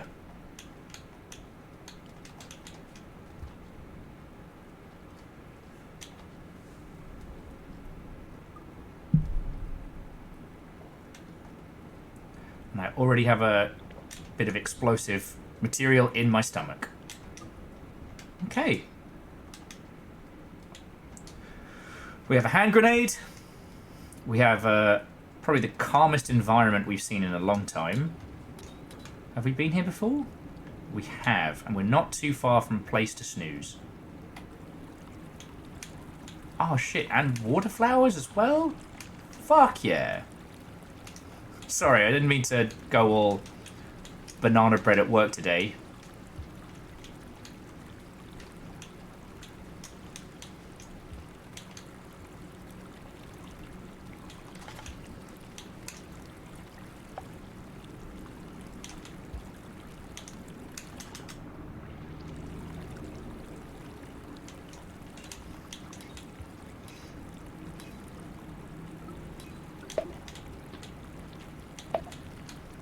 Pop snails versus bastard leeches. Okay. Nap time. Look at all these cycles I'm surviving. Alright, alright. That was definitely one of the more chaotic cycles we've had in a while. So let's take a breath. Let's take a beat. There's a lot of coffee in this system.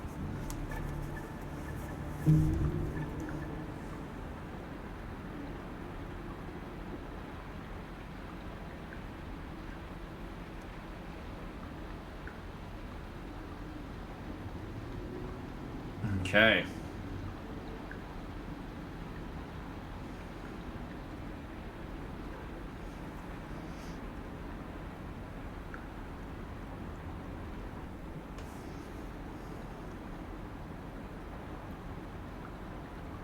Okay.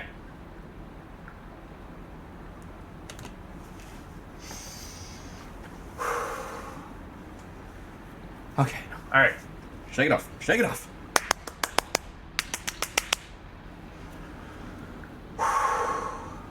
Okay. Perhaps I have had officially too much coffee. See, now the opening of the light has worked a little too well. It's just reflecting rainbows back into my face. Oh, sorry.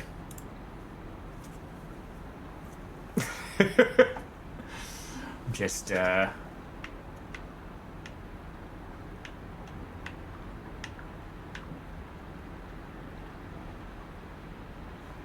Okay, so I have managed to spread that to there.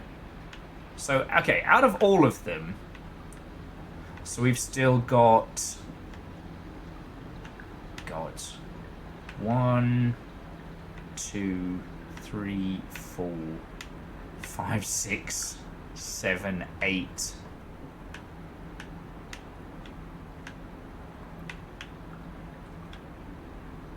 Nine. So we've got 9-ish left to go.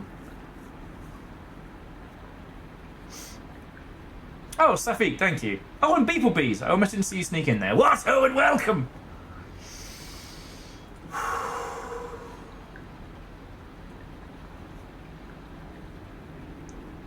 Yeah, I think we've gotten a few of the trickier ones done. I'm not looking forward to Verdant Waterways. And I'm certainly not looking forward to Turbulent Pump.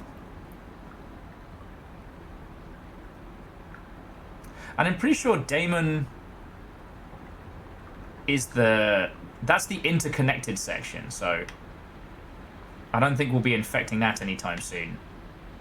Same with Ancient,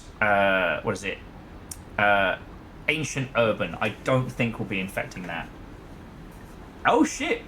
Damon's the only one you can't rot. So that probably means that Ancient Urban will be the last place that we get. But we didn't spend as much time on Shattered Terrace as other spaces, so...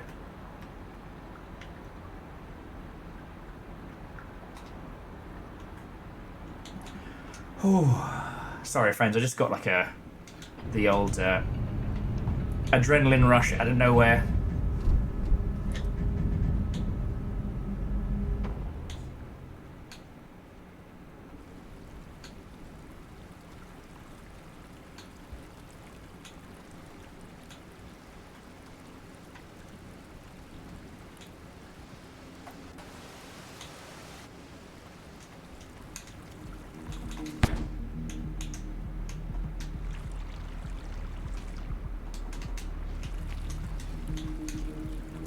Is he dead?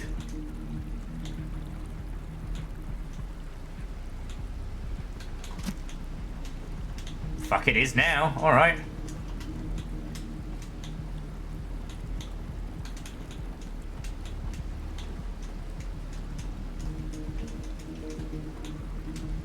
Oh, I pinned his ass to the fucking side. Alright.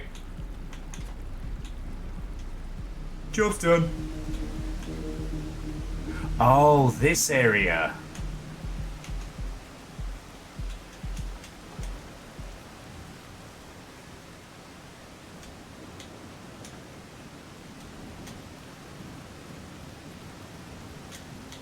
You know what? Fuck that guy. I'm gonna bank that kill. He's not my dad.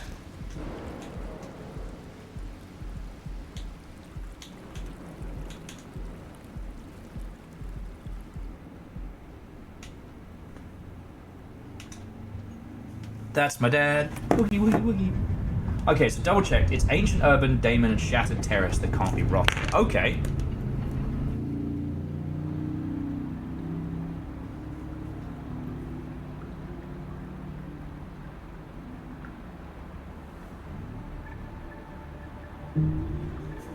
Bear with me just a second, friends. I do apologise.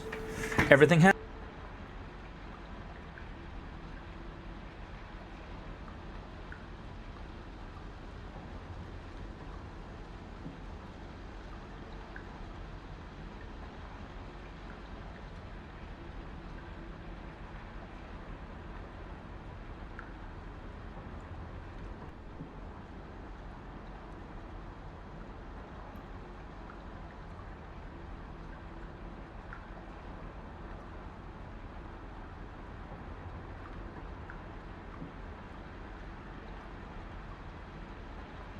Sorry about that, friends.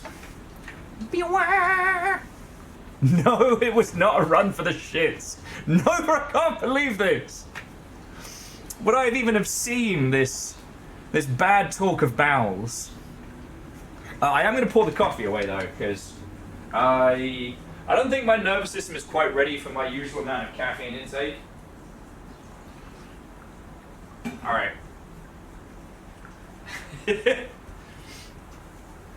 If you must know, I had to put some Drano down the bathtub just because long hair household and all that, and I might have left it in there a little little bit too long. Thankfully, I have not, like, Breaking Bad melted the tub.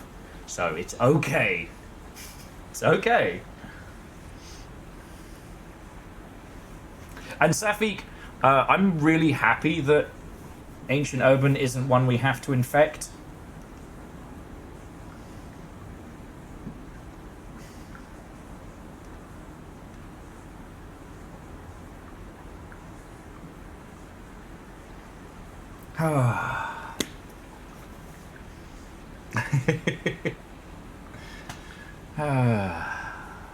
Alright, I'm going to be cheesy a little bit. Just a little bit. Friends, I don't know. I feel at this point you have to hear me talk about this all the time, so I guess it's not me being a little bit cheesy, but I just want to say again, like, thank you all for bearing with me. Like, it feels like I have been trying to build a new normal now for, like, this entire year. And I don't think I succeeded, but I've been trying. I'm still giving it a bloody good go, but yeah.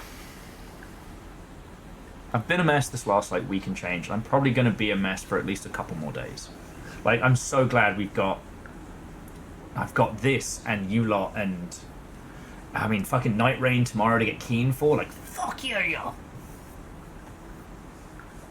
You know, I simultaneously want to take time off and also know that if I did, I'd just be a mess. This is...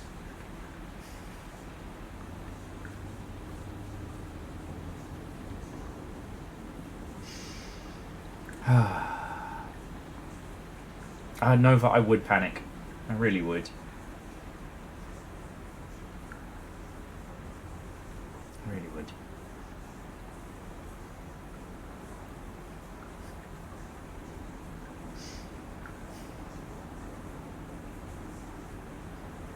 I know, and I feel bad about a lot of things. I feel bad that I do panic and then I do worry. Because, like, I'm a guy who streams for a living. I should be like a fucking...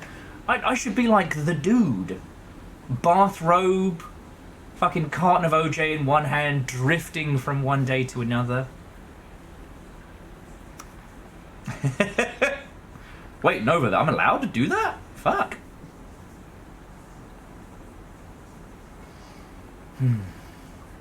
Anyway, just... my mind's been running overtime a lot recently, and I've been thinking about you lot a lot, and how much I love doing this, and all sorts.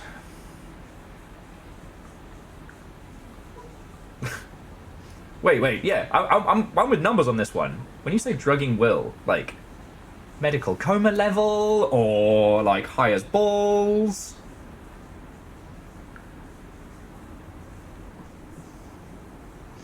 Right.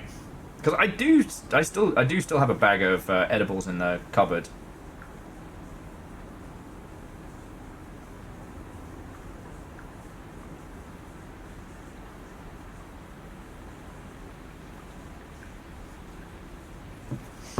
¿Por qué no los dos? ¿Por qué no los dos?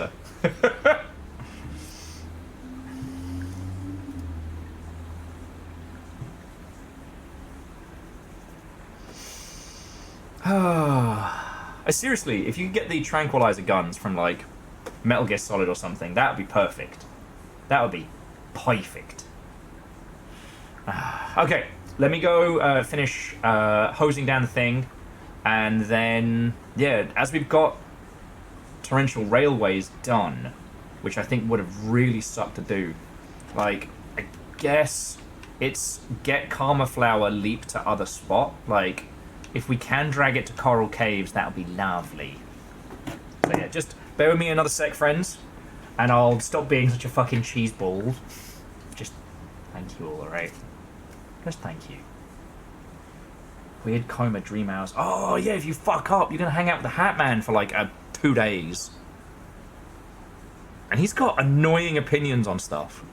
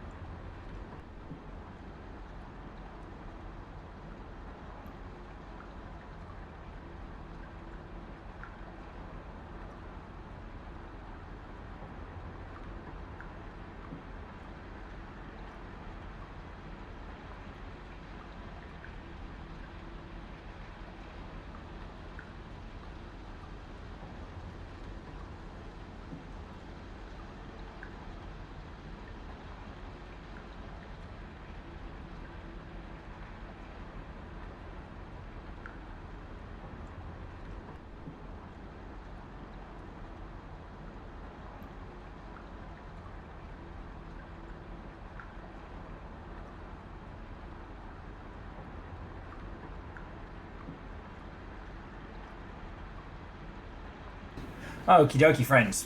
How goes it? We didn't summon the Hat Man, which is good. God, colour up in here tonight, let me tell you. I think I'm just going to accept the fact that my sleep is going to suck tonight, and I'm going to use it to be cleany and productive. I think that's my plan. Not for lack of trying. Yo. So, Kakazi, you're still winning Clip of the Month Club. Did you come up with a better... Did anyone come up with a better prize than the Will's Private Collection Indie Weirdness? Which will be fun, but it's kind of for me than for anything else. I mean, anything could change, alright? Oh, and Little Fire's coming around this afternoon, so I'm just keeping an eye on my phone so I don't leave them outside in the sun. I don't want Little Fire to get Little Crispy.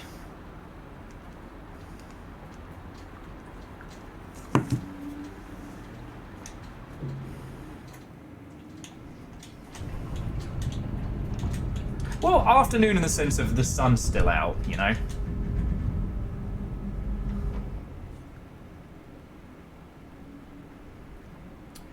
Okay, so we're going to head right, and we're going to do our very bestest.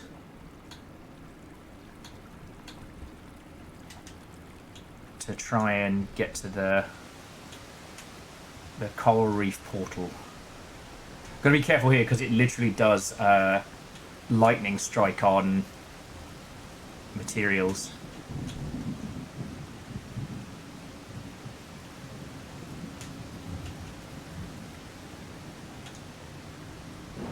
If the stuff starts to spark, I have to throw it away immediately.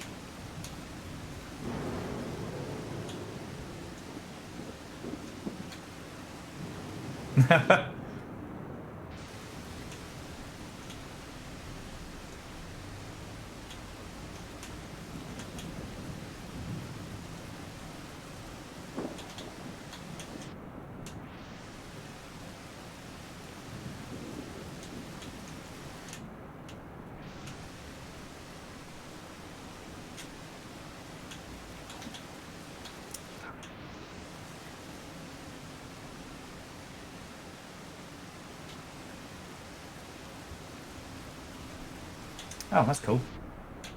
Alright, we're going down from here.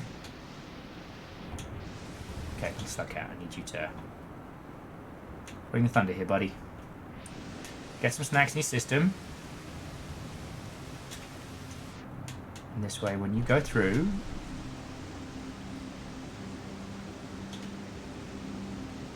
Alright. That leech is about to have the worst day of its life. Okay.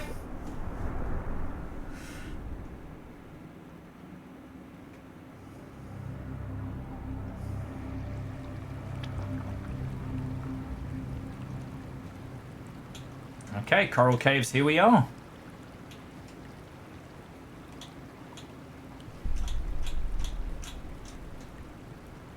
Now we just find a place to nap.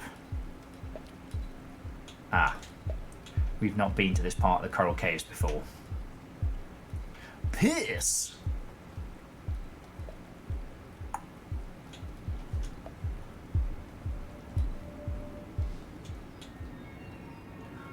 Oh, and we're at max as well, so...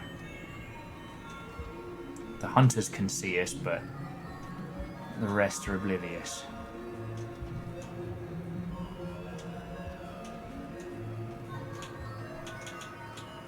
Hunters can fucking mosey now as well. Anyway.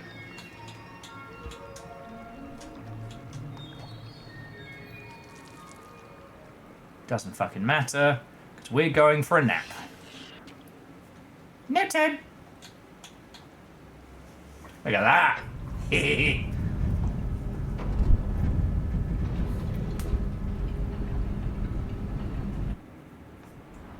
was going to say, friends, do you want to do a quick round of fishing minigame?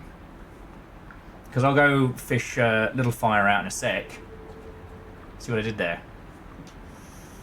Alright. So now, what can we do to infect the coral area?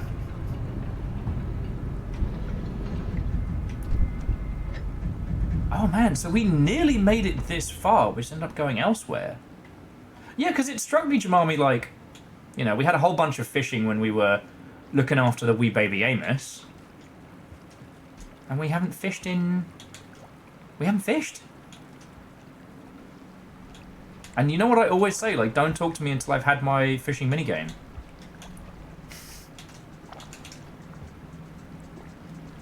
I always say morning and never good morning, because if it were a good morning, I'd be playing my fishing minigame.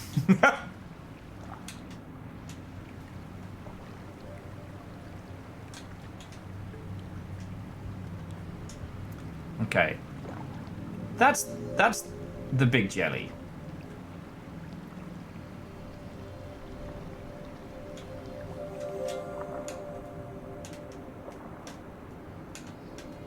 Oh, wait.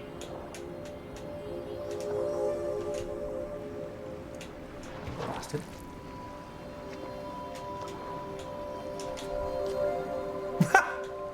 I don't know if you saw that. I just decided to yeet a rock over there, see what would happen. Oh, fuck me. Nope.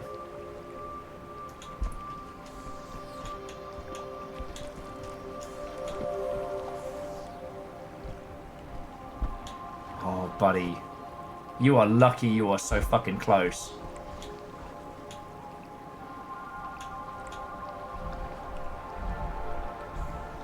I've got that grenade in my stomach.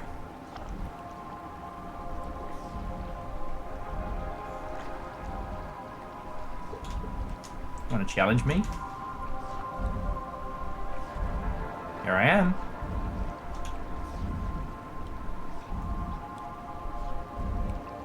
Buddy cannot decide if he wants Slugcat for dinner or if he's going home. Well, I was thinking about that, Vershi, because if you eat the warm rocks, if you keep the warm rocks in your stomach, they keep you heated. So, like, maybe if you get hit a little too hard, you explode.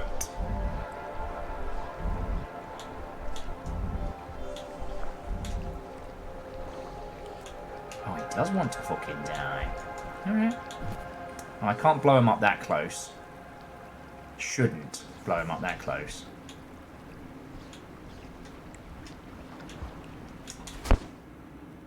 Oh! Well, I just fed him to the fucking jellyfish.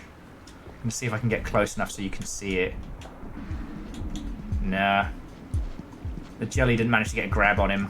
Boo! I used my stomach explodies for nothing! Oh, fucking hell. Cool!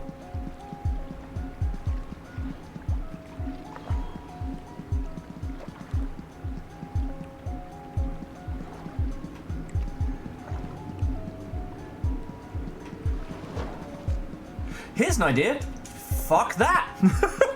I'm going back to bed. I woke up. I hit a guy with a grenade. I saw a Leviathan. Now I'm going back to bed. Okay. Now, you want some fishing minigame? Because that's what you're going to get. Alright, and by now you know the rules. Best fish gets a fish. Best fish gets a fish. Oh, yeah. Thank you all for bearing with me. I really appreciate it. And also, I'm going to throw one in first myself. Boop. Alright, friends. I'll be back in just a sec.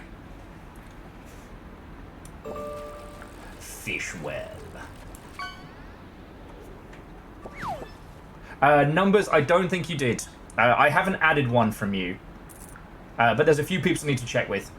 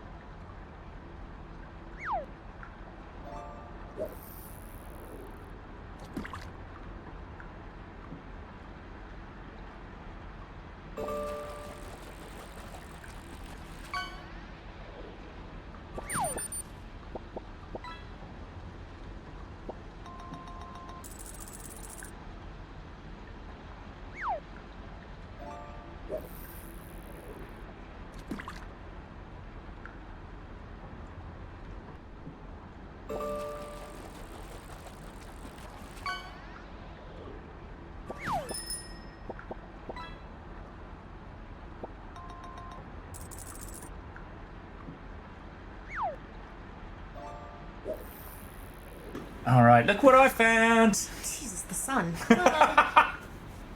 This one, I literally bought it. I know. Look, I sorted the guinea pig stuff. I know. I bought these for that reason. And you choose the sun. Not personally. Anyways, hi long tip, bye long tip. Love you. I guess I like you. No. A little. You keep coming back, like, that's on you. Unless you're getting, like, tax breaks for looking after me. Which, I mean, I wouldn't fool you.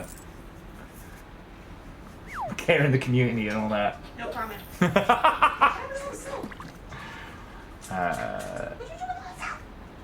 don't know, I haven't done anything with the soap. Oh, Jamami's asking, did you remember to wind the windows down for the ginger? No, I want him to burn. Wow. Look, I bought you lights and I gave you curtains so that you would not burn anymore. And you chose to open the fucking curtains so that you would burn. It was self-inflicted pain. And at that point, you're on your own. You're a grown man. I think. Sometimes. Legally. Legally you're grown. Mentally, I don't. That's another discussion. No, it was like, I needed to sort the guinea pig thing this morning, and I did that. Like, I used my chit of productivity for the nugs. Oh, Caffeine just yells, "You tell him!"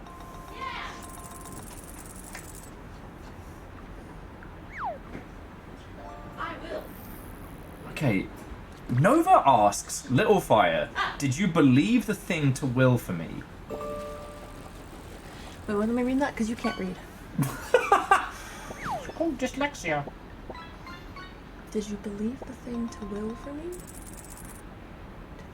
Oh, deliver. Ow! Bonked. Why? Delivered. Why? Look, you're even glowing from the additional I know, hit. because it's fucking bright as hell out there. God damn. Do you know how hot it is outside? Have you been outside today at all? It's hot as balls. Satan's balls. His balls in the taint. Right in the skirt. Hot. And gross.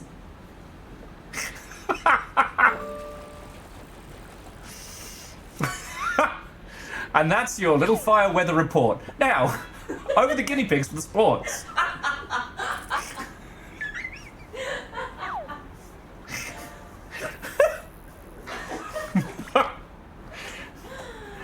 Oh, the beacons are lit! Condor calls for aid! Oh, my word. Oh.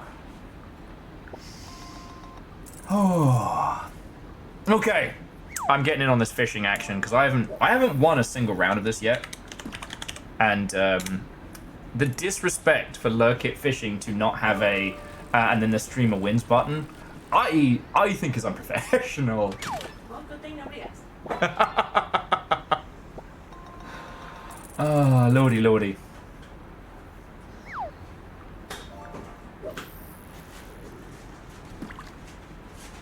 The sunset is 9:48 today. Damn. Well, if I, yeah, I'm striking a balance here. I'm striking a balance. Friends, I got parental guilt from the plants today. The three remaining trio. the saddest of trilogies.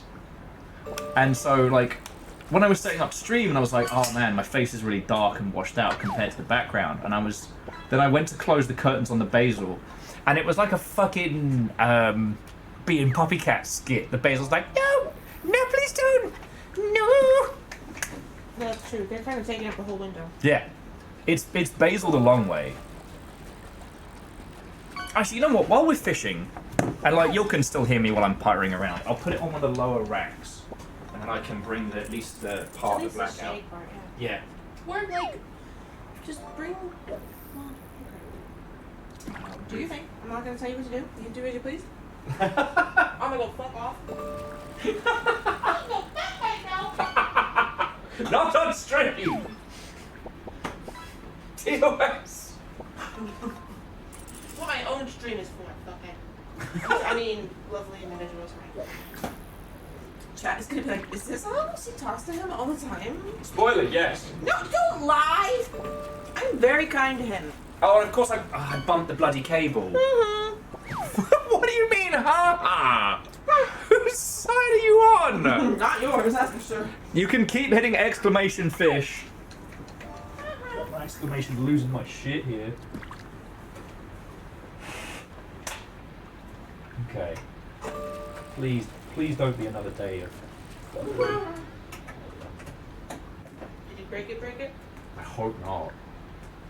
What? No! I will cry. There we go. Catch them mussels. No, how hold on, I delivered that. I hand delivered it for you. Whose side are you?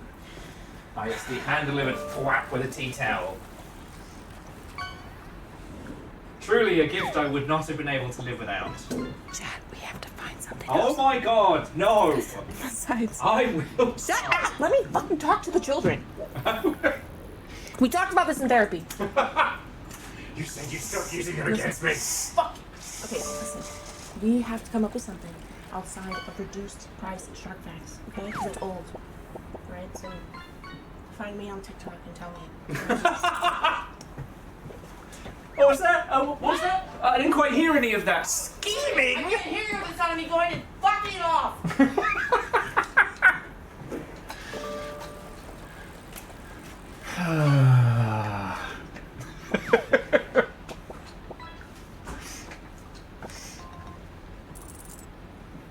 Oh no, caffeine. It was just a bit we've had because we were joking about like what are we gonna do when we have to tell the kids.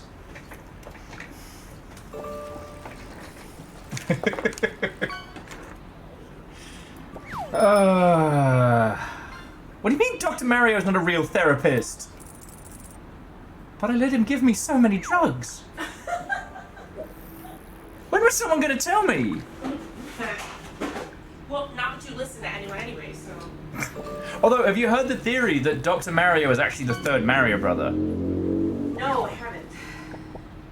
Well, because you have Mario in red, Luigi in green, and then Dr. Mario in white, thus making the Italian flag.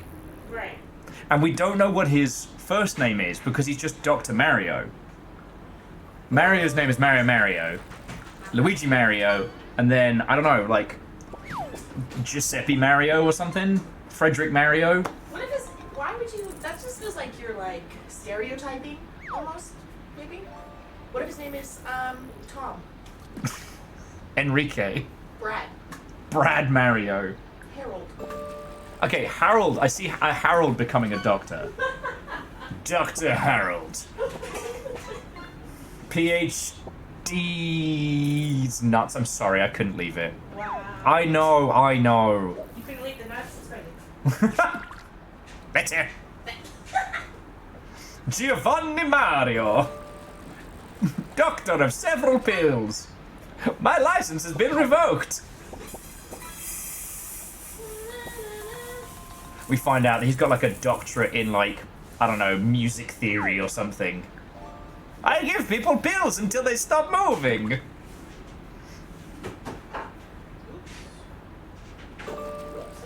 New reason to get a PhD. Okay, Dr. Moose. That's a show I would tune in for. God damn it, Dr. Moose. Your hooves get in the way, but your science is perfect.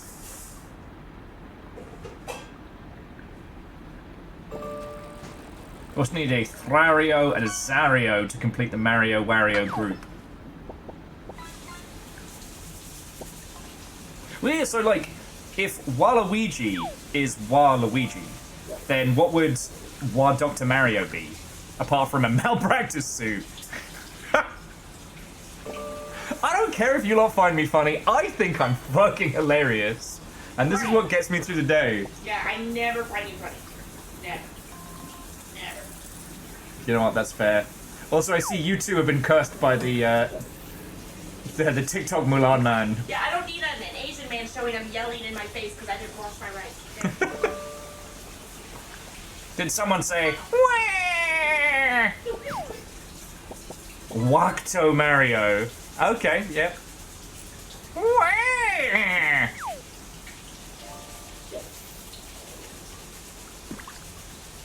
Waluigi implies that there is a Mario. Yeah. There's like Baby Waluigi and Baby Wario, because there's Baby Mario and Baby Luigi.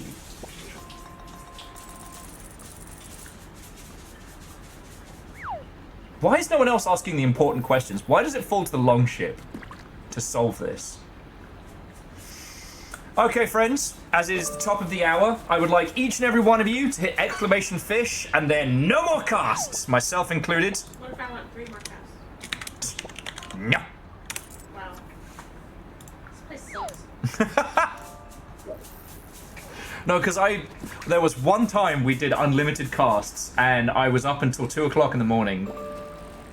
You know what you should also do unlimited of? What? Shark Guys. How about fuck off? Well, did you see the emotes that they're doing for if you stream together, the night rank stuff? No? You get special emotes. For like squad stream. Yeah, for using the stream together feature. I took a screenshot. Here, I'll send it to you. Please! Oh shit! Because have you seen the Evanescence Bring Me to Life AM video? It's so good!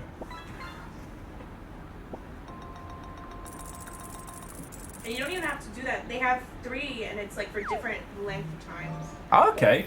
And Safix looked into it, and it's Dorote Giuseppe Di Amore Mario, colloquially known as Dr. Mario by his adoring patients. So there we go. Actually, we have his full name. Wow. Yeah. What about yeah, I don't know. Did they happen to find his social, his address? Because I would like to have doctor's money.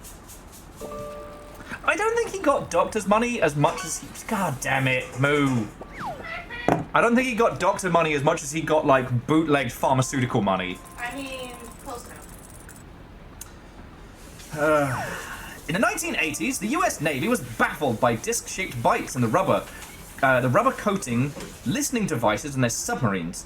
By accident, a whale and shark expert was shown the bite marks, and he immediately identified those as a cookie-cutter shark. Fucking croissant shark! Alright. Croissant?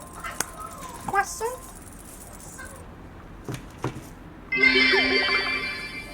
If chat is the children, I demand crazy uncle status at the very least. Alright, Caffeine is requesting crazy uncle status if we make... in the family analogy of the Longship. Okay. It is Yeah, approved. Approved. Instant approved.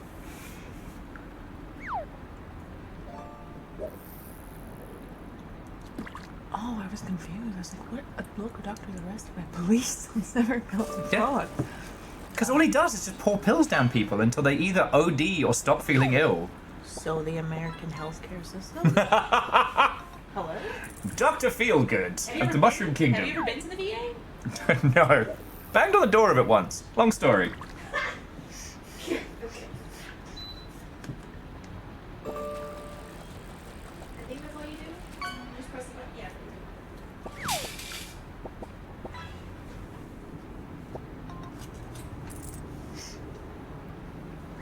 A mod squad of... Okay. I'd say our Longshipian family can best be described as a confusing North Pantheon, but I think if we try and like work out generations, it's going to get real weird real fast. Oh, it's okay. I'll come up with a family tree. Am I gonna like this concept? You're fine. Okay.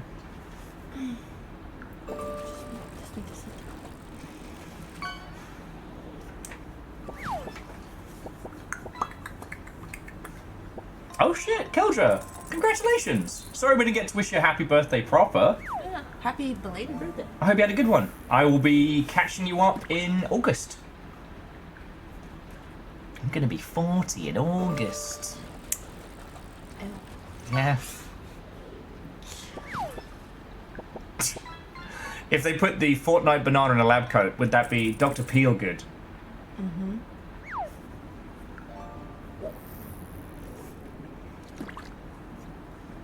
cafe. Yeah, the Seattle VA is actually really good.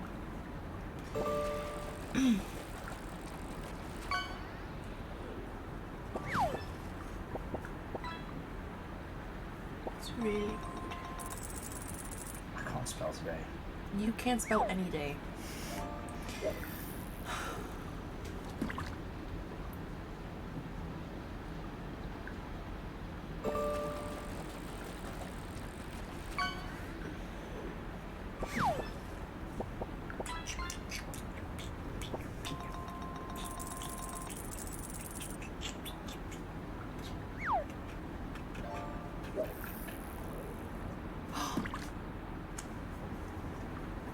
That's what we can use that frame for. For the stinky Will Lines beans. Yeah, and with the bees and the, you know. Okay. And remember, no more casts. We're almost 3 on 6. I think You're it's right. fucking Keaton. Lame. Try and recreate this. Oh, you did draw my little shield and my axe. Okay, sorry, because I don't want to minimize it while we're still in mid-fishing, but this was the wonderful art that Little Fire did of me during Elden Ring and Wine and Cheese Night. And it's me yelling, beans, beans, while Little Fire cries sadly in the background. There's the guinea pigs judge me harshly, and Calcium Bonio, having taken an arrow to the knee, just pops a little, like, jazz hand squat. In that sexy little way he likes to do. He's doing Pedro Pascal's sexy slutty knee. Oh, that's what it is. Yeah. And while it was up, the arrow went right to it. Kakazi, yes, I have started that. I just can't see the difference. It looks just like, thank you, I worked really hard on it. It was really hard to do in between my tears. And the cheese coma I was going into. Yeah, I do like the fact that we did finally find the upper limit of cheese. I didn't know it was possible, but yeah.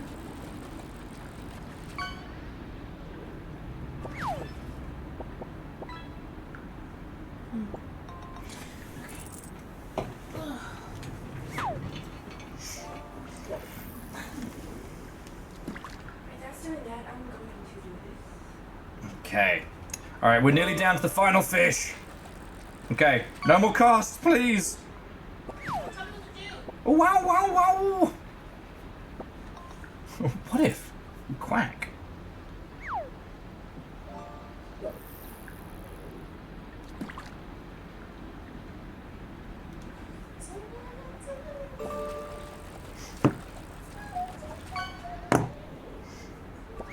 Okay, we're nearly done. We're nearly done. Oh. Alright, here we go. Final fish. Could this be the change? Is the croissant shark tonight's winner?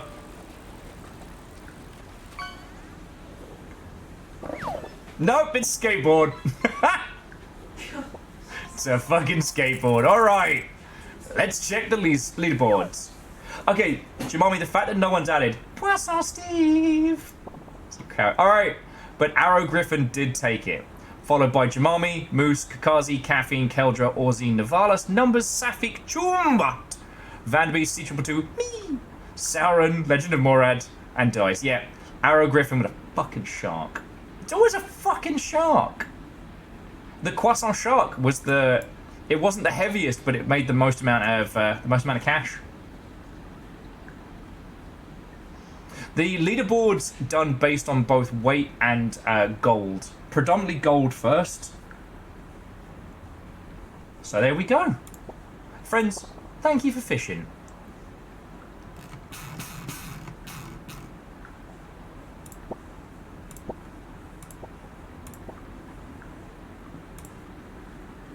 Ow. Piss. Alright, I just need to bring it back to the board from where the capture card got grumpy. Oh. Fuck off. It's changed the resolution. It's okay. I used to do this.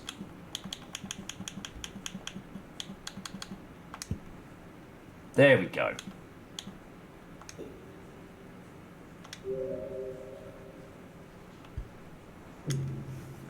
Because, yeah, now I think we're heading down towards one of the other areas to try and, I guess, spread the rot.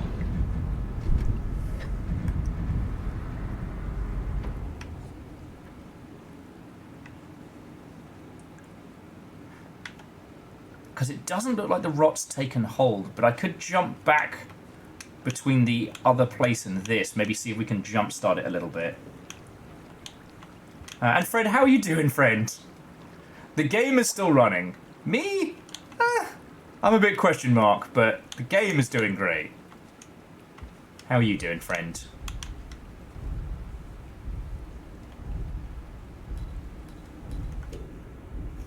Sorry, bear with me a second.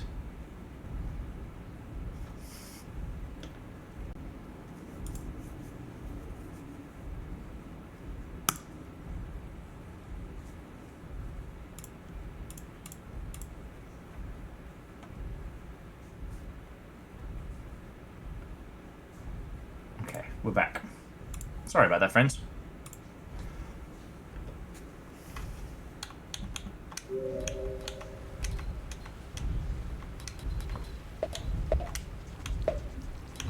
Oh, piss.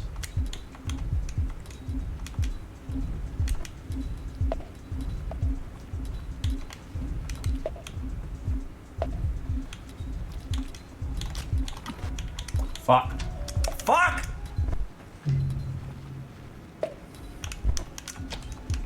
Oh, come on! Pop Snail!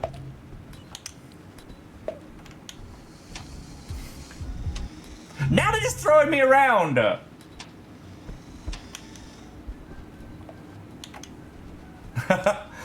Safi, it's Nurgle from 40k. Although, good reference.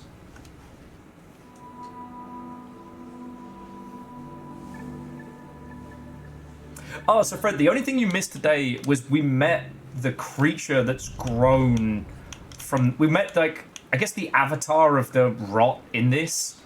And boy howdy, it is horrifying.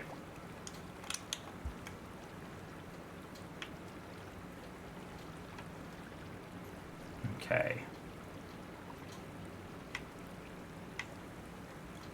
Right, I'm gonna try and get my flower back and then... No, Fred, I'm not lusting after the avatar of rot. At least in this instance. It's not like a Kerrigan 2.0 or anything like that.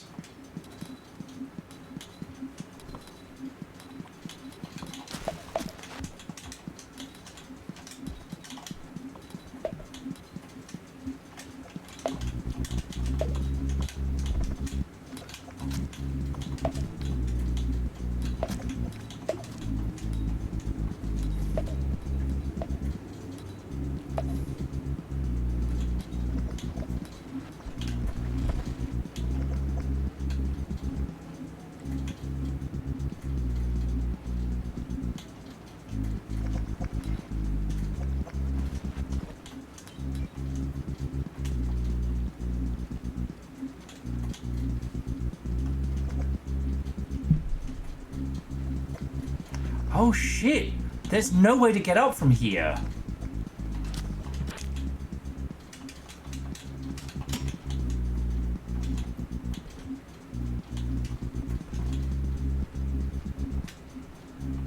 I guess we're supposed to use the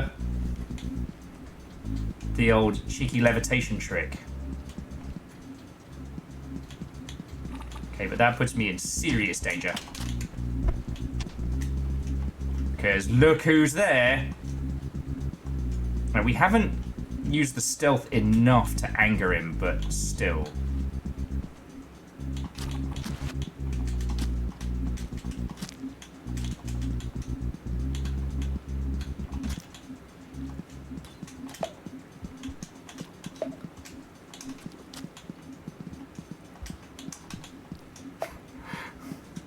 Okay, and the Void Hunter is unaffected by pop snails. Oh shit.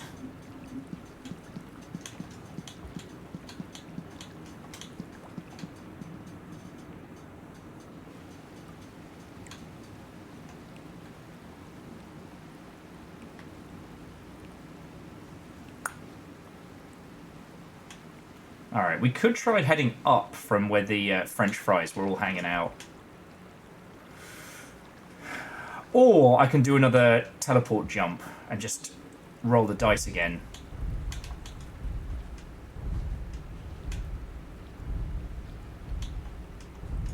So that's another fucking Leviathan.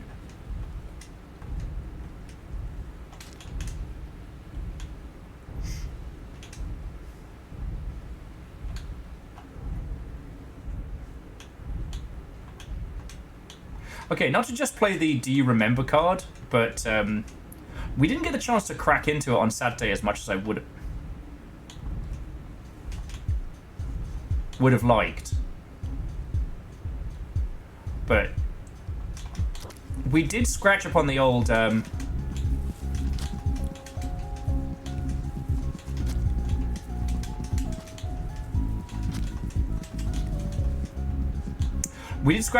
thing of demo discs, and I don't know if we got to get into that properly, but for those of you from the demo disc era, do any of you have any titles that you played religiously but only the demo? Because I was trying to think if it was Overboard and the other one was Reloaded. I never had Reloaded 1 or 2, which were like kind of edgy comic book style. Where the fuck are we? Edgy, kind of like...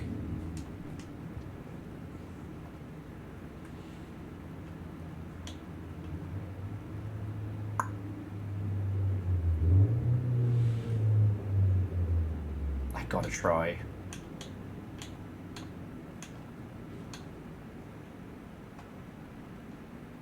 Nah, I can't make that. I was thinking if I could, like, double jump and throw it. Toomba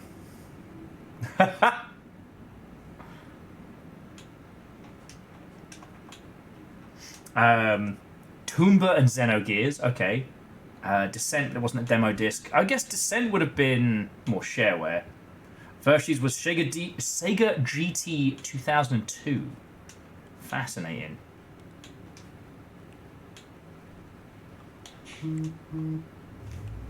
Hush now, phone. You've done your job. We don't need to know about co-streaming with the Keeley. Bear with me a second.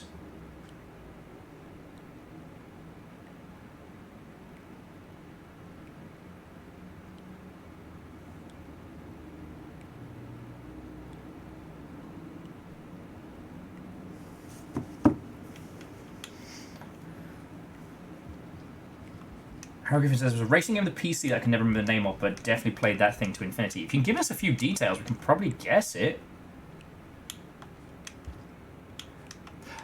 And shit, Sarah, I don't know you played... sorry, I shouldn't sound so surprised. Like, Descent was such an obtuse bizarrity. The, like, you know, what if we made, you know, Doom fully 3D and gave you no visual hints or clues as to where the fuck you're supposed to go?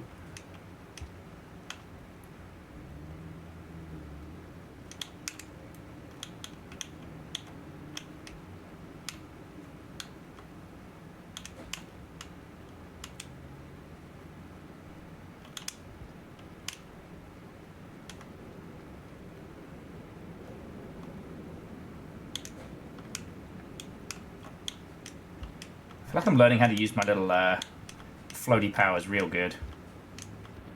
I don't even know if I'm supposed to be here, but there's nothing else around? God damn it, Fred. For a brief second there, I was believing you wholesale. I was like, no, Fred, tell me more about this weird Descent knockoff. Oh shit, POD! Unrelated to the Christian metal band. I played the fuck out of that Arrow Griffin, and it... To this day, I couldn't tell if it was good or not, but Tiny Will was obsessed with it. But, like, I played that at the same bizarrely obsessive... to the same bizarrely obsessive that I played the pod racing game.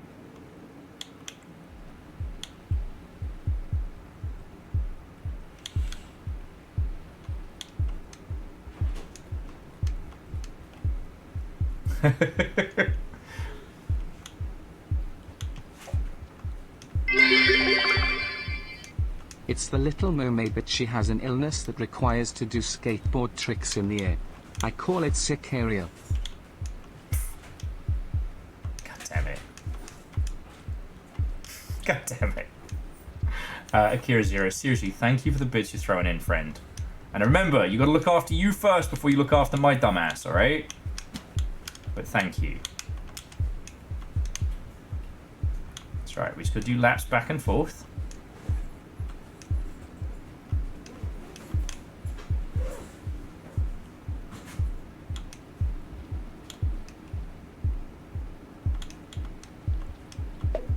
Oh shit, you fucking snail.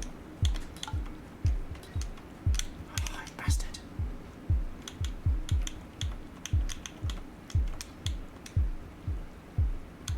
Fucking need that speeder.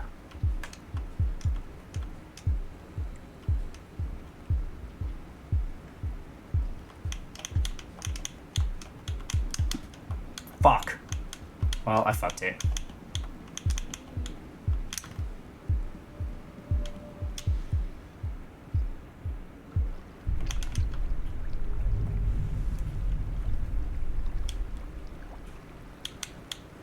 Okay.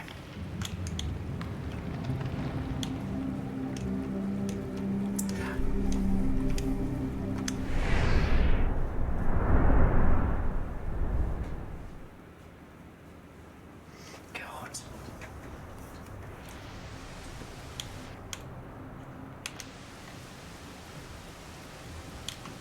I get that. So, Sarah, I think we're gonna have a really fucking good stream tomorrow. You know.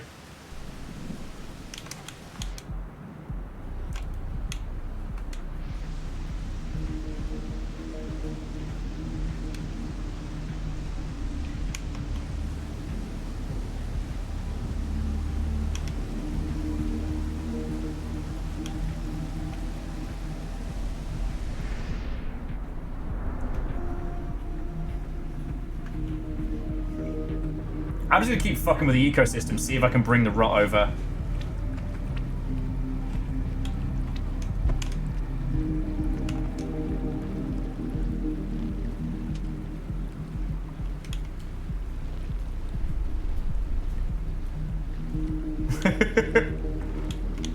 The bull squigs immediately make it for the rafters like, ah, fuck? No, I don't think we brought it. I don't think we brought the rot over.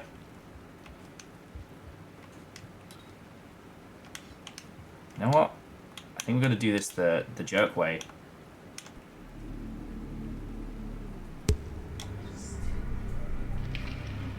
Fucking wee!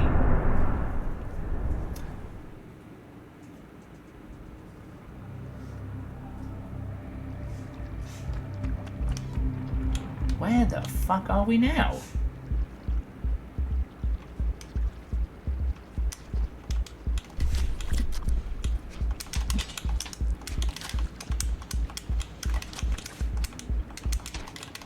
Fuck! Die! Drown me! Ah, poo.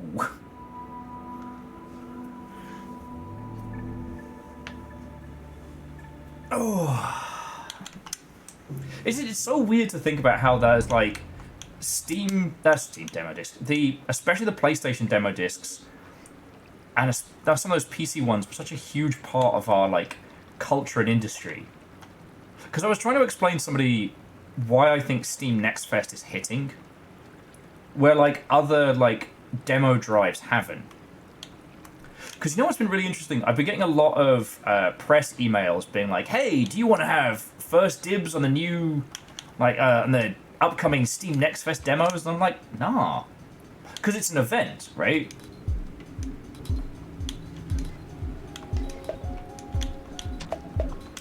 Fuck. Come, my little hand grenades.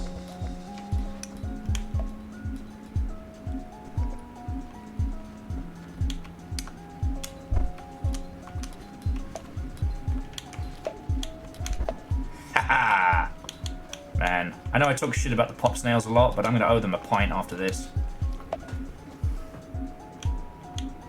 Because let's be honest, I could happily watch pop snails versus bastards.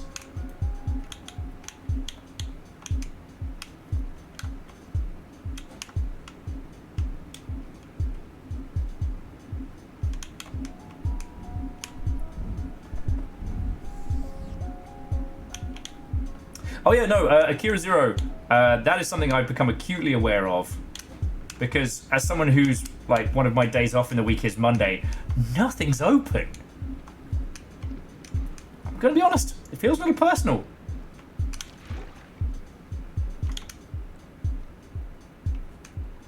Okay, so I'm gonna eat the Karma Flower, and I'm gonna try doing another teleport.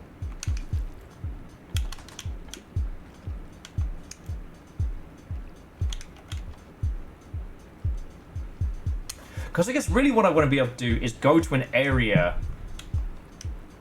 Oh, yeah, I want to go to an area that has the rot, then blind teleport. That's what I want to do. If I use my Karma Flower teleport now, fuck it.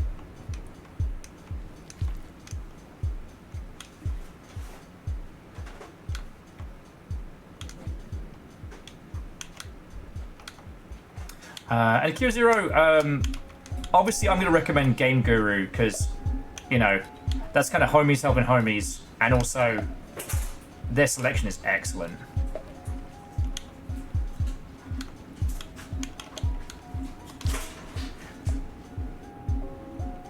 Wait for it. Wait for it. Come on, you orange bastards. French fries!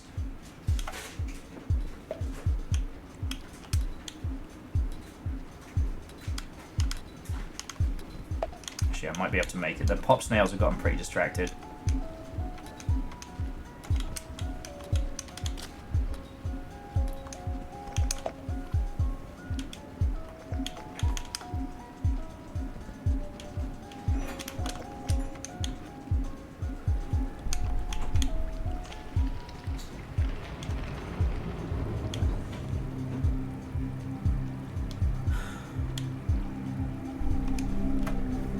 Chili.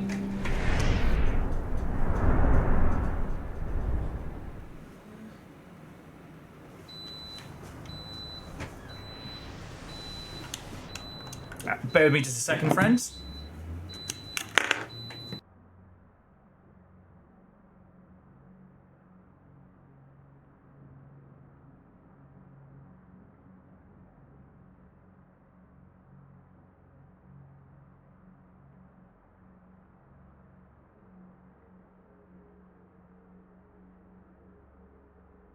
Sorry about that, friends.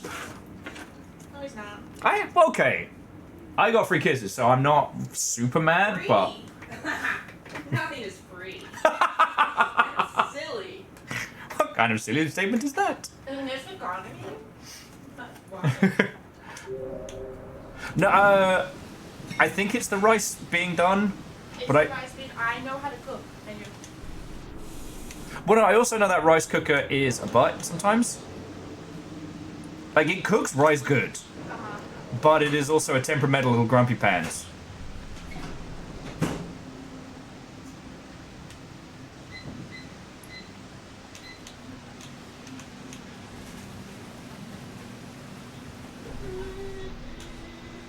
Much like these fucking bull squids. Man.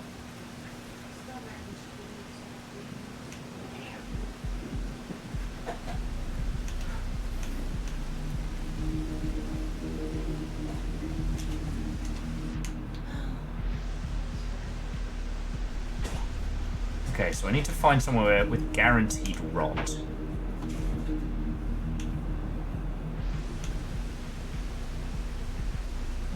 Because this area's been hit, but not the areas that we've been to. When? I'm reading chat. Okay, so as I'm sure you've now seen, you've set everybody off. The fucking smoke alarm of cooks. Everyone's checking their rice cooker. Like, Right. Wait. The slack ping noise.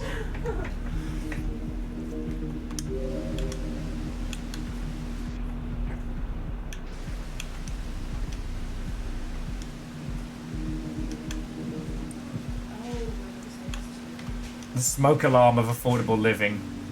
Fucking right.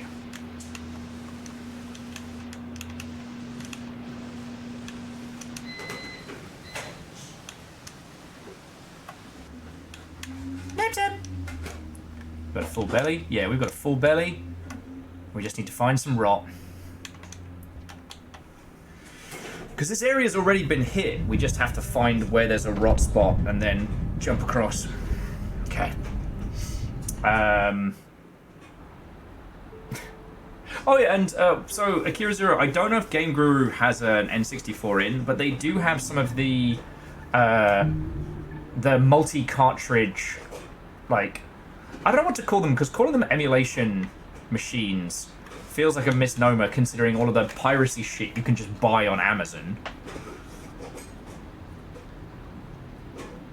#1 place to buy pirated video games in the US, Amazon.com. I'm not even snarking, it's true. No, I'm laughing because I know all the kinds of crazy stuff you can get on Amazon. Did I tell you I got given one of those at GDC? Really? Yeah, it was like a cloud compute company that was like, we'll help you debug your game. And they gave me a fucking, like, emulation handheld with like a bunch of stolen ROMs and shit. Wow. Yeah. Yeah, Nintendo walking over there and being like, what is this? What is this?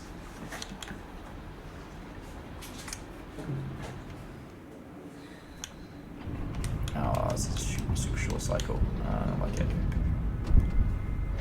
And you don't like mushrooms, right? I don't mind them.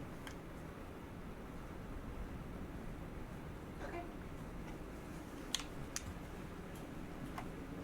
Evonia, Watto and welcome. Sorry, Evone. My brain immediately read it kind of like Evonia. Because the brain rot is very pronounced with me today. I'm gonna blame it on the Drano fumes because... Don't even. Don't even. The fumes have got to me. I'm a poor frail orphan boy. I have the black lung. The consumption got me, mother. Oh, Surely I would die. please. They beat me if I don't eat enough coal. Can't say that. They'll think I actually beat you. Right. You know who I am online. They think I beat you. So that's all I've got going for me is I can be like, Little Fire beats me. No, shut up. Don't. They beat me.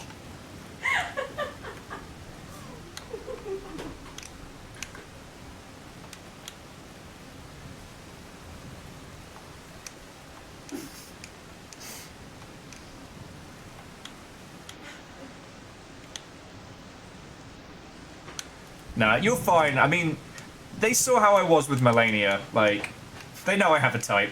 Oh, okay. Fair enough.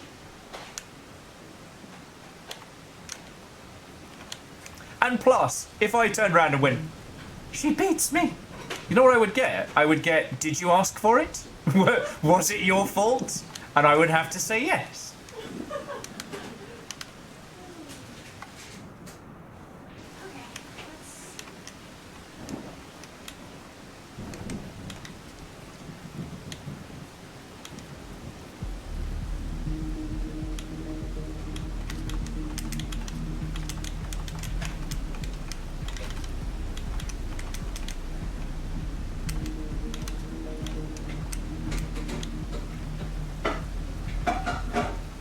Damn, that salamander was tough.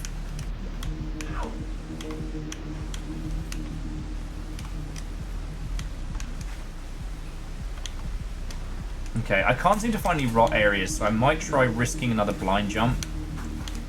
And just hope that because it's a rot region, that'll be enough. Snails? Snails? Snails?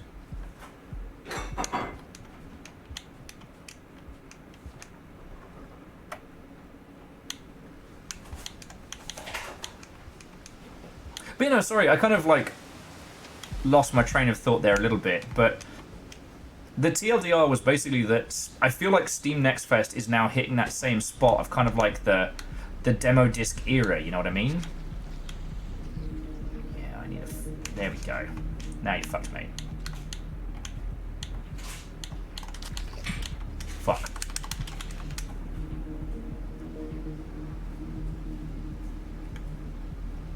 I'm going to bed. I've severely fucked up this run. I'm going to sleep.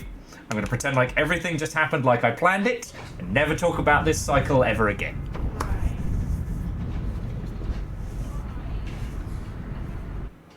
Like, okay, and friends, I know it seems like I obsess over Steam Next Fest and things like that a lot, but I'm trying to understand the industry as it pertains now. That whole thing about the, you know, deprofessionalization of the industry. One of the things I kept saying throughout that day is that's not how it is now. But then, how is it now? You know?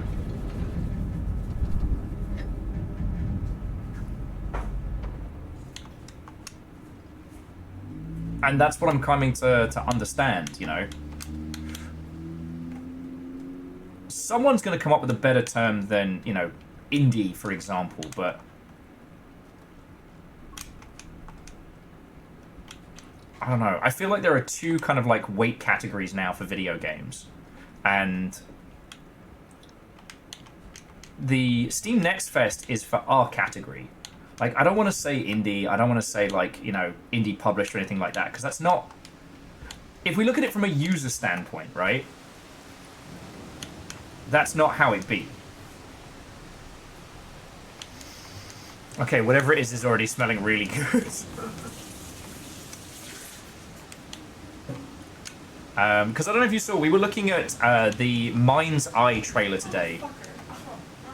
Was that an elbow? No. Oh, was that noggin? Yeah. Oh, It's okay.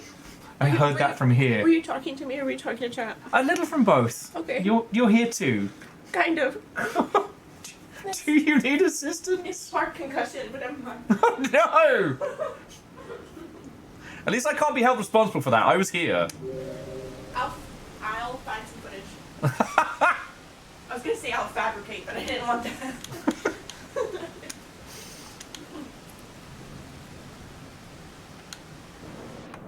Oh, Fred, do you mean like decentralization? We don't use that word here, Fred. Those are the cursed words. Also, shout out to these particular daikon-like radishes that are simultaneously food and also a fucking throwing knife.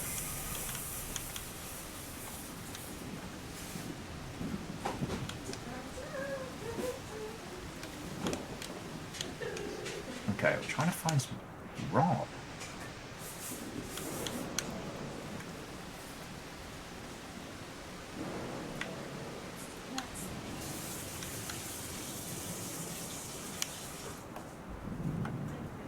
Okay, the only way I can think that we might need to go is this way.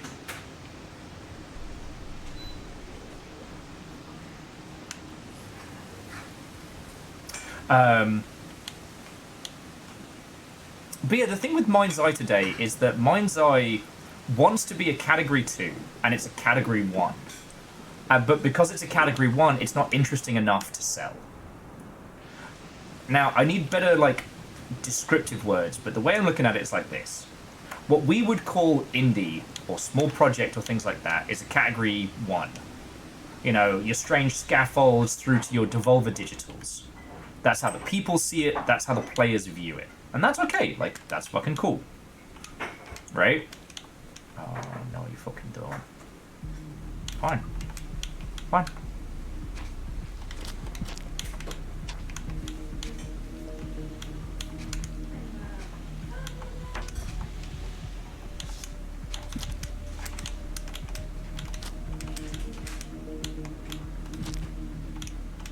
Sorry, bear with me a sec.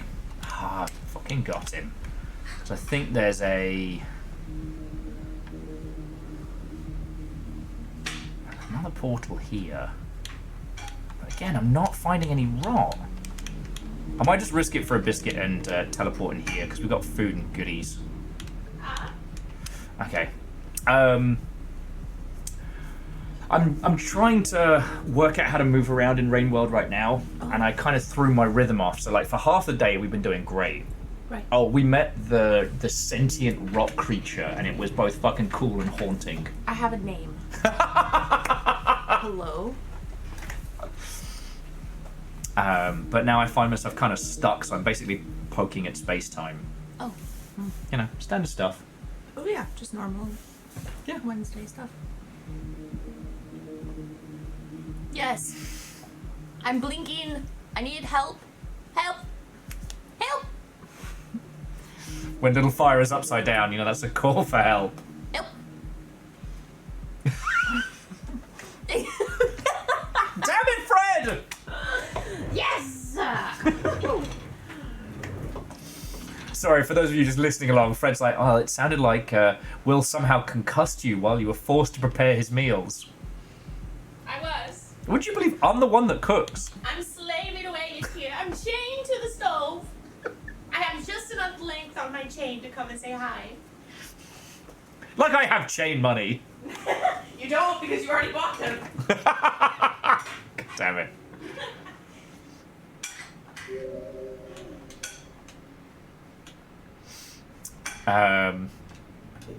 Fucking hell. I thought they were like French fries. They shared a hive mind. Oh, well, the, I don't know if the rock creatures do. Okay. Time warp. See if this works. Teleport this poor salamander corpse with us.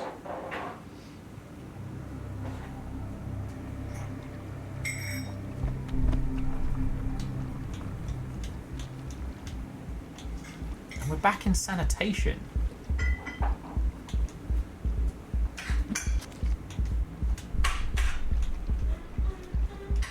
I'd beam that guy in the fucking neck.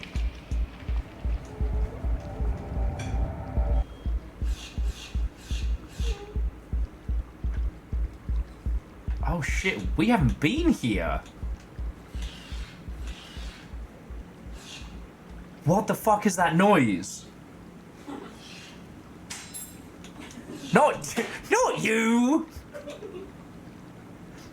I like your happy noises.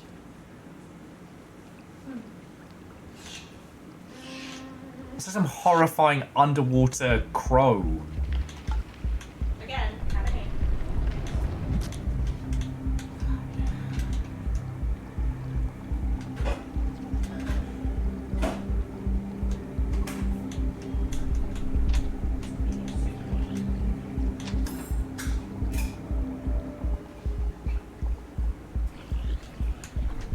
Yeah. Fuck you guys, I'm out. Okay.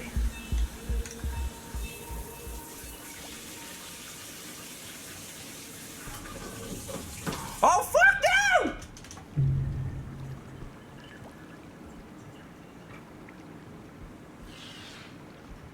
Oh, it's the lightning squibbles. I guess they screech now?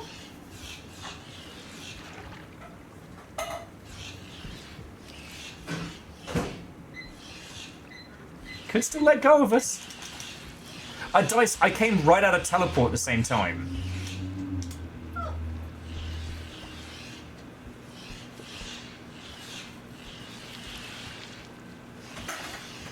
God, it smells good.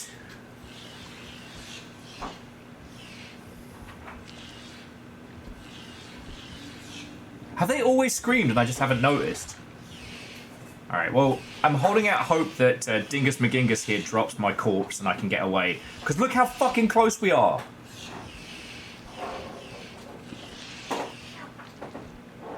There's still time. Okay, so here's what I'm thinking.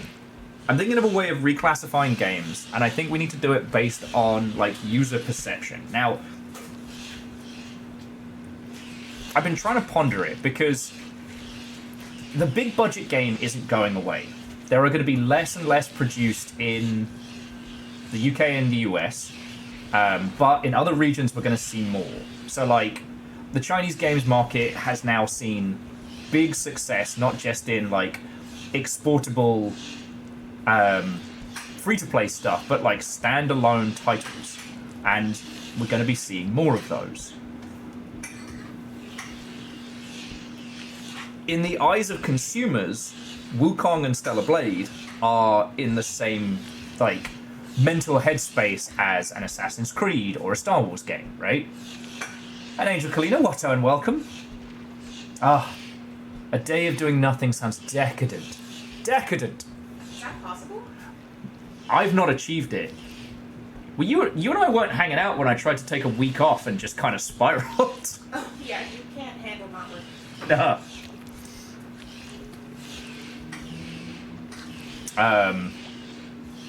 But no, that sounds lovely.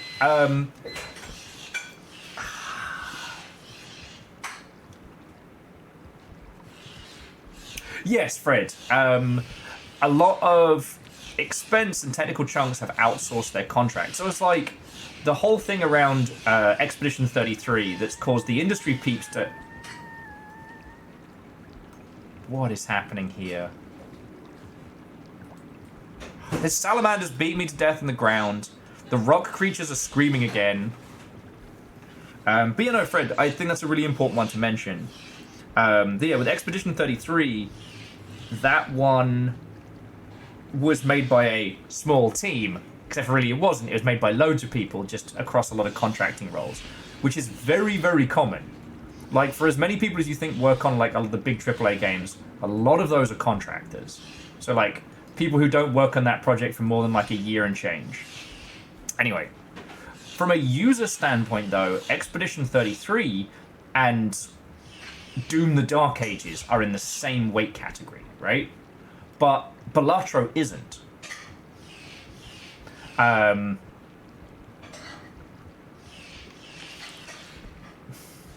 C222 was apparently told by someone that Expedition 33 had no marketing budget. This is why I drink. This is why I drink. It was a great game and it just came out with no marketing. The fuck it did. I mean, it was announced as Summer Games Fest. Do you think Keighley does that for fucking free? Very good with salsa and avocado. Yes, very yes. Thank you and thank you. Oh, C222 laughed in their face. Maybe a little too loud. No. It's like when people try and tell you good games sell themselves. They absolutely don't. And if you've been here at the long ship for more than 5 minutes, how many games have we found that were incredible, transient experiences? Sorry, transcendent experiences, not transient. And yes, DJ Coil, Summer Games Fest was anywhere from $500 to $800,000 for a trailer spot. Damn it. Vanderbeest said Salad Man, sir. I like that.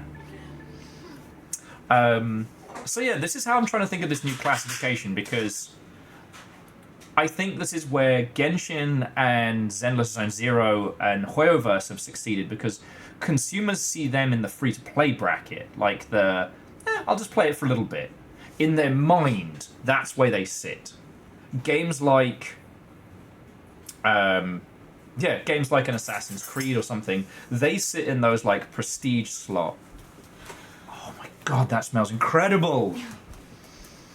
Thank you. I have, I guess, like, delicious taco bowl?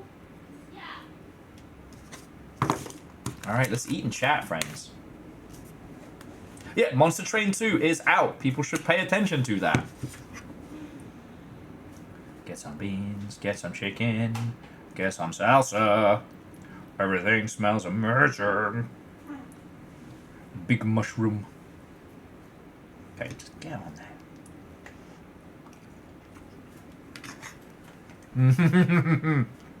Thank you. Is it okay? Mm-hmm. Okay, good. Do you need something to drink? What would you like? Do we have any of the fizzy waters? Fizzy water? Because I would love a fizzy water. Fred says, all hail, little fire. Not only the host, but has generously allowed this numpty some screen time for exposure and food. I do love exposure. Did I tell you all I did have an indie who asked for my help and did offer to pay me an exposure. Now, I'm happy to help them, but because they are a tiny indie and they're very much doing their first time, but.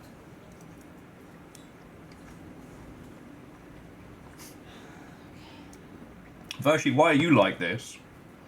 You literally have come to my abode to give salad to the nugs. I think that's a lie.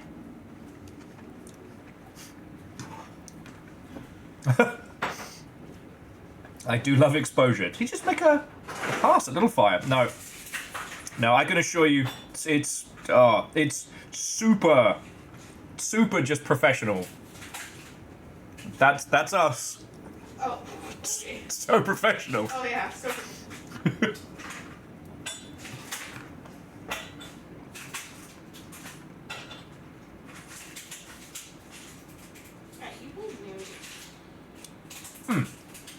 Sorry, so DJ Coil, I wholeheartedly agree with you. Like, Expedition, hang on, let me see if I can get the white balance back a little bit. Stare into my eyes. There we go. Expedition 33 was not a cheap production, which is why they outsourced so much of their stuff to other countries. Which again, like, we can discuss the morality of that, and I believe that we should, but, you know, it's what happened with it. What I'm trying to think of is that we have, up until this point, done games classification based on budget. The users don't see that, and they don't care. And that's what that's what sparked this, like, mind's eye. Oh, you fucking legend, thank you.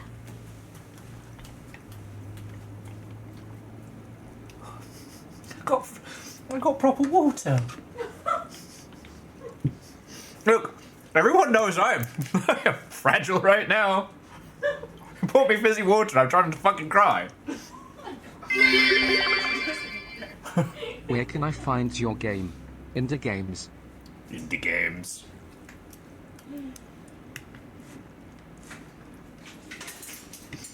Indie Games. No, that's your future Jamaican publisher.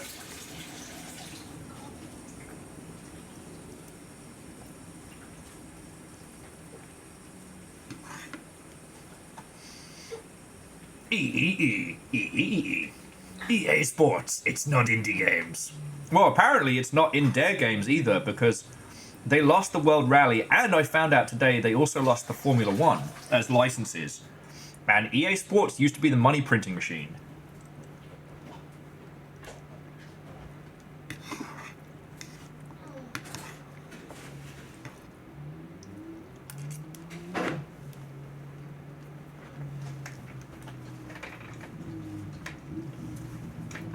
Okay.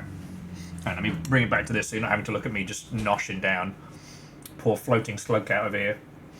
But no, I think this is where we might need to have a sit down and start thinking about our classification system.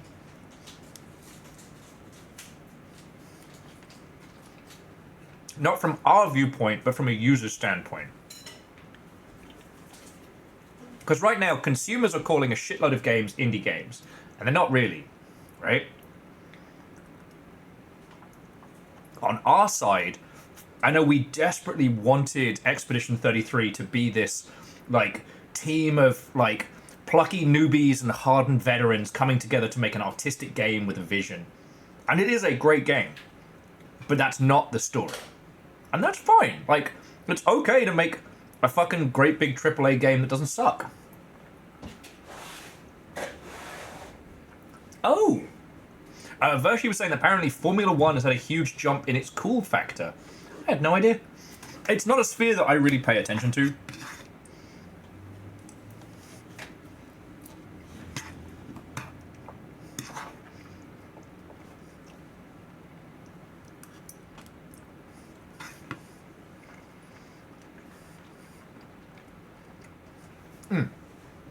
Exactly, Kimball. Third-party contracting and co-dev is not a dirty term, right? We've been doing that for years. You know, I've talked about this a lot, but like, you know, Halo Wars 2, for example, was almost primarily made by the Creative Assembly. You know, 343 used them essentially as codev. Now, did 343 take all the credit? Yes. Am I grumpy at my friends about that? Am I grumpy on my friends' behalf? Yes. But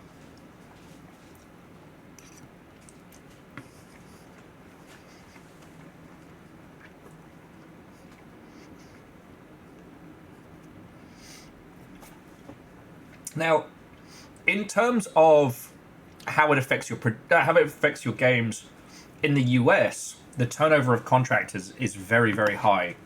Predominantly because a lot of American operations didn't want to give people full contracts because that would require a lot more legal precedents and it would require, you know, benefits and things like that. So in the US, there's a lot of studios that used to rotate people like, you know, out every year and a half. Because any longer than that, they'd have to give them a full-time like position. But anyway,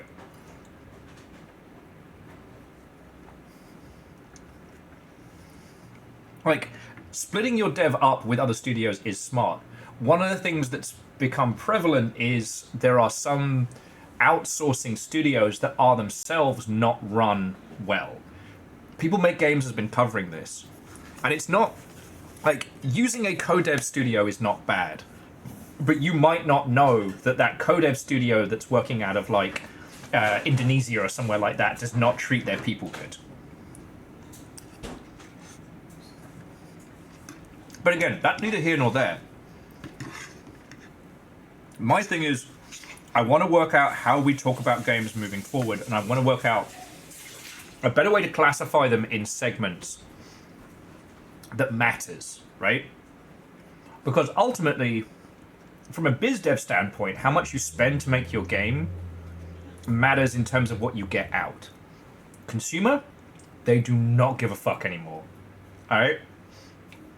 We have categorically proven that visual fidelity is no longer a requirement of high success. But in the user's mind, they are in separate spaces. Like, Phasmophobia and Lethal Company have outsold massive AAA productions, right? On units alone, I would not be surprised to find out that, you know, something like, you know, Lethal Company has outsold, I don't know, pick a AAA franchise that isn't dead.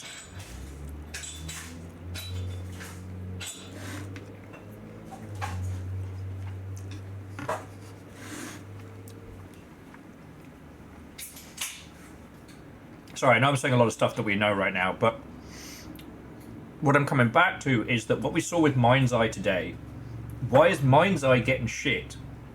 But, I don't know. Okay, I'm not trying to be a hyperbolic. The hyperbolic time chamber. But, for example, Cruelty Squad's not getting shit about its art style. And it is because, in a consumer's mind, Mind's Eye wants to be that big budget prestige game, and it can't be. Oh, Kimball, big hugs, friend, big hugs. Yeah, well, and Kimball, yeah, Sumo have been a codev space for as long as I've known. And again, that's fucking fine. It's harder to be a codev, like, for contract setup. And I will admit, there was a time in the industry where studios would look down on codev stuff.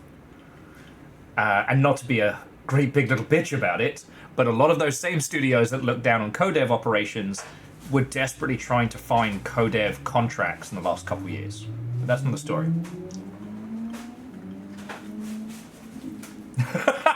C222 won't buy a game if the horse balls don't retract in cold weather. Yep. That's the mark of a real AAA game. How do the horse testicles react? I don't, did you know about this? It was someone's full-time job on Red Dead Redemption 2 Of course it was. to make the horse balls react, or the horse genitals react, You know, in real time to cold weather. it's a good call. played that game, I was really hyper-focused on the horse's balls. Me too. I bet you. Goddamn pervert.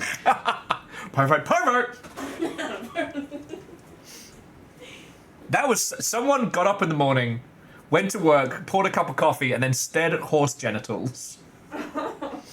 But anyway, the joke of the horse balls thing is that, like, they did not need to put that in. That was such a waste of money. But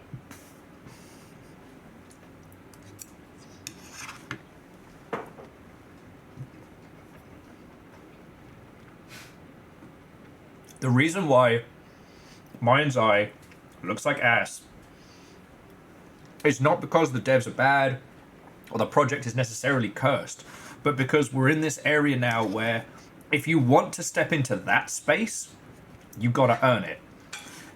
Expedition 33 found a great way to look like it was a big, expensive project. And it does. Mind's Eye does not. And in the same way that, as much as we are here to talk about the great stories of development and the people that actually make the games that we love and why it matters, users don't give a fuck. Users don't care that 5 people made a game that looks awesome versus, 100 people that made a game that looks mediocre, even though that other game is made in a different way and with more yada yada yada.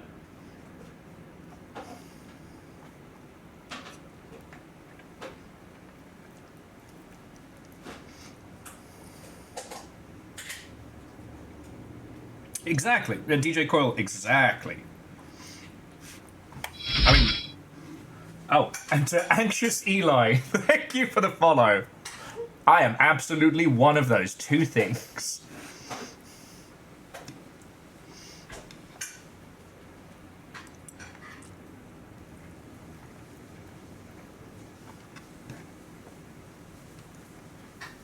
Yes, the consumer doesn't care how the sausage is made.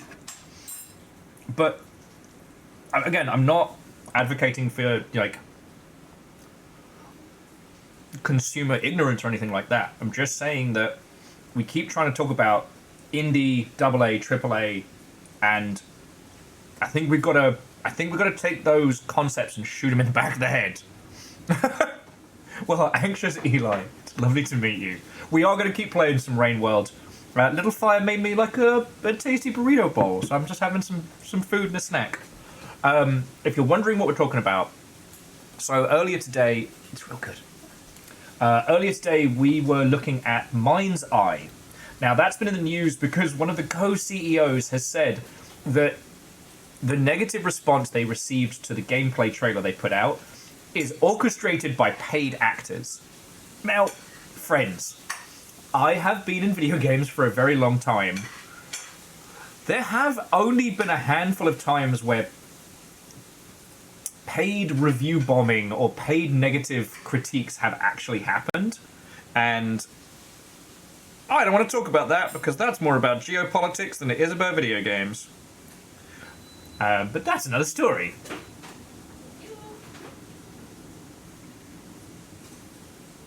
We need a dolphin-safe tuna campaign. No devs were handled making this game.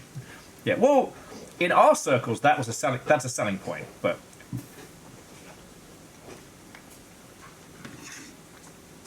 my brain just keeps wanting to go Bumblebee Tuna.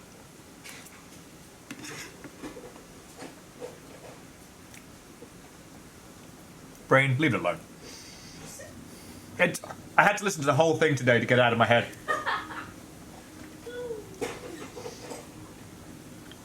Yeah, Kimball, exactly. And the thing was, whoever was art lead on Expedition 33, or Claire Obscuna, knew exactly what they were looking to convey and how to make it pop visually, right? If they had done that with a visual style like every other third-person title, we would have just gone, eh. Oh yeah, and the music bangs as well. But let us not forget, we didn't get to experience the music and the full, voice-acted talent and stuff like that until the game was already out. The marketing up until that point, perfect. And so far as a user is concerned, so far as the people buying video games are concerned, that is a AAA game. That is a prestige video game, right? That is something that a user is going to pick up with the intent of playing it for a good while. Now, I haven't come up for a good term of what we consider to be the indie, because every term I've thought of is from an industry standpoint, right?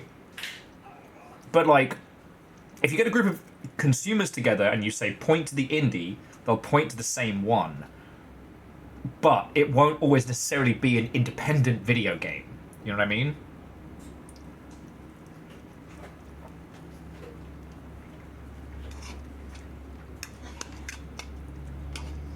Because, like, for example, Umari. Is it Umari?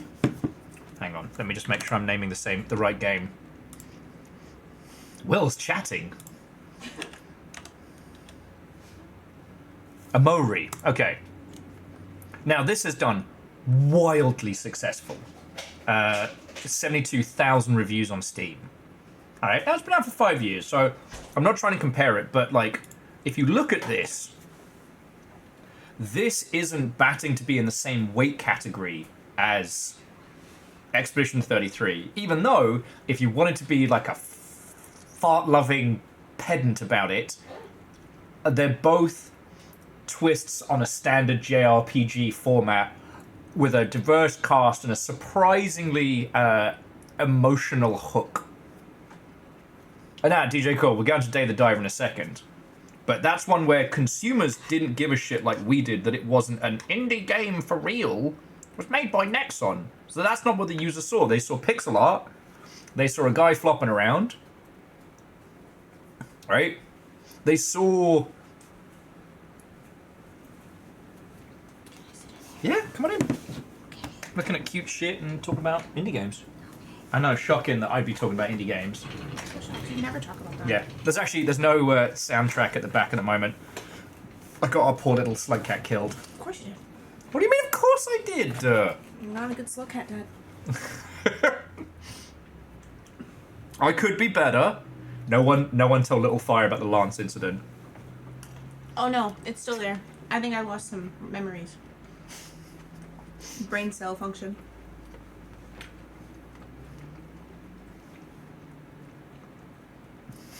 Shades of Hunter genocide. Look, I might have accidentally eaten one of my kids once. I'm fine. Don't die.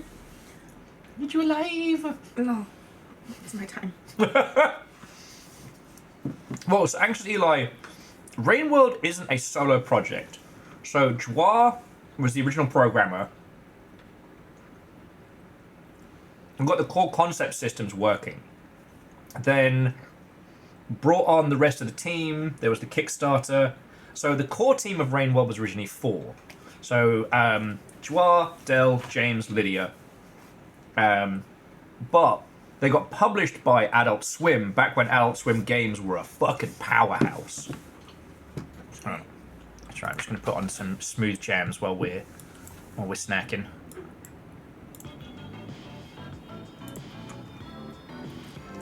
If I have the... Do you have the Lo-Fi Leviathan Deep Sea soundtrack? No one's made a Lo-Fi Leviathan Deep Sea soundtrack. I bet someone has. You just didn't look. Maybe.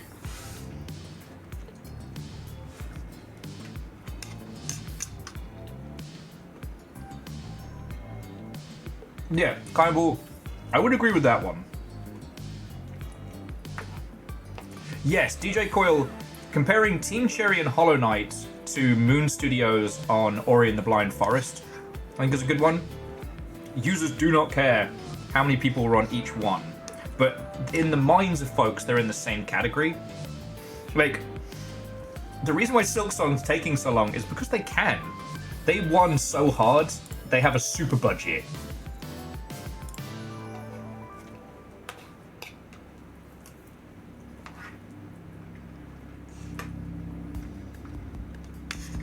Whereas like with Ori and the Blind Forest, there was a very different dev experience for them.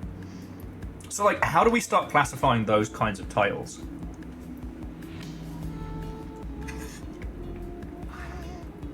And again, the interesting thing that I found is I do think that things like Genshin, Infinity Nikki, and other titles in a user's mind are different from like the prestige games. They're almost seen as kind of like little snacky junk food.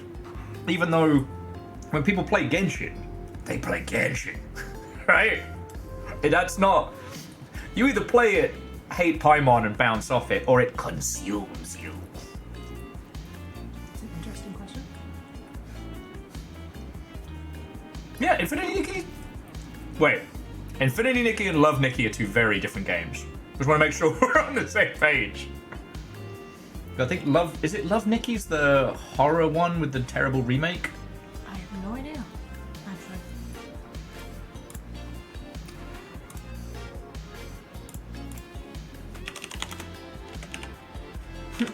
Hi, it's me, the Genshin. Virals! Yay! Okay, Love Nikki was what it was first before it was revamped. Okay. Thank you. So what am I thinking of? Oh, I'm thinking of Yumi Nikki. And a bunch of other ones I am never clicking. Okay. Uh-huh. That's crazy, because they definitely had the wishlist star next to them. Next to Yumi Nikki! Not next to the porn games. No, they were there. Chat, I just want you guys to know they were there. I have owned my purchases. Is there a star next to Butt Knight? Yes, there is. He's the Solaire of the Boutte. And I might be thinking of Muri Nikki as well. I'm definitely different from Nikke, Goddess of War, which is about the booty, but surprisingly traumatizing.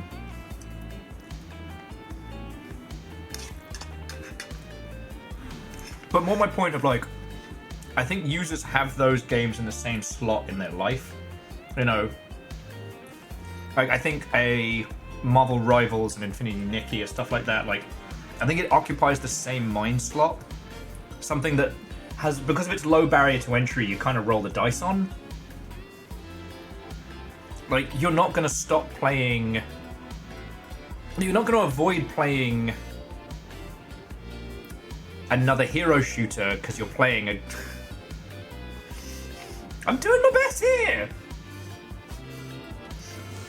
There's a lot of Nickies, okay? It's not like it's called Infinity Rachel. Infinity Dave is pretty much every joke I've ever made. It's always Dave. What about the question that Frailer said? Team Cherry, the George R.R. Martin of game studios. They won so hard they didn't have to give a fuck. I still think if they dropped Silk Song during the Game Awards, that'd be the funniest fucking thing ever. Don't even tell anybody. Yeah. I want to watch people actually sprint out of the auditorium to go, like, cover it or talk about it.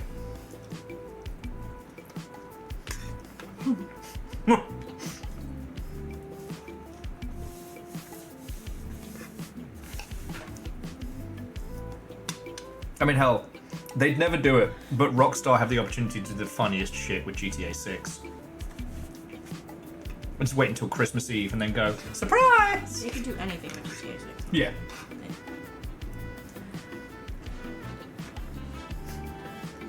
Fetid Glenn.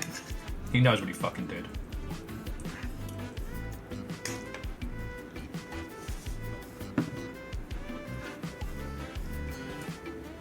Anyway, I think we need a new way of reclassifying these titles and how users consider spending money on them. Because then we can start deciding like what we're batting towards and what's important. Because like, there's no real point for the big AAA peeps to go in on Steam Next Fest. That's gonna be a lot of time, a lot of effort. Their user base already gives a fuck. But you as a dinky indie, like let's fucking go.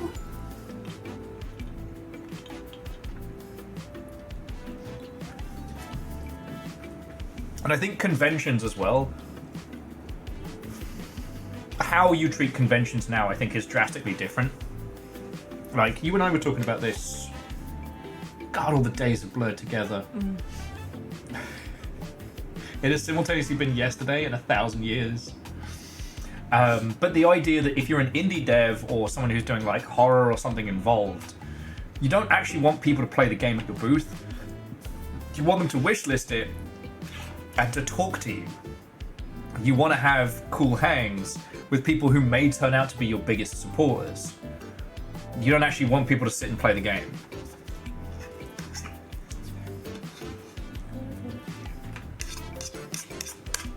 Especially horror. That's true. Doesn't really have the same replayability.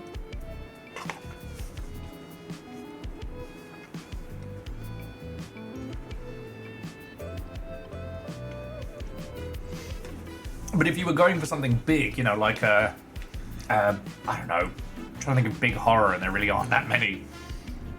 I don't know, Dead by Daylight cooking or fucking. Dude, the fact you just put that into the universe. Look, they already did the Sexy Hunters game. I don't know if you've already done that one. You mean the dating sim? Yeah. Oh yeah. Yeah. Who did you go for? My main, when I played the game, Huntress? I don't know. You want to mix it up? No. I have a type. Wait, hang on. Yeah, okay. Let's go for a Resident Evil. Now, I will say, Resident Evil 7's whole shtick was fucking brilliant. Because the whole first segment of the game, when you're in that tiny house and you're just the guy, perfect as a demo, perfect as a show floor demo, beautiful. And it's the setup to the game. It's basically like a super cracked out tutorial of goodness. Like, love it or loathe it, that's fucking smart. Rice and beans. Rice and beans.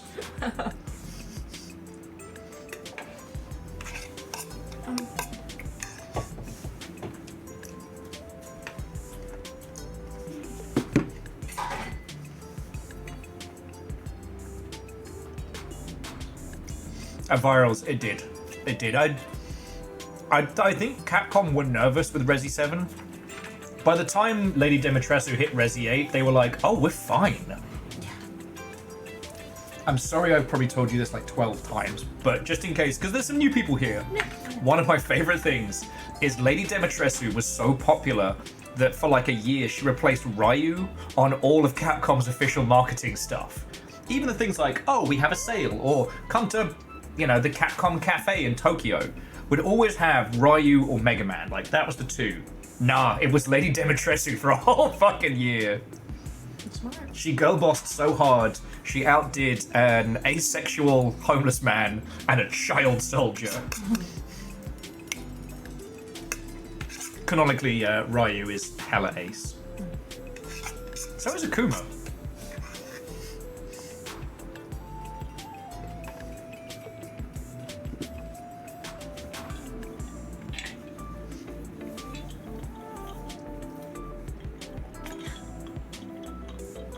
Exactly.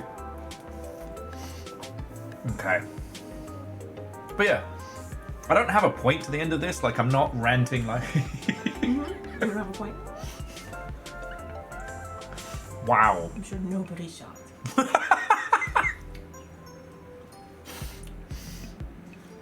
Wow. You mean you were just aimlessly ranting about something? No! It's crazy. I am discussing it with you all. Discussing it at them. Their input is valid! Wow! Is that the Cosmo, or is that fucking bitch on will juice? Oh my god. Ow. Oh no! No! Oh my god. Chad, did you hear that? I worked all day, 10-hour shift. I went to the store, I got you food, I got things so I could do your hair. Savaged. I'm being And savage in this my is own how home. I'm treated after I had a concussion? Okay, dinner was fucking good, thank you.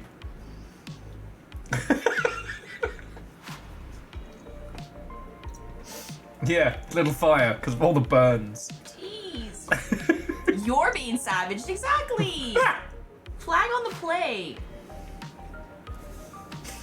Oh, and the shark facting me. That's what you fucking get. Okay, Safik, want to come back to that one. C222 and Arrow Griffin. Fuck you guys. Virals, there's always that hope. The only thing I wanted to finish on that last thought is that this is something I want you all to think about, like, in the coming days. Like, because we're gonna need a way to think about games differently from a user standpoint than what we're doing. And the whole AA, AAA bollocks, it just isn't gonna cut it.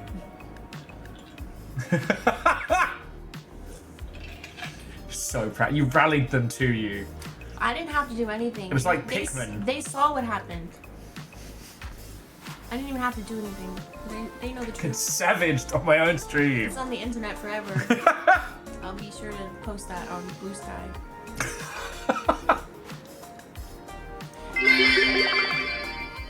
Little Fiery, you were expected. He still refuses to acknowledge my alleged state of being after all this time. Yeah. What about Bacon? He's not dead. He's right there. That's his spirit. Yeah. What do you mean your own stream, Will?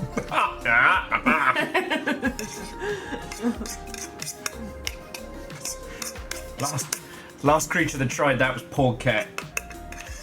We don't talk about Poor Cat anymore. But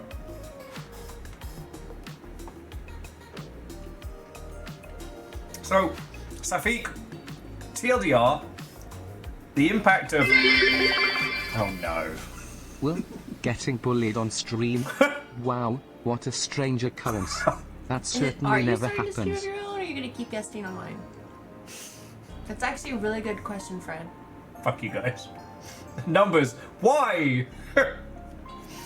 Oh, thank you all for the bits. You're all fucking terrors. All right, have your fucking shark facts. And then don't forget Safik's question. Yeah. Safik desperately trying to claw an actual. Bring it back.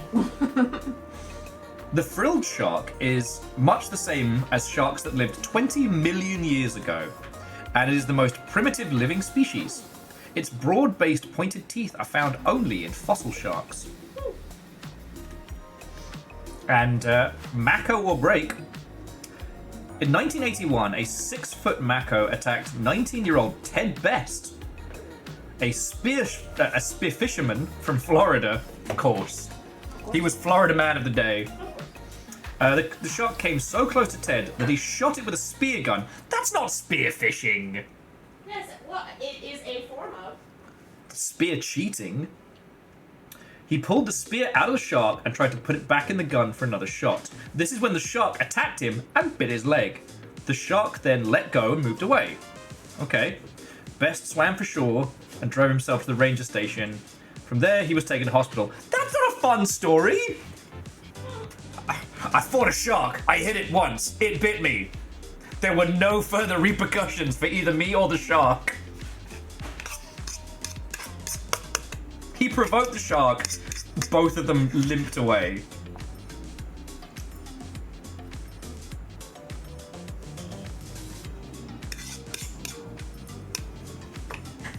Oh no.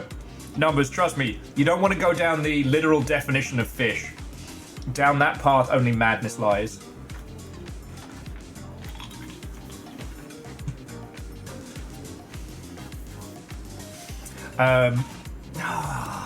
Burning Dragon. Safik's question gets further and further away. In 2000, shark attacks worldwide peaked at 79, the highest for 4 decades of research records. Of those, 10 were fatal, including 3 in Australian waters after great white shark attacks. I wonder if it was the same shark. In 1999, 58 attacks were reported, and over the decade, the average number of attacks is 54 a year. Experts believe that the increasing number of attacks are due to more tourists taking vacations in places such as Florida and Australia to swim in the waters. Sharks may also be hunting close to shore as a result of declining fish stocks. Okay. So, Safik, to answer your question, yes. And we pause the tune so we can rain world around. Off Undertale, the whole shebang has helped more than hindered. It definitely showed the financial value of, air quotes, indie games. And Undertale's massive success kind of did what we were all hoping that No Man's Sky was going to do. In terms of, like, giving everybody a big old wake-up call that, you know, indie games can be both, you know, successful and awesome. The downside came from this misunderstanding that Undertale was just an overnight success. Which I know you lot know, but just for posterity, Toby Fox was already part of a very, very large community, which would be the Homestuck community. He was a musician on several of, like, the big Homestuck, like, Flash videos. Gotcha!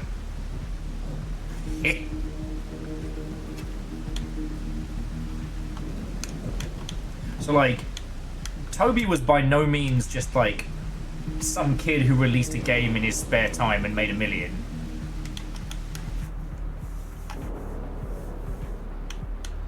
And, God, the perception of that has probably sunk more projects than not.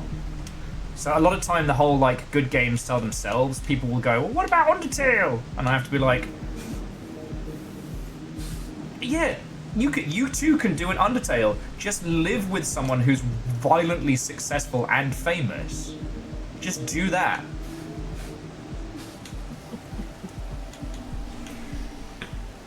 No, great question. I've actually never played Rainier. So, I want to know. Oh, I was laughing because it's basically Let It Die Again. Oh. Do you want to tell them about that? Well, I mentioned earlier that we got back into Rainworld over the weekend, and it was real. Rainworld, lol. Over Let It Die over the weekend. And it was really good. What I didn't mention was how you were kicking 17 Shades of ass, and I was getting destroyed repeatedly.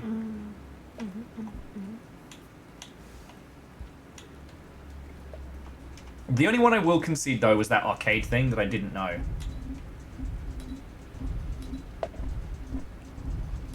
And Safik, you are very welcome. That's the challenge in being a consummate professional. And having two friends. Oh shit.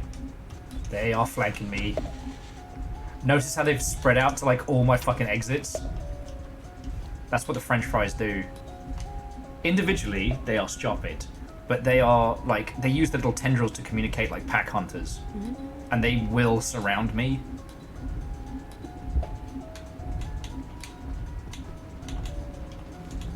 If you're super mean... Oh, fuck! You can break the tendrils off and they can't communicate. And the one with the spine is the pack leader. If you get rid of him, they start arguing. Oh, got it. Alright. Oh. And there's this fucking guy.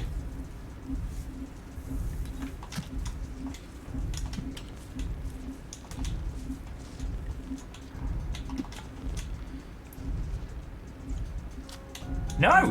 You know, it's crazy that you would sit here and attack a tree that just wanted to dance. Just want to dance! Because I wanted to get the bull slug, because then I would have been able to... Bull squid, because then I would have been able to jump over the gap ahead of time. Yeah. And I stopped trying to kill the fucking weed. Will has an anti-tree gem. They know what they did!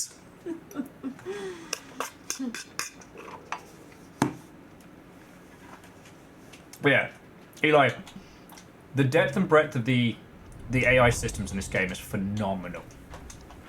Like, and the fact is, like, I don't know how Jawad did it, because all of the nonsense that we see is happening all the time. Like, all of the little creatures running around and eating each other, that's not just when you're near. So, like, for example, Skyrim uses something that's called, like, AI lodding. And AI lodding is the concept that when you can see an NPC, it's a little bit smart. When you interact with an NPC or you're close enough, it's very smart. But the rest of the time, it is dumber than 2 bricks.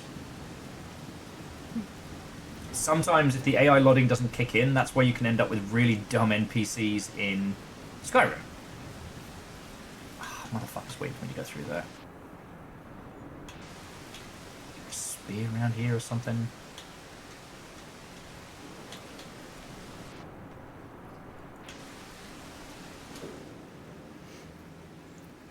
Oh yeah, Fearless, I would love to. Like I said, I haven't been able to get through to the Rainwell team in a while. But I'd love to mediate that one. And Kimball, I think it's getting better. Kimball's asking if users only perceive the content side of game development. It's getting better.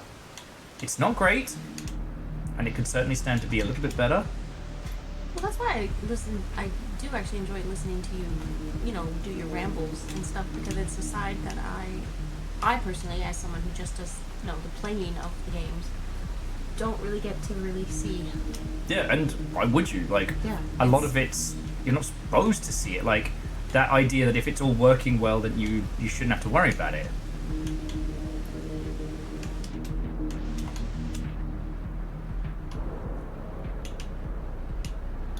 And some of it's fun to know. Like, sometimes being able to be Oi! Sorry, the leeches being jerks.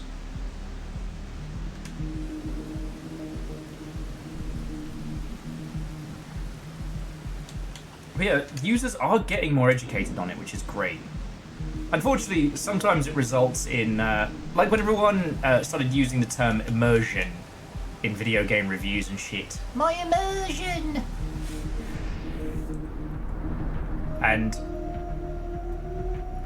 terms like the magic circle and ludonarrative dissonance and all that.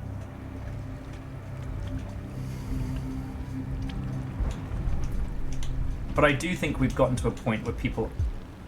Oh, that's a lizard. Sorry, Bull Squid, you're on your own, buddy.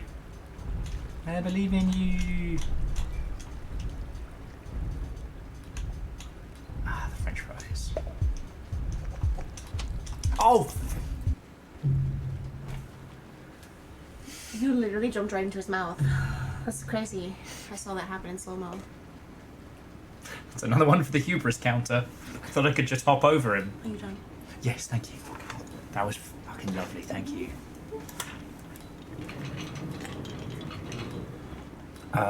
You know what? DJ Coil, procedural generation, and speedrunners. Speedrunners don't say lazy devs anymore, which makes me very happy. Let me tell you, friends, having been dev side, at one point, Games Done Quick was agony to listen to. Great to watch.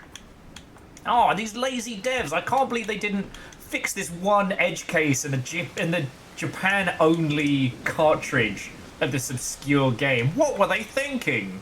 They were thinking, I want to go fucking home, and no one's gonna care about this.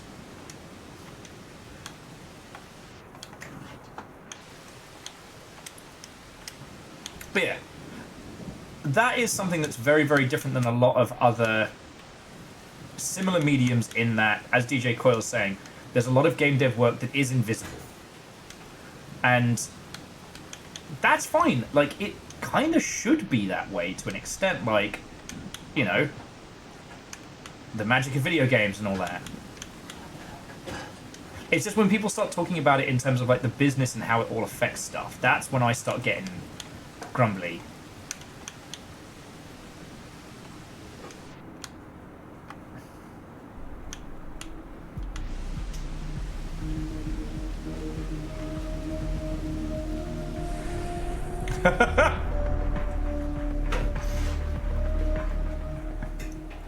Viral says it takes 3 people telling me about a small edge case before I go, alright, I'll fix it.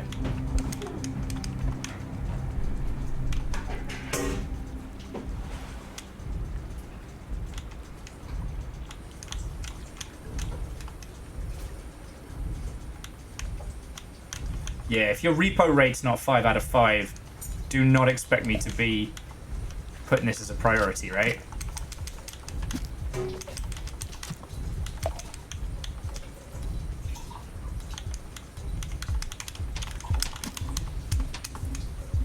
Protect me, Pop Snails! Protect me!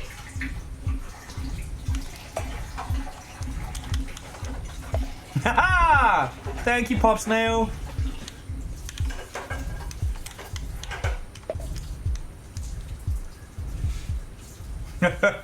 You know what, Eli? People have been asking me that question in...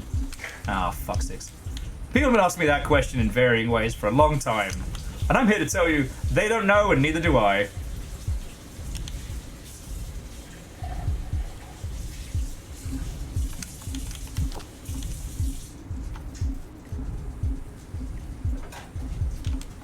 Oh, don't worry about washing up. Unless it's bothering your stream. It's not.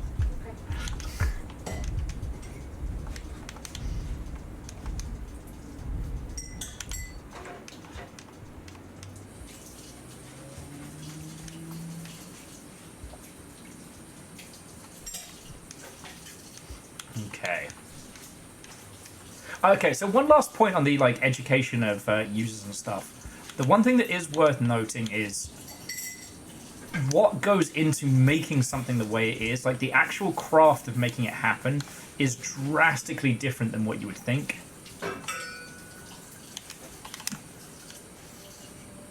Come on, come on, come on, come on, come on, come on!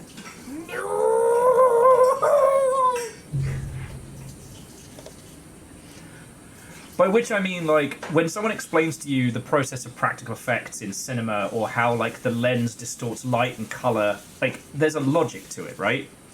But if you look at how something is coded to what the output is, you already have to be a sicko to be able to understand that. And I think that's always going to remain true. I would have said, thanks to people like Polygon's video team, we're getting more and more of those kind of good explanations for it, but they're all gone. They're dinosaurs. Yeah. The pivot to video content struck by a fucking meteor. Poor buggers.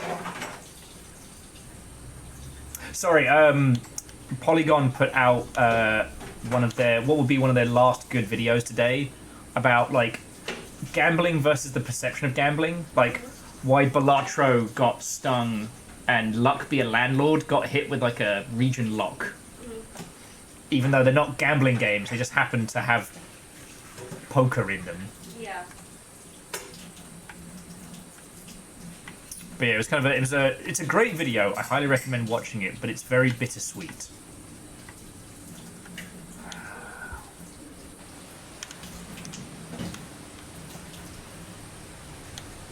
I don't know what should I do at this point. Because apparently the area we're in has already become infected, so I don't need to worry about it too much.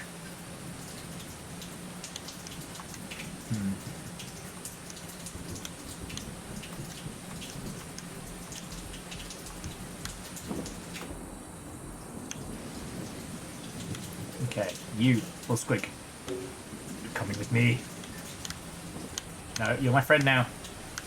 You're my friend now. We're having soft tacos. Yes! Bless you.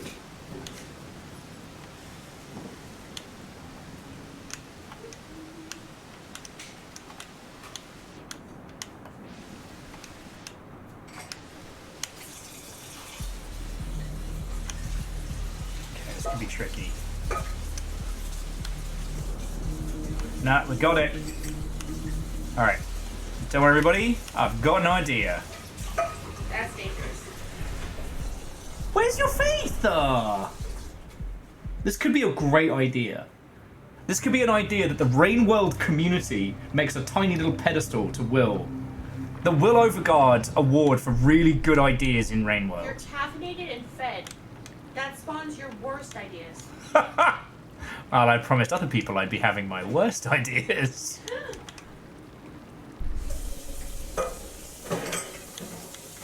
That's dangerous. Alright, we just gotta make it past the French fries.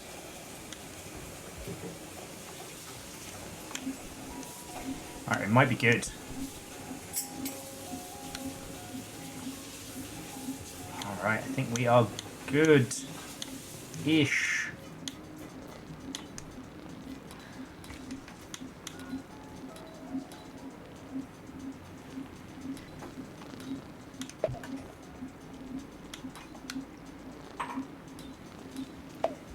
Alright, this is part of the plan.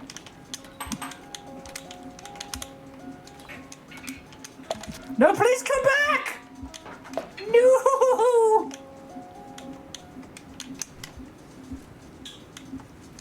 Okay, the idea was good. My little buddy left me. Yeah?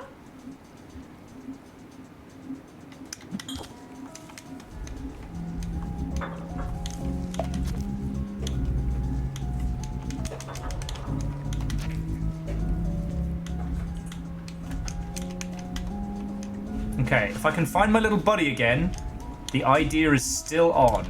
Right. Except for this fucker who has decided to stalk me to the ends of the earth.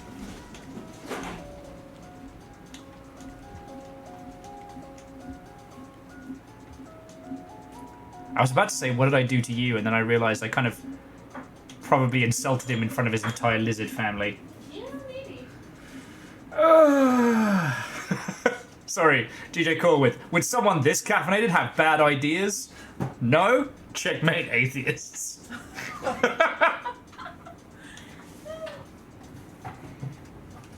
I will never die. Okay.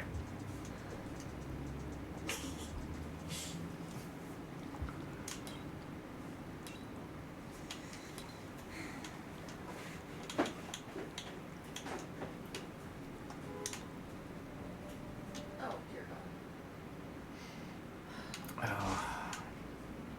God. But I tell you what, friends. I think this is going to be my... I think I should bring our adventures to a close in the next, 10, 20 minutes. I just looked at how late it was, and we still have so much to do battle with.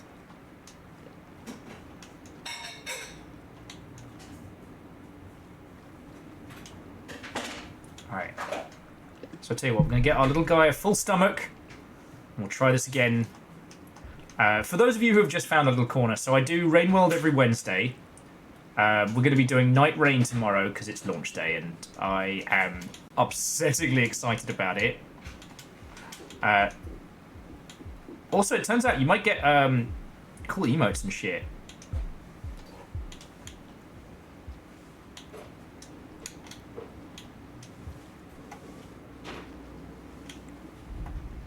Okay, firstly, it was an accident. I didn't mean to eat my son. I'm sorry. What? I bet your finest of hearts. Okay, so a lot happened. Uh-huh. It was a different Rain World stream. Right. Fuck, every single shot missed.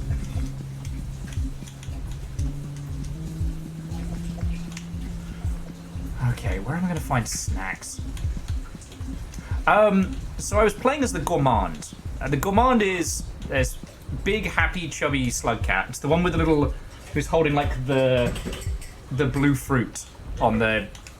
His whole goal is that he wants to eat his super secret menu and live his little best life. What is that? Is that a blue pop snail or is that a fucking nightmare? Okay, pop snail. Having jellyfish for dinner. Okay. There might have been an incident where, while I was trying to raise my little slug pup, my little... Oh.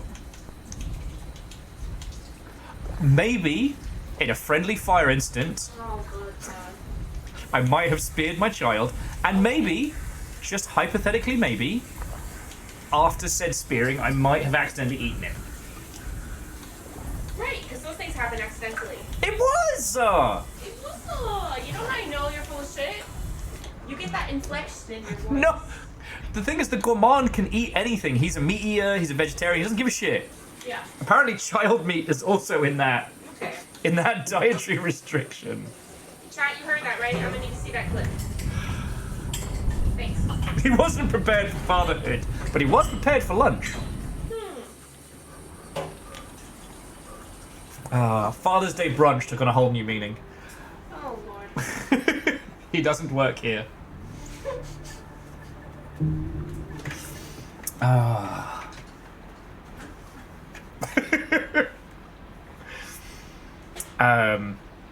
miss the Gourmand campaign, to be honest. So the Gourmand has two powers that are incredible. One, because the Gourmand is so heavy, if he drops on something from a height, he just fucking snaps its neck. Which Furret used to great effect when we played co-op, and Furret killed each and every one of us at some point. The other thing is you can take two things and combine them, either to make a tasty meal, or, well, to make something that's a little more explosive. Son? Waste not, want not. Oh. They named him Lance because he took a spear to the side of the head. Oh, sorry about that. Oh, and Ghost, what and welcome. I don't know if I said hello. Though your timing, not perfect, as I'm about to roll credits and bring your lovely selves over to...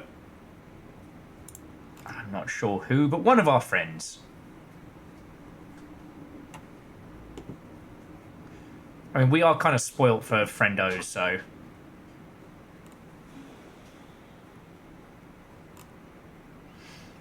Okay.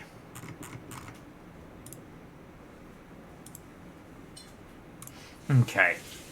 Sorry, I'll bring this back up. So look, while we bring our adventures to a close, I'm genuine. Have a think about video games and how we class them. Not in terms of the budget, but in terms of the space they take up in your life and how you think about them. Like, what is a big price tag purchase that you've made? What is a game that you'll just, roll around with? Like, think about the games that you play a week and what spaces they occupy, and which ones compete with what. Like, let's work on a classification system, long, shippy, and style. Because, like, once we've locked those down, I think indie's going to get into genre stuff, or what we define as that kind of, like, independent creative space. Hell, I think we can still use indie just because of the idea that it's a title that's not designed to make a buck. That it's the creative vision first kind of thing, you know what I mean? I'm giving you homework. Yeah, I am. I'm giving you homework to use your brains. But have a think about it, because I think if ever there's a group of people that are actually going to crack it, it's us. I think that the reason why industry folks keep falling back on themselves and failing at this is because they can't move away from old language, and they're not thinking about it from both the money biz dev side, but also the shamanistic consumer side. Are indie games tacos or sandwiches? Ha! Joke's on you. It's a hot dog. Actually, AAA would be a hot dog, but that's another story. Is an indie game a sandwich? But, like, seriously, joking aside, I think we as a squad have a unique perspective. There are people here that have shipped games that have changed the world. There are people here that have played more video games than anyone they know. And I'm going to say something controversial and shocking. You're not a bunch of bellends. I know. I'm shocking everyone today. But no, I want you to have a think about it, because I am too. This isn't something that I'm, like, testing you to see if you have the correct answer. I don't know. But also, nobody fucking knows. If you take anything away from that deprofessionalization article, no one knows what's going on. And never have there been more people who don't know what's going on in video games.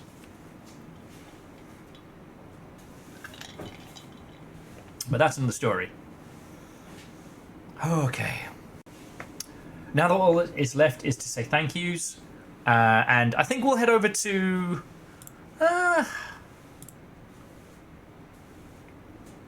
So, friends, I can offer you a rhythm game, or I can offer you an arty platformer is a bit of a misnomer. I don't know if you're a rhythm game or an arty game. So have a think about what you like after this.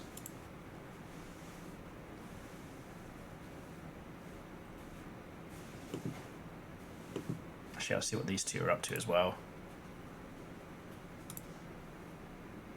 Ah, okay, well, they stopped. So I can also offer you game dev if you'd like to get like back into the paint.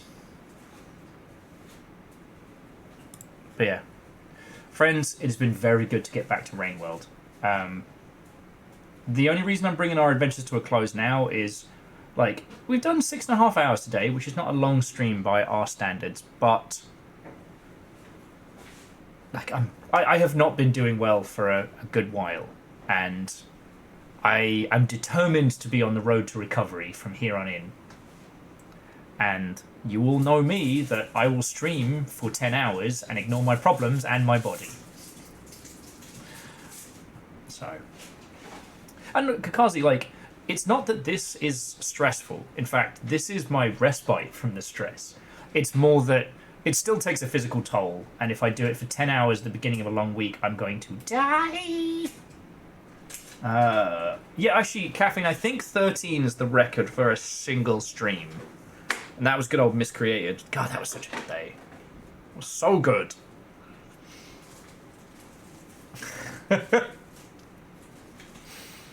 Ah, good times, good times. Yeah, tomorrow's stream is probably going to be a little longer. Not going to lie.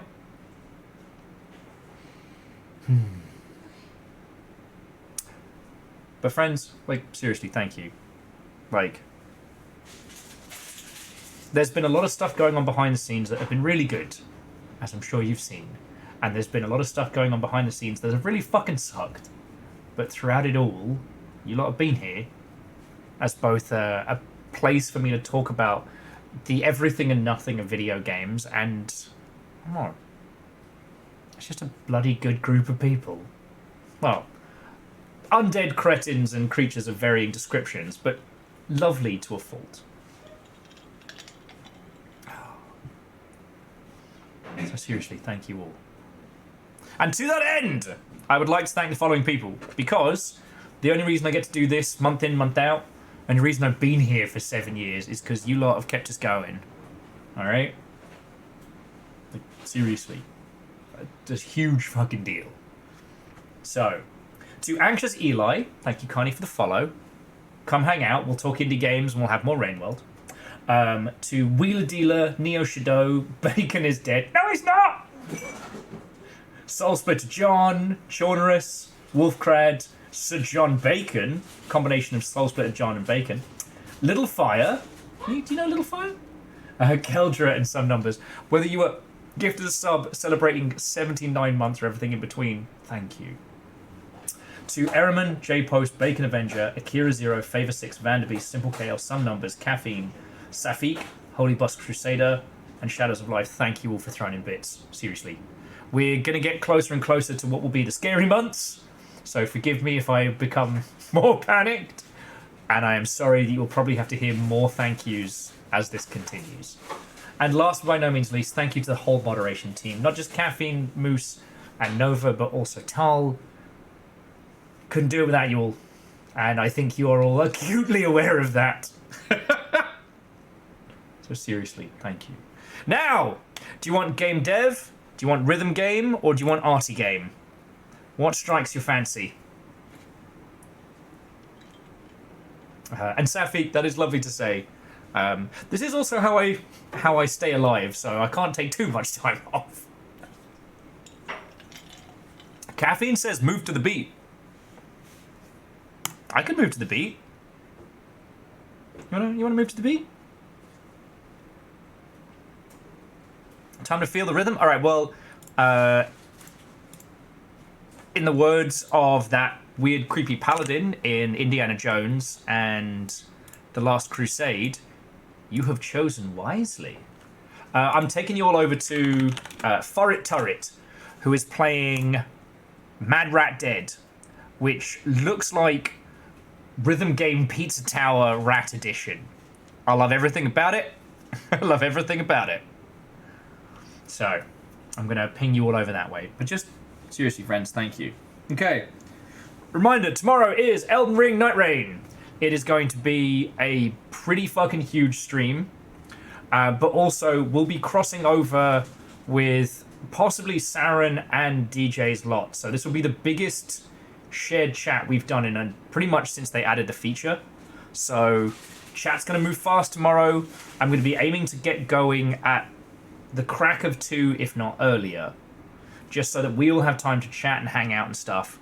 Obviously, like, alerts, bits, and donations and stuff will come on through, but I won't have the time to natter with you all as I usually do because, you know, it's going to be a team and the chat's going to be moving fast. So if you want to solve the games industry, make sure you get in early. I've got it. It's actually in this box here. Oh, actually, no, that box is way too heavy for that bit. I nearly hurt myself. Oh my god, sir. Well, I tried to pick it up with my fingers. Didn't work. Okay. All right, friends. I'm going to leave you over to Furret. Love to you all. I'll see you tomorrow. Don't go maidenless. I don't know. Move to the funky beat. Oh, Safik says bye. Bye. Oh wait, yeah. Let me say. Hold on. I have to do it. Every time. Bye, guys. I'm always terrible at timing at this point. Bye, stepmom. Bye, step ghost. Step ghost. Alright, there is a point where this whole analogy is going to cross from cute and adorable to AO3, and that is the point where I'm getting the squirty bottle, alright? Fearless did the whole step ladder joke the other day, and I was like, alright, Okay. we're hitting up on the lines there. Good night, friends. We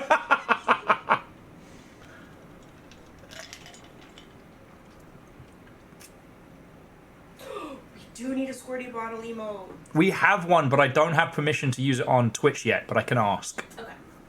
Okay. Okay. Go be terrors with turret, alright? I'll see you all tomorrow.